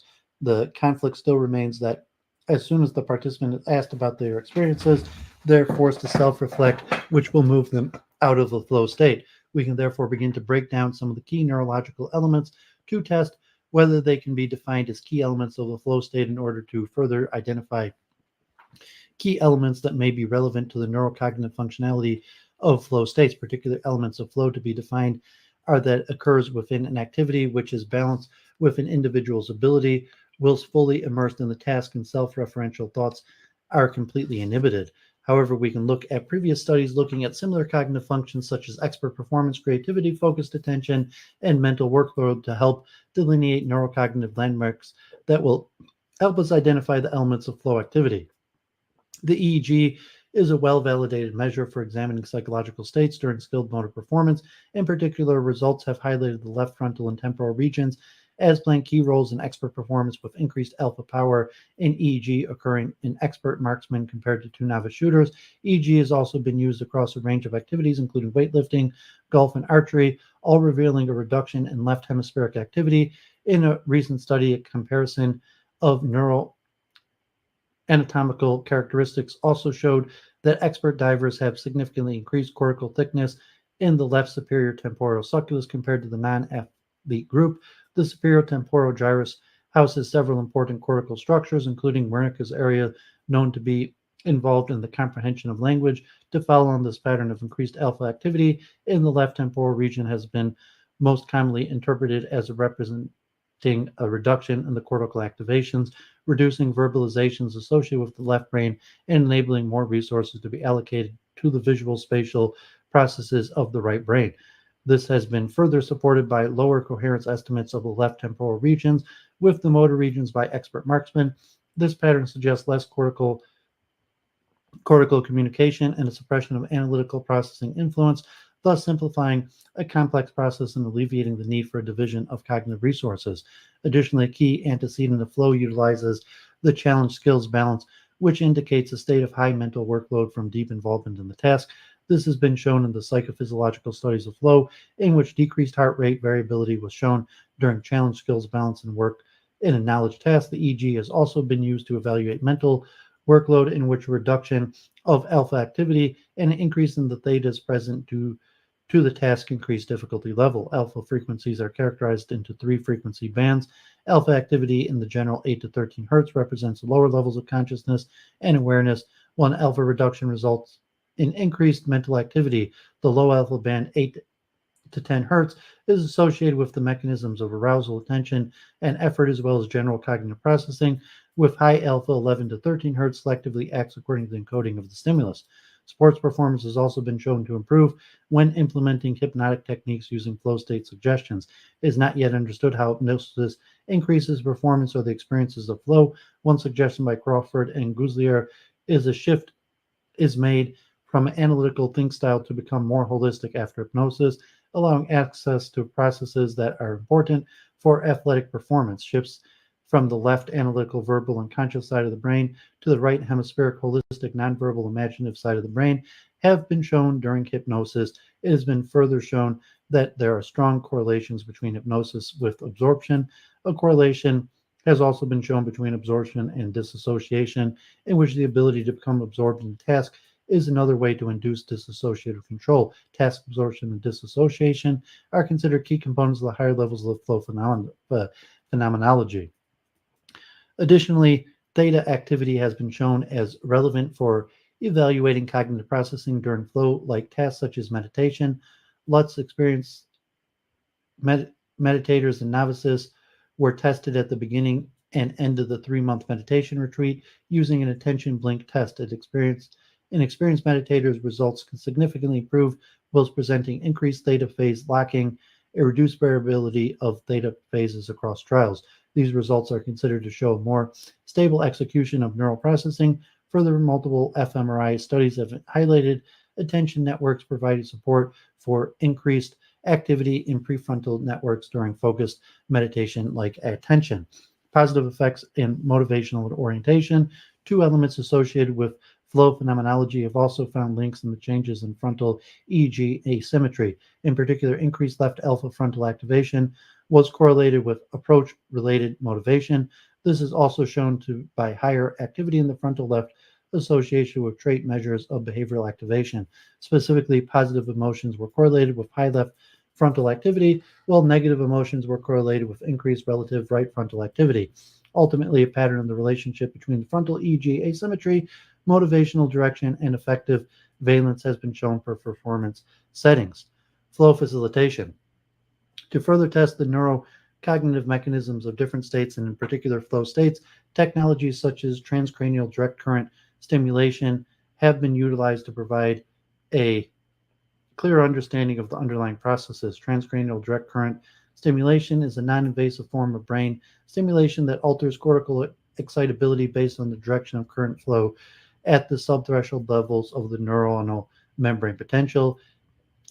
Anodal stimulation has been shown to increase cortical excitability over the region of the electrode placement, with cathodal stimulation inhibits the region's neuronal excitability. The level of neuronal activity modulation depends on the current density, which is governed by elements such as current strength and electrode variability. Furthermore, the length of after effects is dependent on stimulation duration. Excitability effects have been shown to last up to 60 minutes, yet results have shown effects fading after 30 minutes of stimulation. While TDCS has been used for clinical settings such as depression, Parkinson's disease, and pain management, it is also shown to improve performance in normal participants, including working memory, visual motor learning, and categorical learning. Many experimental paradigms have been implemented on motor learning, including the more frequently used skill acquisition and adaptation. New motor skill acquisition involves the ability to execute new motor abilities that improve performance beyond previous levels. Skill acquisition can take weeks or months, while skill can decrease due to a lack of ongoing practice. Strategies that improve skill acquisition and retention can be of great scientific and practical interest. For instance, Clark and Kaufman showed a unique use of anodal TDCS over parietal and frontal regions for improving skill acquisition speeds by enhancing performance in threat detection well within natural scenes that are typically relevant for the effective management of many skills throughout our everyday and specialized work tasks. Adaptations for sensomotor tasks, unlike skill acquisition, addresses a new framework of well-learned movements and spatial goals instead of requiring new capabilities of muscle activations to be updated. While adaptation can be assisted with explicitly controlled processes, it can also update entirely implicitly. Functionality adaptation focuses on an error decrease by changing challenge level to facilitate a return to the previous level of performance. While participants' movements are updated due to changes in motor outputs of sensory inputs, TDCS has been shown specifically to enhance adaptation of real-world cognitive multitasks by specifically targeting the goal-directed dorsal attention network by right parietal anodal stimulation, and thereby resulting in improved task performance. It is important to acknowledge that TDCS has been shown to result in ceiling effects for experts compared to novice performance, in which at a certain level of performance, TDCS has been shown to not have a significant impact on performance. More recently, TDCS has become to be implemented to explore the potential role in facilitating flow. In a recent study, Ehrlich facilitated higher flow scores for people experiencing low flow after stimulating them during an arithmetic task with a prefrontal anodal TDCS to target the medial prefrontal cortex. This is an interesting result, as Ehrlich showed support for the THH hypothesis with a deactivation of the medial prefrontal cortex during an fMRI study on flow, interpreted as a reduction of explicit functionary or of self-referential activity, yet only the excitatory anodal TDCS over the prefrontal regions resulted in enhancement towards flow states. This was uniquely for people specifically experiences low flow, in which more research is needed for the general population. A TDCS study by Gold and Sirakari explored flow for novice gamers who typically didn't find during video games and expert video gamers who did. The TDCS setup focused on anodal right, parietal, and cathodal left frontal stimulation that also showed support for flow state indication, this time in alignment with the deactivation of the medial prefrontal cortex associated with high flow states. Therefore, we see here an introduction to the facilitative role of TDCS experience enhancement that can potentially improve people's skills level in order that the participant could reach the skill challenge balance that allows for greater movement into flow states. Other transcranial stimulation technologies may be worth considering for future research on flow that may also show a facilitative effect, such as transcranial altering current stimulation, which stimulates at a specific frequency and is shown to result in entertainment of neural networks to improve cognitive performance, such as spatial reasoning and working memory. Conclusions. This collection of results from the literature begins to show what type of elements in the person's professional environment need to be taken into consideration to help facilitate flow, along with an understanding of the importance of supporting transference of skills from explicit knowledge systems to implicit procedural systems. The literature appeared to highlight the role of the basal ganglia and its related component as a key research direction in which to further explore to enable a greater facilitation skill automaticity that appears highly related to flow state. Furthermore, there appears to be support in the literature for a particular neurocognitive activity pattern for flow induction, in which expertise in flow studies appear to show hemispheric shifts away from the frontal left, evidenced by a resulting reduction in left frontal activity and an increase in frontal alpha, while facilitating a greater allocation of neuronal resources to the visual spatial processes in the right brain, thus resulting in higher levels of performance. Recent interventions, such as TDCS, have been shown to have a positive effect on the facilitation of flow states that have followed this pattern, and with more research may prove to be as effective intervention for real-life applications as they are low-cost, safe, and non-invasive. Due to their simple applications, it may be possible to conceive a work environment in which people are working at high levels of productivity with low levels of distractibility from low voltage of electricity. Okay, so that was pretty long, pretty intense, a lot of information there, a lot of technical neuroscience, and puts together quite a bit of the stuff about the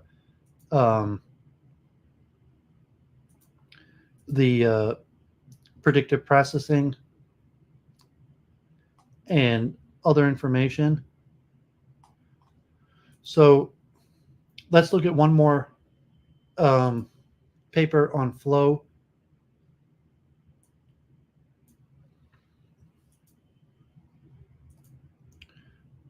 Animals in flow towards a scientific study of intrinsic reward in animals.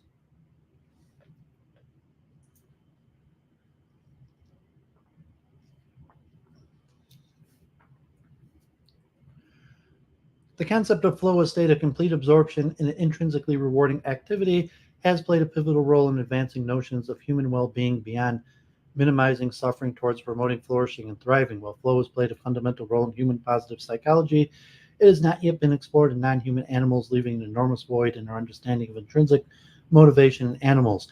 As ethology and related fields keep progressing and uncovering complex cognitive and affective capacities of non-human animals, we propose the time is ripe to translate the concept of flow to animals. We start by embedding flow in the top of intrinsic motivation and describe its impact on positive human psychology and potentially positive animal welfare.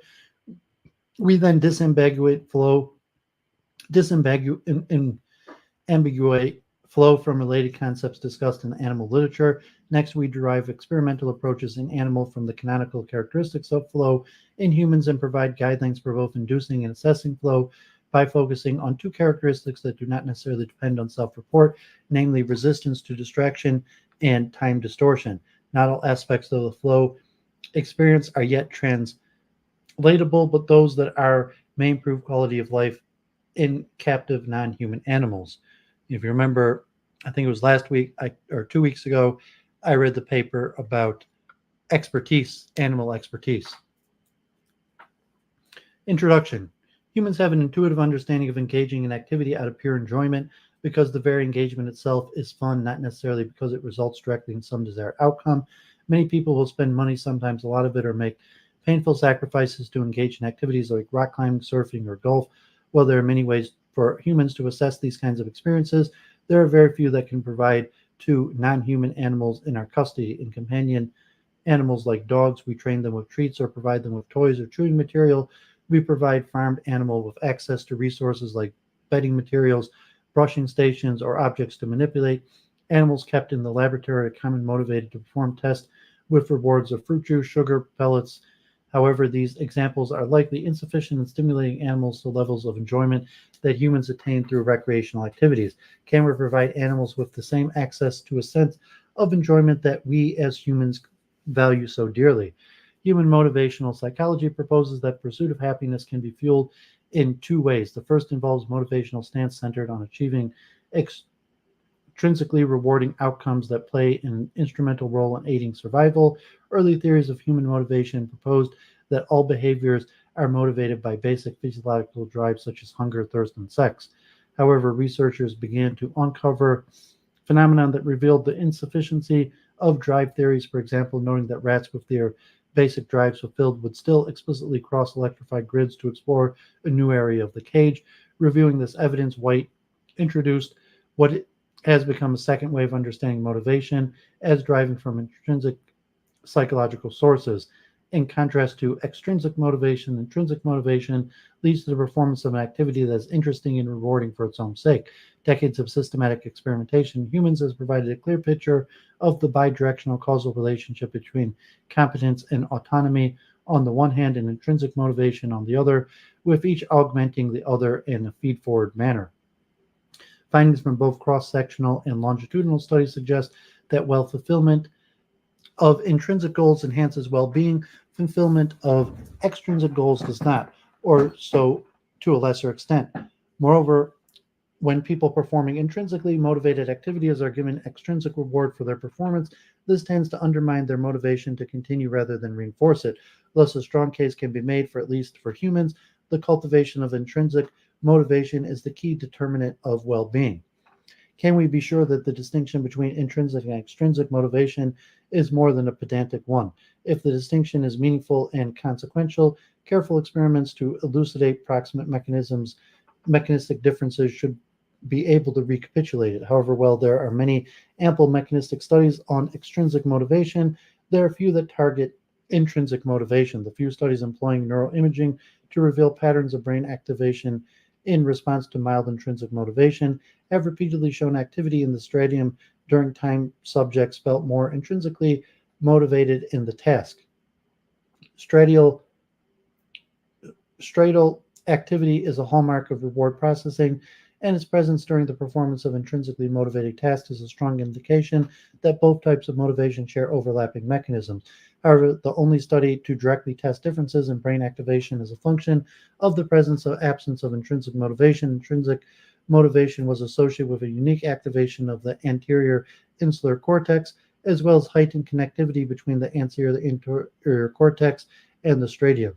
The anterior insular cortex is thought to contribute to the processing of bodily satisfaction and subjective feeling.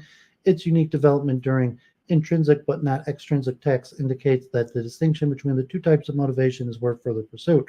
One of the best known concepts driven by intrinsic motivation is the concept of flow or optimal experience. Flow is a state of complete absorption or engagement in an autotelic activity, an activity that one finds rewarding intrinsically, irrespective of the end product of extrinsic benefit. As an example, has been a paragon of research on well-being and positive psychology of human flourishing, thriving, and optimal experience. Researchers subject on flow include rock climbers, dancers, and other athletes, chess players, musicians, and surgeons, who describe their state of complete absorption and full involvement as being in flow, or in colloquial terms as being in the zone. While much of the scholarly work on flow comes from Western educated industrialists, rise rich democratic contexts, continued investigation outside these contexts reveal that the core features of the experience were widespread, present across cultural contexts, and perhaps throughout history as well. Descriptions of the state similar, indistinguishable to flow have been reposted outside of Western educated industrialist rich democratic contexts, well engaged in activities as diverse as reading religious texts, riding motorcycles in a Japanese parade, herding sheep on a horseback, rug weaving, or gardening. Eastern philosophers' doctrines such as the Bhagavad Gita and writing of Taoist master Chung Tzu discuss concepts that bear a striking resemblance to flow. Entering a flow state requires striking a balance between perceived action capacities or skills and perceived action opportunities or challenge. The balance is not static, but rather unfolds dynamically over the course of an activity by applying effort to a series of small and just manageable goals, processing feedback about progress, and adjusting action according to the feedback. The goals provide benchmarks for feedback. Imbalance leads to two types of psychological perturbations. If challenge outweighs skills, the resulting psychological experience can be frustration or anxiety because we realize that we cannot meet the requirements of the task. If, on the other hand, skill outweighs challenge, the resulting psychological experience can be boredom. However, it is important to be aware that boredom occurs not only when challenges are too simple, but also when they are too hard, since both cases the individual fails to engage with the task. Harmony with the activity and a feeling of control are important for deriving satisfaction from the activity and thus achieving the flow state.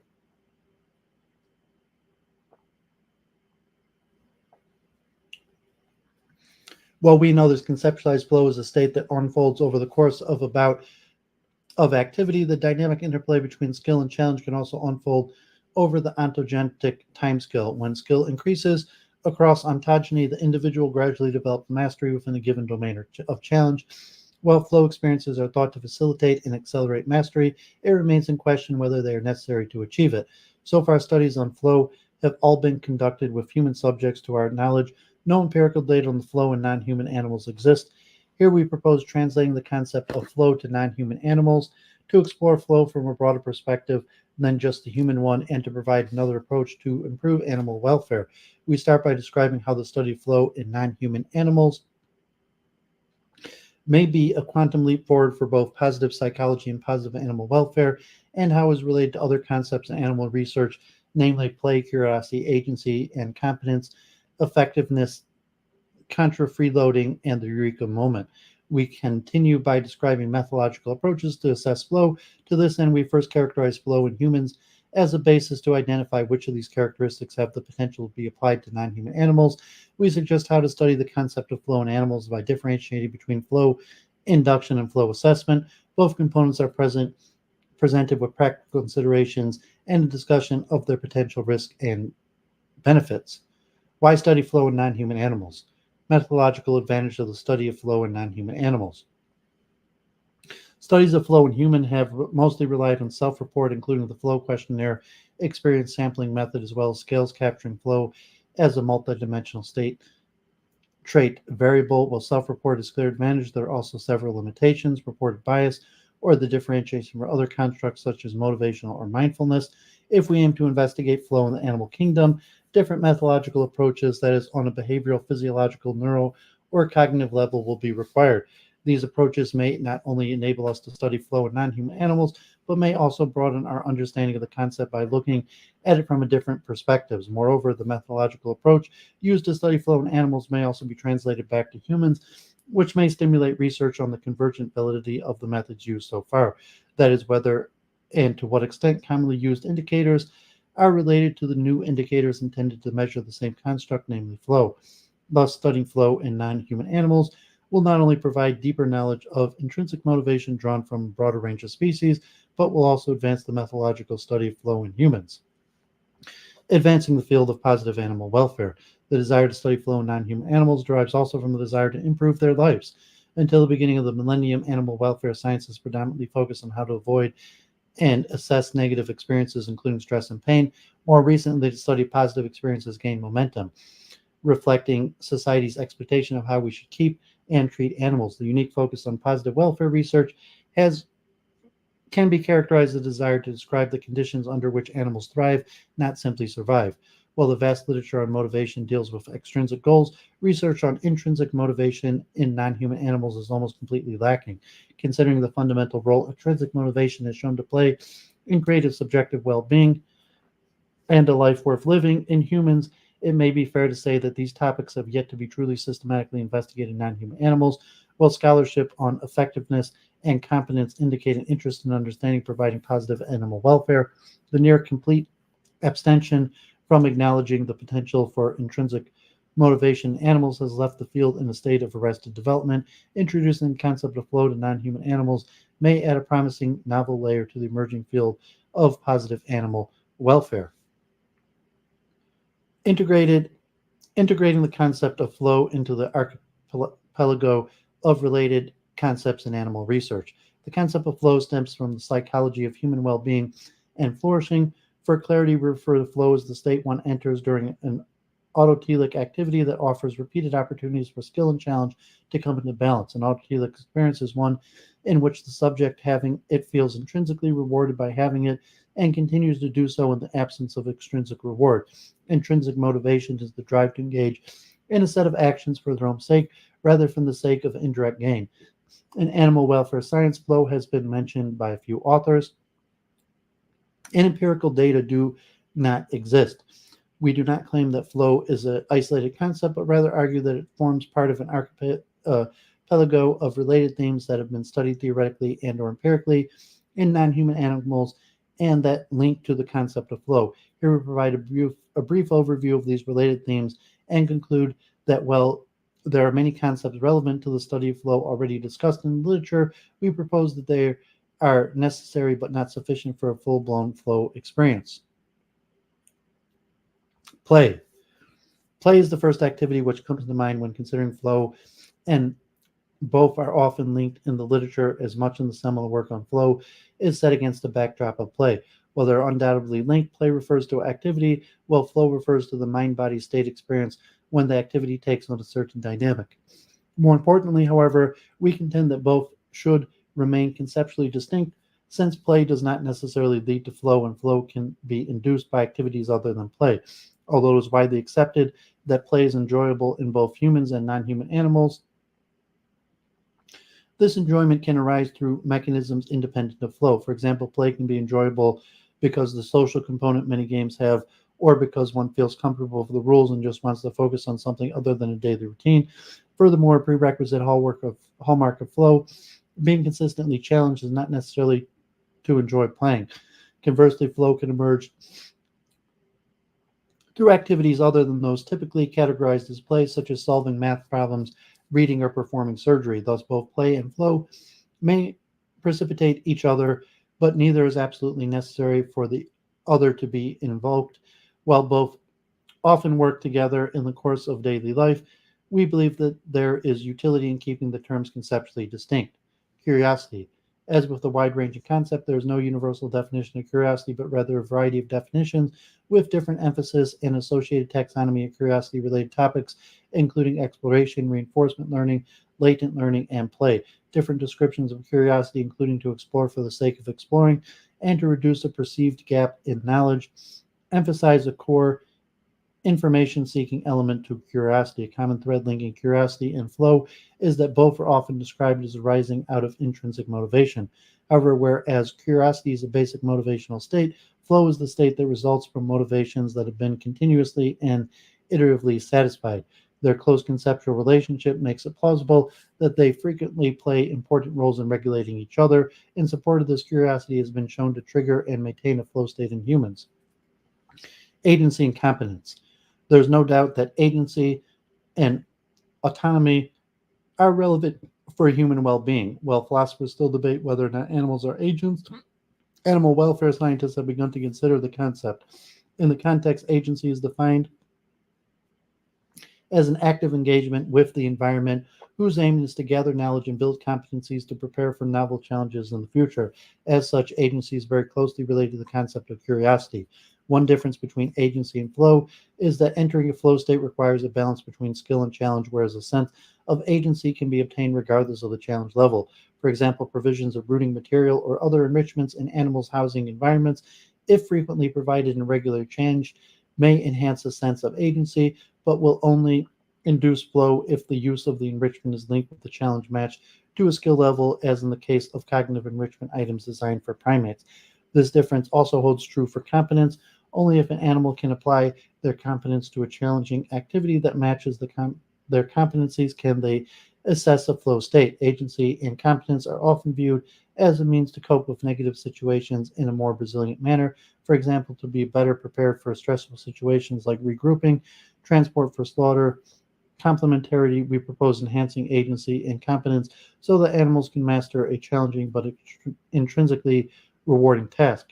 Exercising agency and thus building competencies of skills are a precondition for experiencing flow, necessary but not sufficient. We argue that flow is something more than expressing agency. It is developing and applying increased competencies to increasing challenges in a manner that feels effortless. Effectiveness. Effectiveness is an approach to the study of motivation, asserting that humans and other animals aim to be successful in three domains: achieving desirable outcomes, value effectiveness, developing a firm grasp on reality, truth effectiveness, and having a sense of control over outcomes, control effectiveness. Like flow, effective is not an isolated concept. Agency and contra freeloading, for example, are means to both achieve both true and control effectiveness. Similar to flow, challenges are crucial since they facilitate engaging in effectiveness as long as they're not too frequent, unpredictable, or unmanageable. The relevance of challenge is thus a commonality for both the concept of flow and effectiveness. In addition, both flow and effectiveness share an emphasis on process.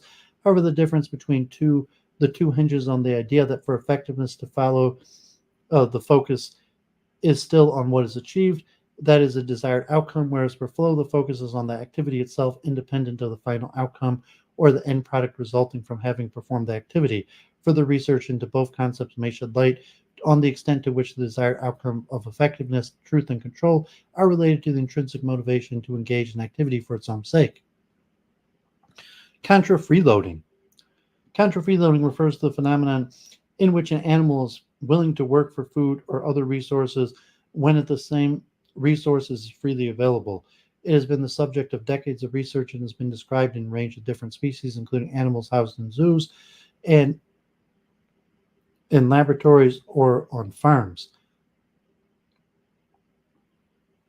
For animals living in changing environments, the functional advantage of contra freeloading is to gather information for the future, stressing the link with effectiveness and competencies resulting from agency.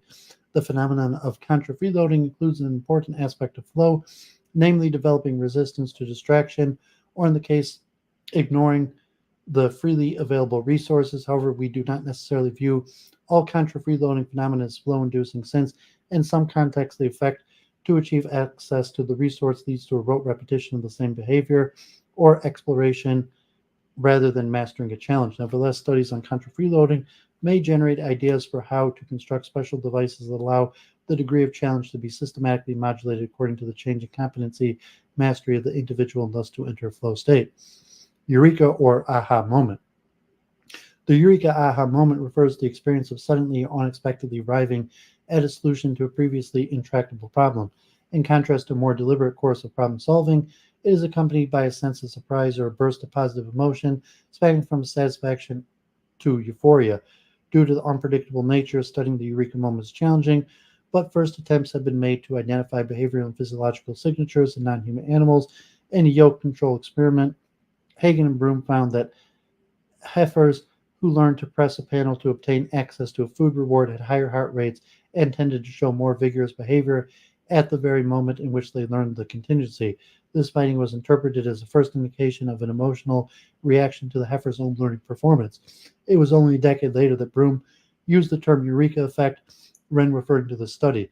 McGowan aimed to identify the eureka moment in dogs trained on a problem-solving task, again used in a yoke control experiment. They found behavioral signs of excitement, for example, increased tail wagging in the experimental dogs that could control their access to rewards, but not in control dogs. The primary difference between the eureka moment and flow is that they occur on different timescales, whereas the eureka moment is an instant to realization of how something works. Flow is a longer lasting state of mastering a challenge and enjoying the process of doing so.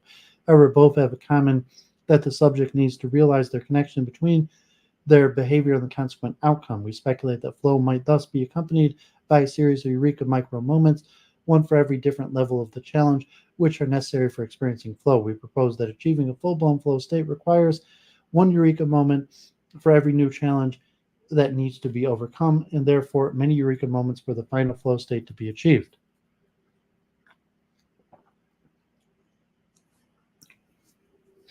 Towards the study of flow in non-human animals. Research on flow in humans has always relied on self-report, mainly using the flow questionnaire, the experience sampling method, and the standardized skills that emphasize various aspects of flow. While research relying on self-report has advantages, not least which are convenience and feasibility, it also has drawbacks such as report biases. We propose that the study of flow in animals should be approached similarly, naming an expectation of both advantages and limitations. At least from the start, many of the subjective experiential aspects of flow in humans will not be accessible to investigation in animals.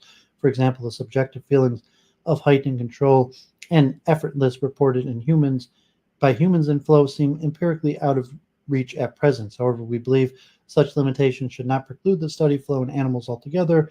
Stimulating research on flow in animals can only deepen our overall understanding of the concept with the hope of using it to improve positive animal welfare science. A large body of work in humans has led to crystallized understanding of what it takes vis-a-vis both the individual and the activity to achieve flow, a balance between the individual skill and the degree of challenge or difficulty provided by the activity, clear goals while performing the activity such that the individual knows exactly what to do, immediate feedback to allow ongoing monitoring and performance. These characteristics can be thought of as preconditions for a flow experience. In addition, researchers have identified a consistent set of subjective experiential aspects that characterize the phenomenon of outcomes of a flow experience. Intense and focused concentration on the present activity, such that the surrounding world seems to fade into the background, merging of action and awareness such that there is a sense of perceived automaticity, loss of awareness of the self that everyday worries and fears vanish, a sense of control and competence such that the demands of the task must be within reach but not totally predictive of the outcome, a distortion of time in which time seems to pass faster than normal, but be aware that also the opposite might be true in that time seems to stand still, a feeling that one's action is effortless, a sense of intrinsic reward in which the end goal is only an excuse for engaging in the process.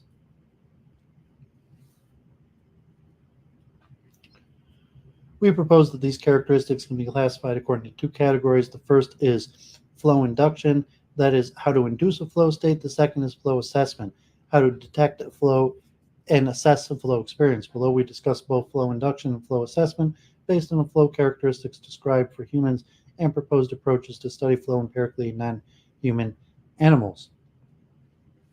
Flow induction. A critical factor in inducing flow is finding the right balance between the skills and abilities of a subject and the challenge of the task they are faced with. Striking this balance is a prerequisite to enter a flow state. If the task is too trivial, the subject is likely to lose focus and become bored. If, on the other hand, it is too difficult, it may cause anxiety or frustration. And if the subject does not manage to engage with the task, they may become bored as well. The level of a task needs to be constantly adapted to the subject's skills. They're likely to improve through repetition of the task. In other words, challenge and skills chase each other, rendering the task highly dynamic and emphasizing the importance of tailoring it to the individual. Adapting the challenge to the individual is relevant for both choosing the initial degree of the task and the difficulty, as well as the speed and degree to which the challenge is adapted from one level to the next to match skill level. That is, whether the animal advances in quick or slow steps or in small or large steps. It is important to know, however, that tuning of challenge and skill level for the purpose of striking a precise balance between the two is likely to be dependent on the context of the flow induction experiment, determined by factors relating to the animal, the activity, or the animal's performance of the activity. The range of flow-inducing activities in humans is large, including a variety of sports, chess, performing surgery, playing music, or even reading a book.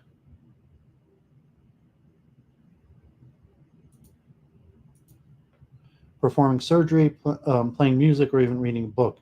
If we consider non-human animals with a very different sensory and perceptual capacities, the variety of activities that induce flow will probably be even larger. Certain characteristics of species need to be considered. For example, their cognitive abilities, whether they're relatively neophilic or neophobic, whether they are prey or predator species, and whether they're eager to be physically active or not. In humans, flow-inducing situations spans from physically and cognitively demanding activities, for example, rock climbing, to mostly cognitive demanding situations, for example, chess playing or reading, depending on individual preferences and skills. It has been shown that scales differentiating between internal flow-inducing tasks and external flow-inducing tasks are highly correlated but still separate constructs, as a model treating them as separate fitted the data significantly better than a model treating them as one construct.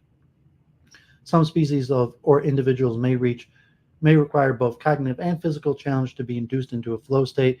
whereas others may be able or better able to achieve this solely through cognitive challenge. It is thus relevant to consider the level of physical activity when designing flow-inducing tasks. It is also relevant to consider that a boundary between physical and cognitive challenge is a fuzzy one, especially as we compare across species with divergent abilities. Activities considered mostly physical for one species may offer enough of a cognitive one for other species that they become effective and thus intrinsically motivated. It remains to be seen whether such activities are additionally capable of inducing flow states in these species. Decisions should be based on considerations of the species, breeds within one species, and the individual per se, well, and age. While individual preference and differences are paramount to induce flow, the central design principles of potential flow-inducing tasks should be derived by considering the species' ecological niche and the challenges they face in it. In the case of cooperational hunters, for example, wolves, wild dogs, and some marine mammals, simulation of cooperative hunts may be promising to induce flow. For example, zoos moving artificial prey on a rope to induce hunting and thus to keep their animals active may vary the challenge of hunting the prey, for example, by changing its speed, rendering its moves unpredictable, and so on. However, since cooperative hunting is a group activity, it cannot be adapted to one single animal, and one may thus induce flow in one or a few, but not necessarily in all animals of a group. A similar approach could apply to herding dogs, albeit in an individual setting. One purpose for such an approach would involve simulating the herding experience on a computer touchscreen in which the dog herds moving dots by tapping the screen with different locations. Comparable to the example of cooperative hunters, the difficulty of the task can be modulated by increasing the number of dots, the speed and complexity which the dots move, or the initial degree of dispersal. The degree of challenge can be augmented by simply modulating one parameter, increasing the speed of the dot movement, or by introducing additional challenges. For example, allowing single dots to react differently, thus requiring the dog to split the attention to be successful. Ideally, the task records the performance of the subject, gives them immediate feedback, and automatically adapts to their progress by increasing the complexity of the task. In species that neither hunt nor herd, flow needs to be induced differently. For pigs and intensively farmed species, we suggest a task based on odors, considering the highly developed olfactory capabilities of the species. For example, one could use a modified hole board where a naturally rewarding odor from truffles to acorns originates from one of the holes. The pig then needs to use the gradient of the odor to locate the source. Once they've poked their snout through the target hole, the target behavioral response, and odor emanates from a different hole, effectively presenting the pig with their next challenge. The task resembles the Japanese whack-a-mole game where a human needs to hit a mole popping out of one of several holes with a hammer. Once the mole has been hit, another mole appears from a different hole, which now must be hit. For pigs, the difficulty of the task could be adapted by increasing the distance between consecutive scented holes, the strength of the odor, other odors used to distract from the target, etc. The advantage of using scent would be that they are naturally appetitive but do not allow a consummatory phase, thus avoiding the classical properties of extrinsic motivation. However, the volatile nature of odors makes them hard to control and presents practical challenges. Alternatively, the principle of the proposed task setup could be used with other stimuli such as sounds or flashing lights instead of odors. Considering pigs and other farm animals, most of them are young, often even pubertal. Thus, their development stage, including their cognitive development, needs to be taken into account when aiming to induce flow in farmed animals. However, from humans, we know that children experience flow, for example, when playing games, indicating that experience from flow plays a role in young individuals too. Playgrounds with a variety of tasks to address the dispositions of different individuals and with different challenges levels to address different skill levels among individuals may be a way forward to induce flow in farmed and other young captive animals. Besides the importance of regarding a species' ecological niche when thinking about the type and quality of flow-inducing activities, it is also important to consider that species may differ quantitatively in how important flow is for them. We thus need to recognize that the motivation to experience flow, the rewarding value of it, and hence the potential that flow has to promote positive welfare may vary across species and individuals. Environmental enrichment and flow induction. The use of environmental enrichment to improve animal welfare in captive species has long tradition has consequently received much research attention, whereas most enrichment is aimed at providing captive animals with the opportunity to express natural behavior. Its potential to stimulate animals cognitively has also been investigated. We believe that the enrichment that fulfills the criteria for flow induction, as described above, has great potential to induce flow in captive animals. For example, the above-mentioned playgrounds can be seen as a kind of enrichment too. However, whereas approaching flow induction from the standpoint of upgrading existing enrichments may lead to important insights regarding flow in animals, it may be additionally necessary to advance the field by taking a different point of departure, one that begins by reflecting on what may induce flow in specific species or clade. Chronic stress. Animals in captivity are exposed to various sources of stress. This raises the question of whether how stress impacts the subject's ability to achieve a flow state. For humans, we know that intermediate arousal levels are optimal. Heightened arousal seems to enhance flow, whereas too much arousal undermines it. However, how chronic stress impacts on flow is less well known, and we can only speculate about the relationship in non-human animals. It is possible that chronic stress inhibits the ability of an animal to achieve flow because they may not be able to or willing to focus fully on the flow-inducing task if other stimuli require their attention. Moreover, chronic stress can lead to depression-like states, including anhedonia, and an anhedonic subject may not be motivated to start engaging with the task. However, entering a flow state may also provide a useful mechanism to cope with the stressful circumstances. Whether or not experienced flow helps to cope with adverse conditions may depend on the subject's coping style. For example, a reactive individual with high levels of behavioral flexibility may be able to master progressively more difficult challenges and enter a flow state to cope with stress, whereas more proactive individuals with high levels of routine information formation may experience frustration using this strategy. Flow proneness and personality traits. In humans, flow proneness, that is, the tendency to experience flow, has been shown to be affected by personality traits. For example, has been positively correlated with extroversion, conscientiousness, and playfulness, and negatively correlated with neuroticism and agreeableness. Conscientiousness and neuroticism.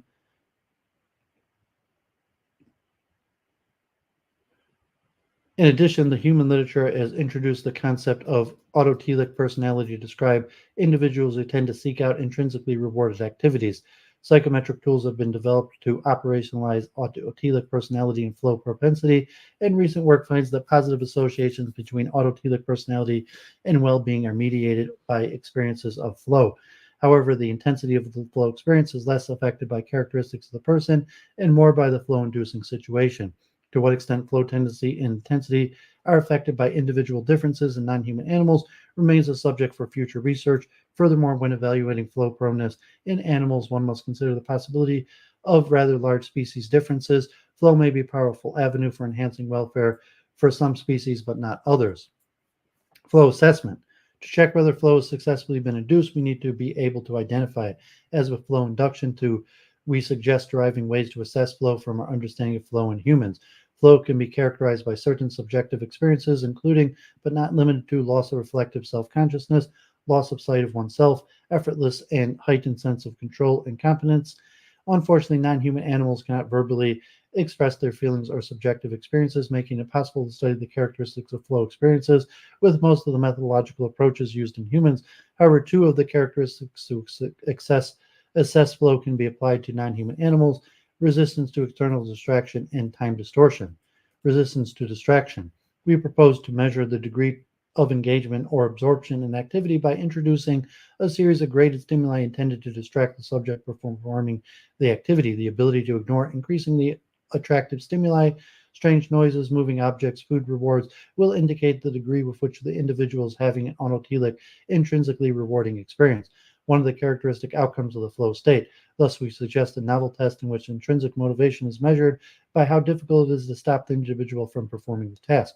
Once the subject is demonstrating willingness to remain engaged, stimuli are introduced to test the degree of the absorbed engagement in the task. The stimuli increase is in intensity throughout the course of the activity, starting from the mild and ranging to the strong. What to consider?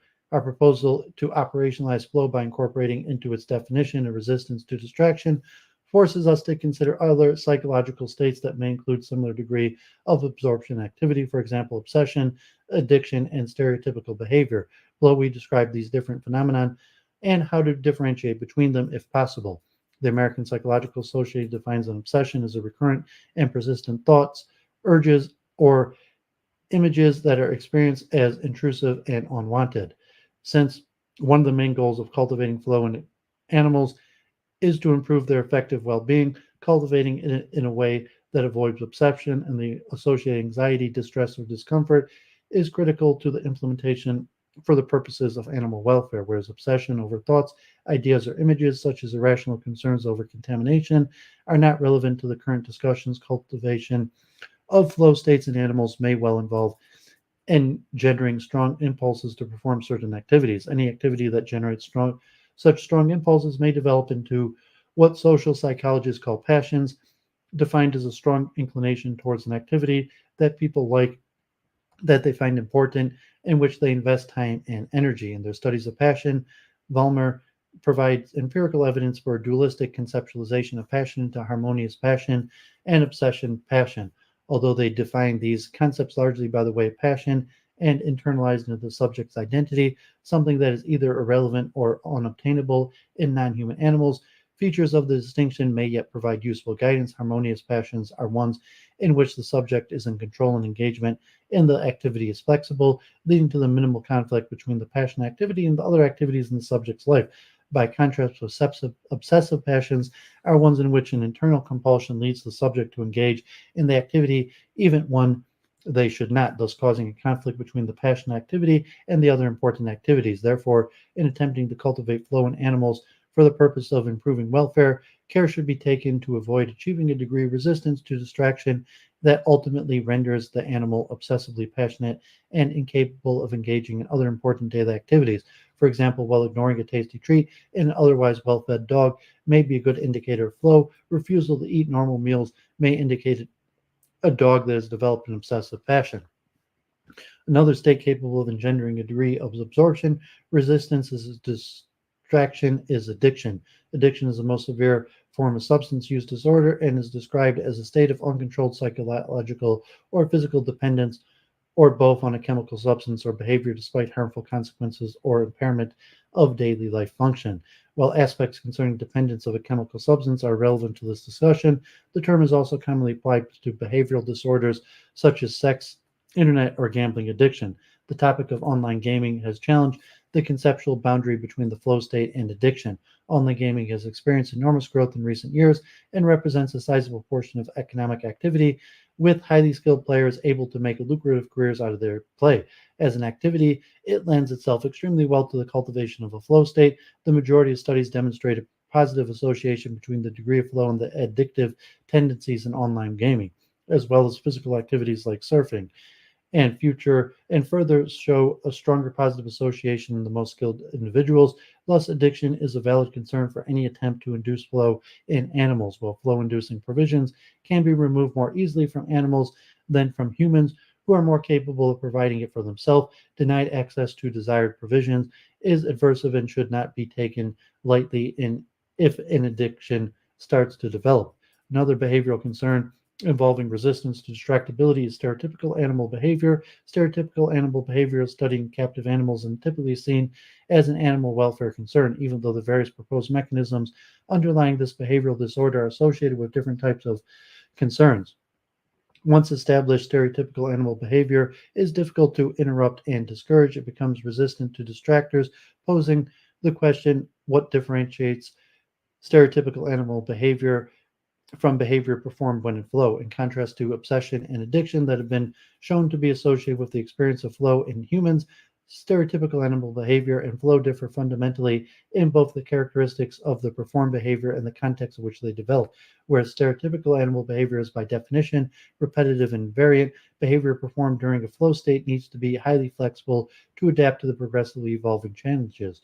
Moreover, the context in which animals develop stereotypical behavior differs greatly from the context that elicits a flow state. Stereotypical animal behavior usually starts to develop when the animal is prevented from performing highly motivated, appetitive, and or consummatory behavior.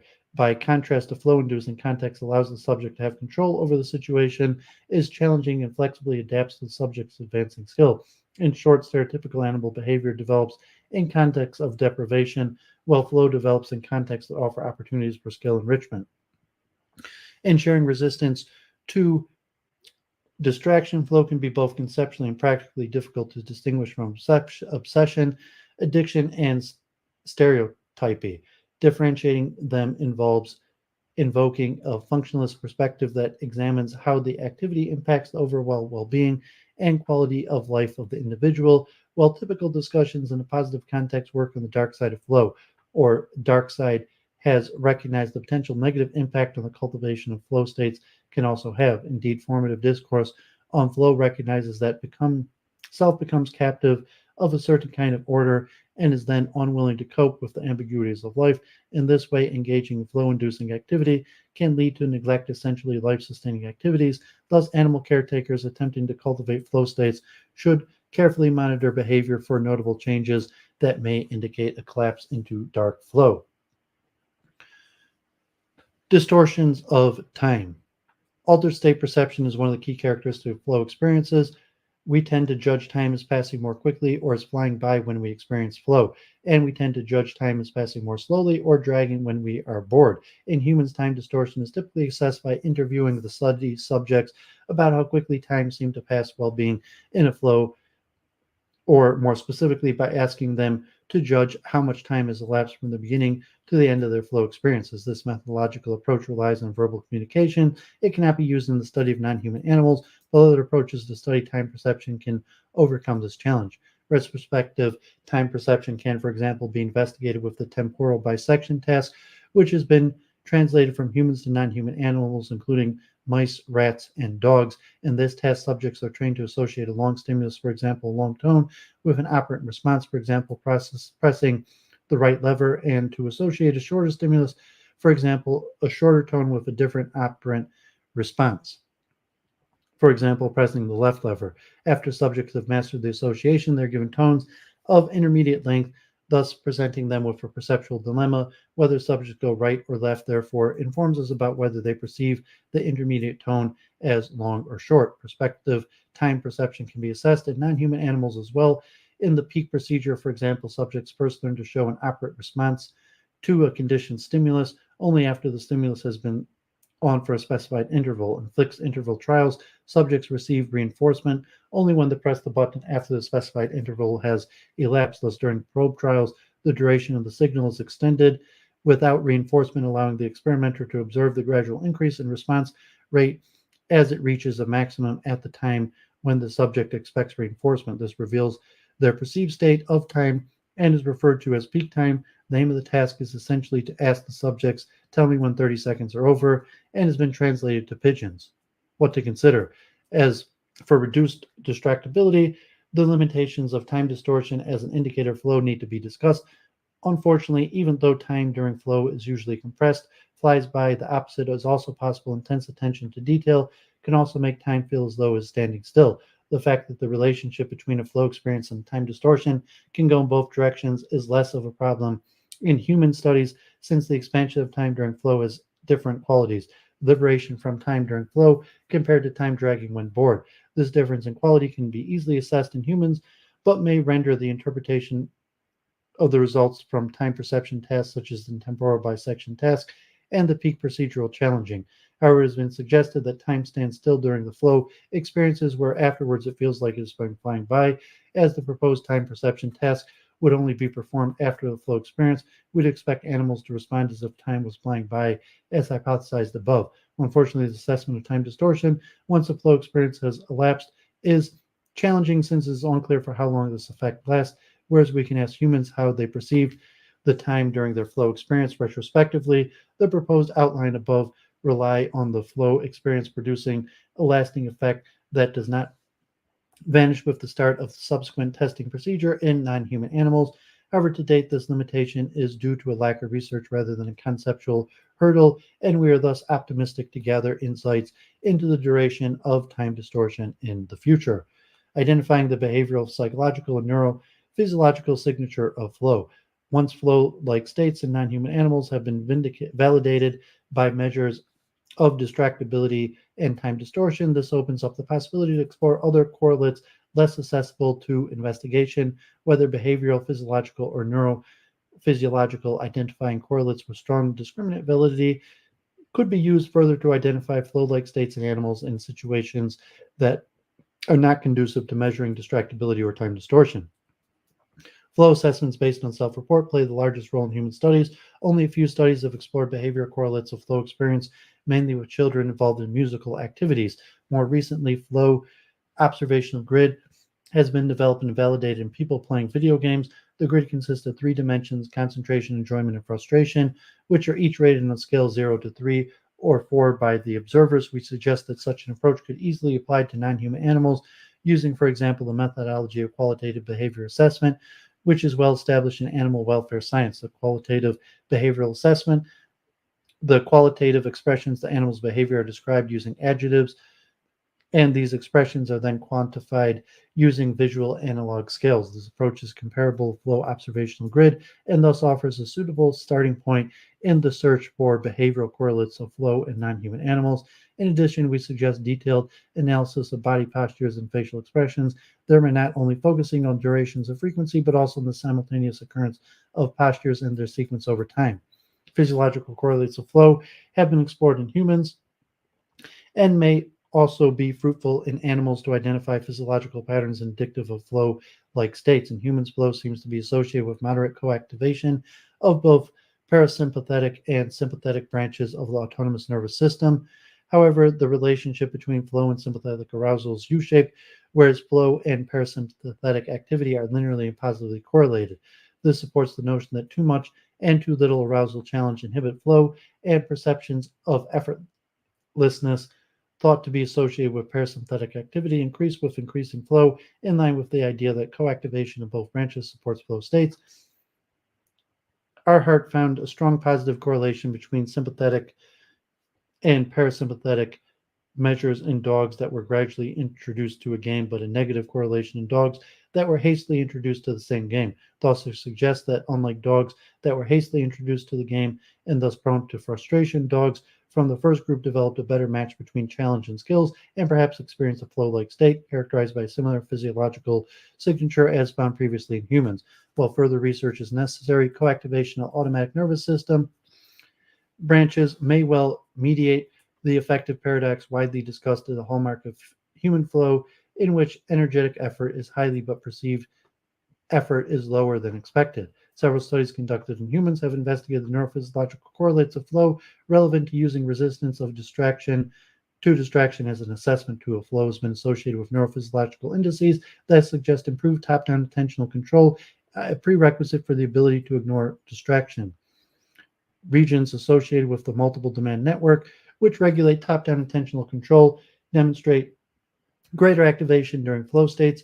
Van der Linden proposed further investigation into dopaminergic and noradrenergic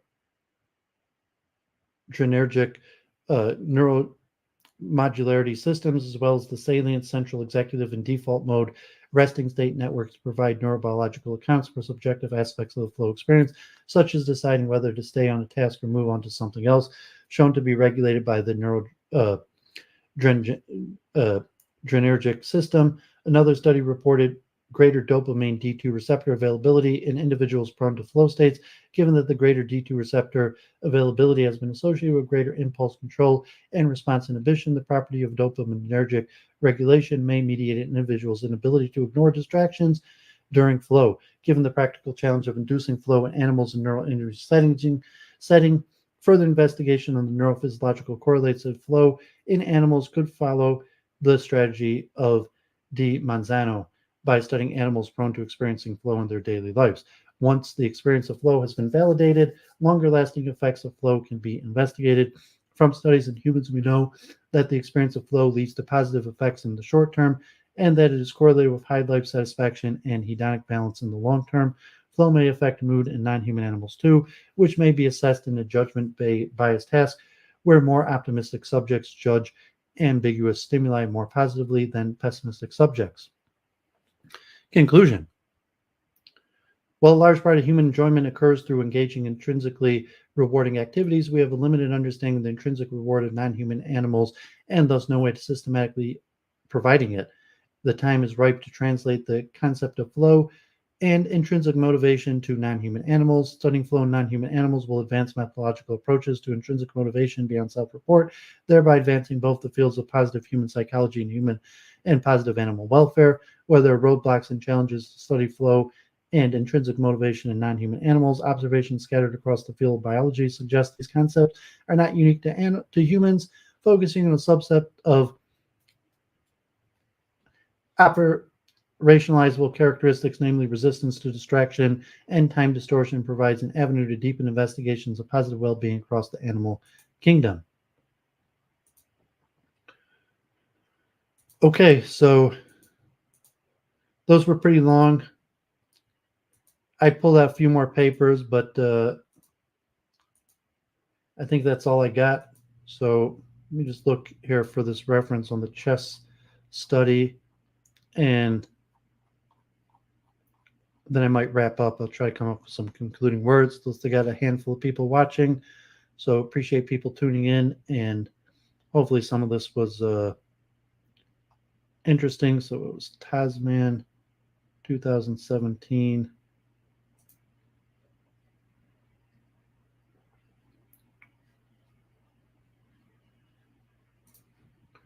Inverted U-shaped function between flow and cortisol release during chess play.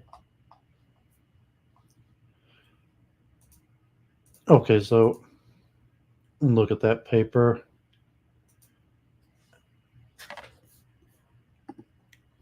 Okay, so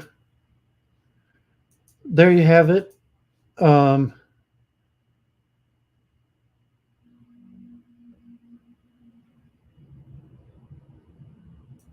I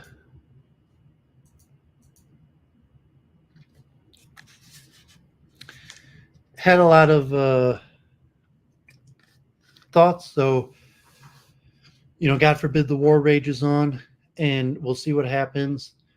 And hard to be a Jew right now. Hard to group strategy or see what's to be in a situation of group conflict. And so we'll continue on with the war, but to get back to a little bit of my research, and I'm eventually going to get back to expertise. I still have a lot more to do on expertise, but I have other topics related to cognitive architectures. And today we talked about predictive processing and schemas, which are very important as a part of cognitive architectures. And then a deep dive into the flow experiences, which the flow experience is said is one of the key aspects of expertise, and also an example of this predictive processing and schemata. That when we enter a flow, it's because we have these prior schemata or memories that we could possibly even turn off certain aspects of our mind to work at a higher functioning. And so hopefully we'll try to put some of this stuff together, also try to bring it back to the multiple truth hypothesis, and looking at like predictive processing and error correction and the multiple truth hypothesis to see, well, there's multiple possibilities, and they might have varying predictive value, which could be comparable to like a truth value, and that might be constantly being readjusted. So that'd be similar to the multiple truth hypothesis for predictive processing in terms of a search for truth.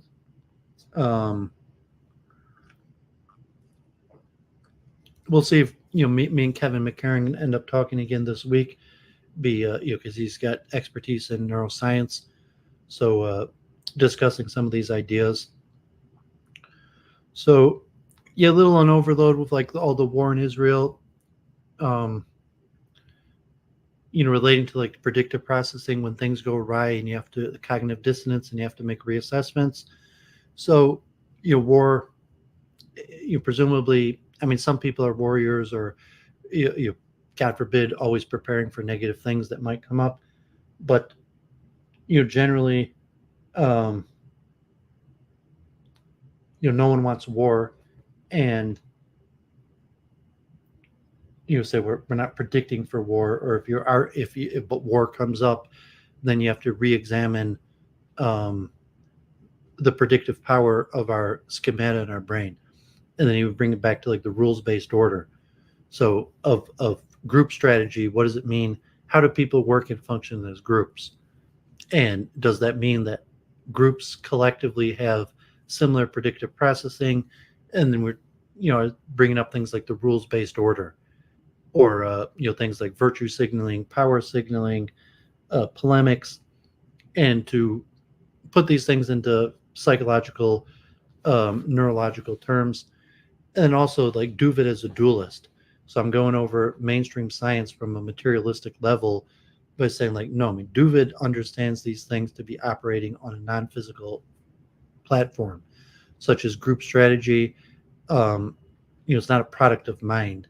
So from the materialistic, you'd have to have internal, each individual mind producing a similar predictive processing structure that produces a group predictive processing structure that would be opposition to a different group, as opposed to a dualistic. We say like, no, there's like a group soul or higher level forces that explain the phenomenon. Come back to the multiple truth hypothesis. But for the meantime, I'll be focusing on the latest scientific research for the materialistic scientific perspective, and try to add that on. So,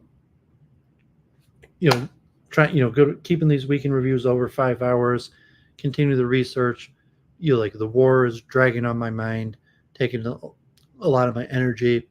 I'm spending hours every day, reading up on Israel, news, keeping up with the information, like sensory input. But as I was mentioning, we may have hit a standstill in the war, where, assuming that there's no external forces like Hezbollah or Iran, regional war, it's just going to be a trickle to see how Israel handles it in Gaza. And then, God forbid, the casualty, the human rights abuses that we're facing, pushback to say the culpability as a Jew, a member of the party here, and saying like, okay, the aggressor and the oppressed at the same time, the powerless and the powerful. God forbid, how to handle that. So we'll see what's going on. The protests are likely to continue. Palestinian activism, as the war drags on, and that will be a drag on our consciousness, and also try to bring it back to the chess and some of the chess work. So I just think the dual processing in my mind, thinking about some of my chess coaching as I was reading these articles on flow and predictive processing. So a lot of information there. Hopefully over the next few weeks, I'll be able to bring some of these things around and make some conclusions, and we'll get back to some of the theories on expertise. So with that, God bless. Everyone have a great week. I'm not sure if I have any streams directly planned this week. Maybe Kevin McCarran, if he wants to work together. I'm happy to stream with him. Twitter Space. Stephen James, maybe on Thursday, we'll do another war update in Israel, and but nothing guaranteed. So if you follow me on Twitter, if that happens, I'll post it. So with that, have a great night. God bless. Thanks for tuning in. Pray for the best, and I'll timestamp the table of contents hopefully tomorrow, and you can reach out on any social media, Discord, Twitter, Facebook, YouTube comment sections. So have a great week.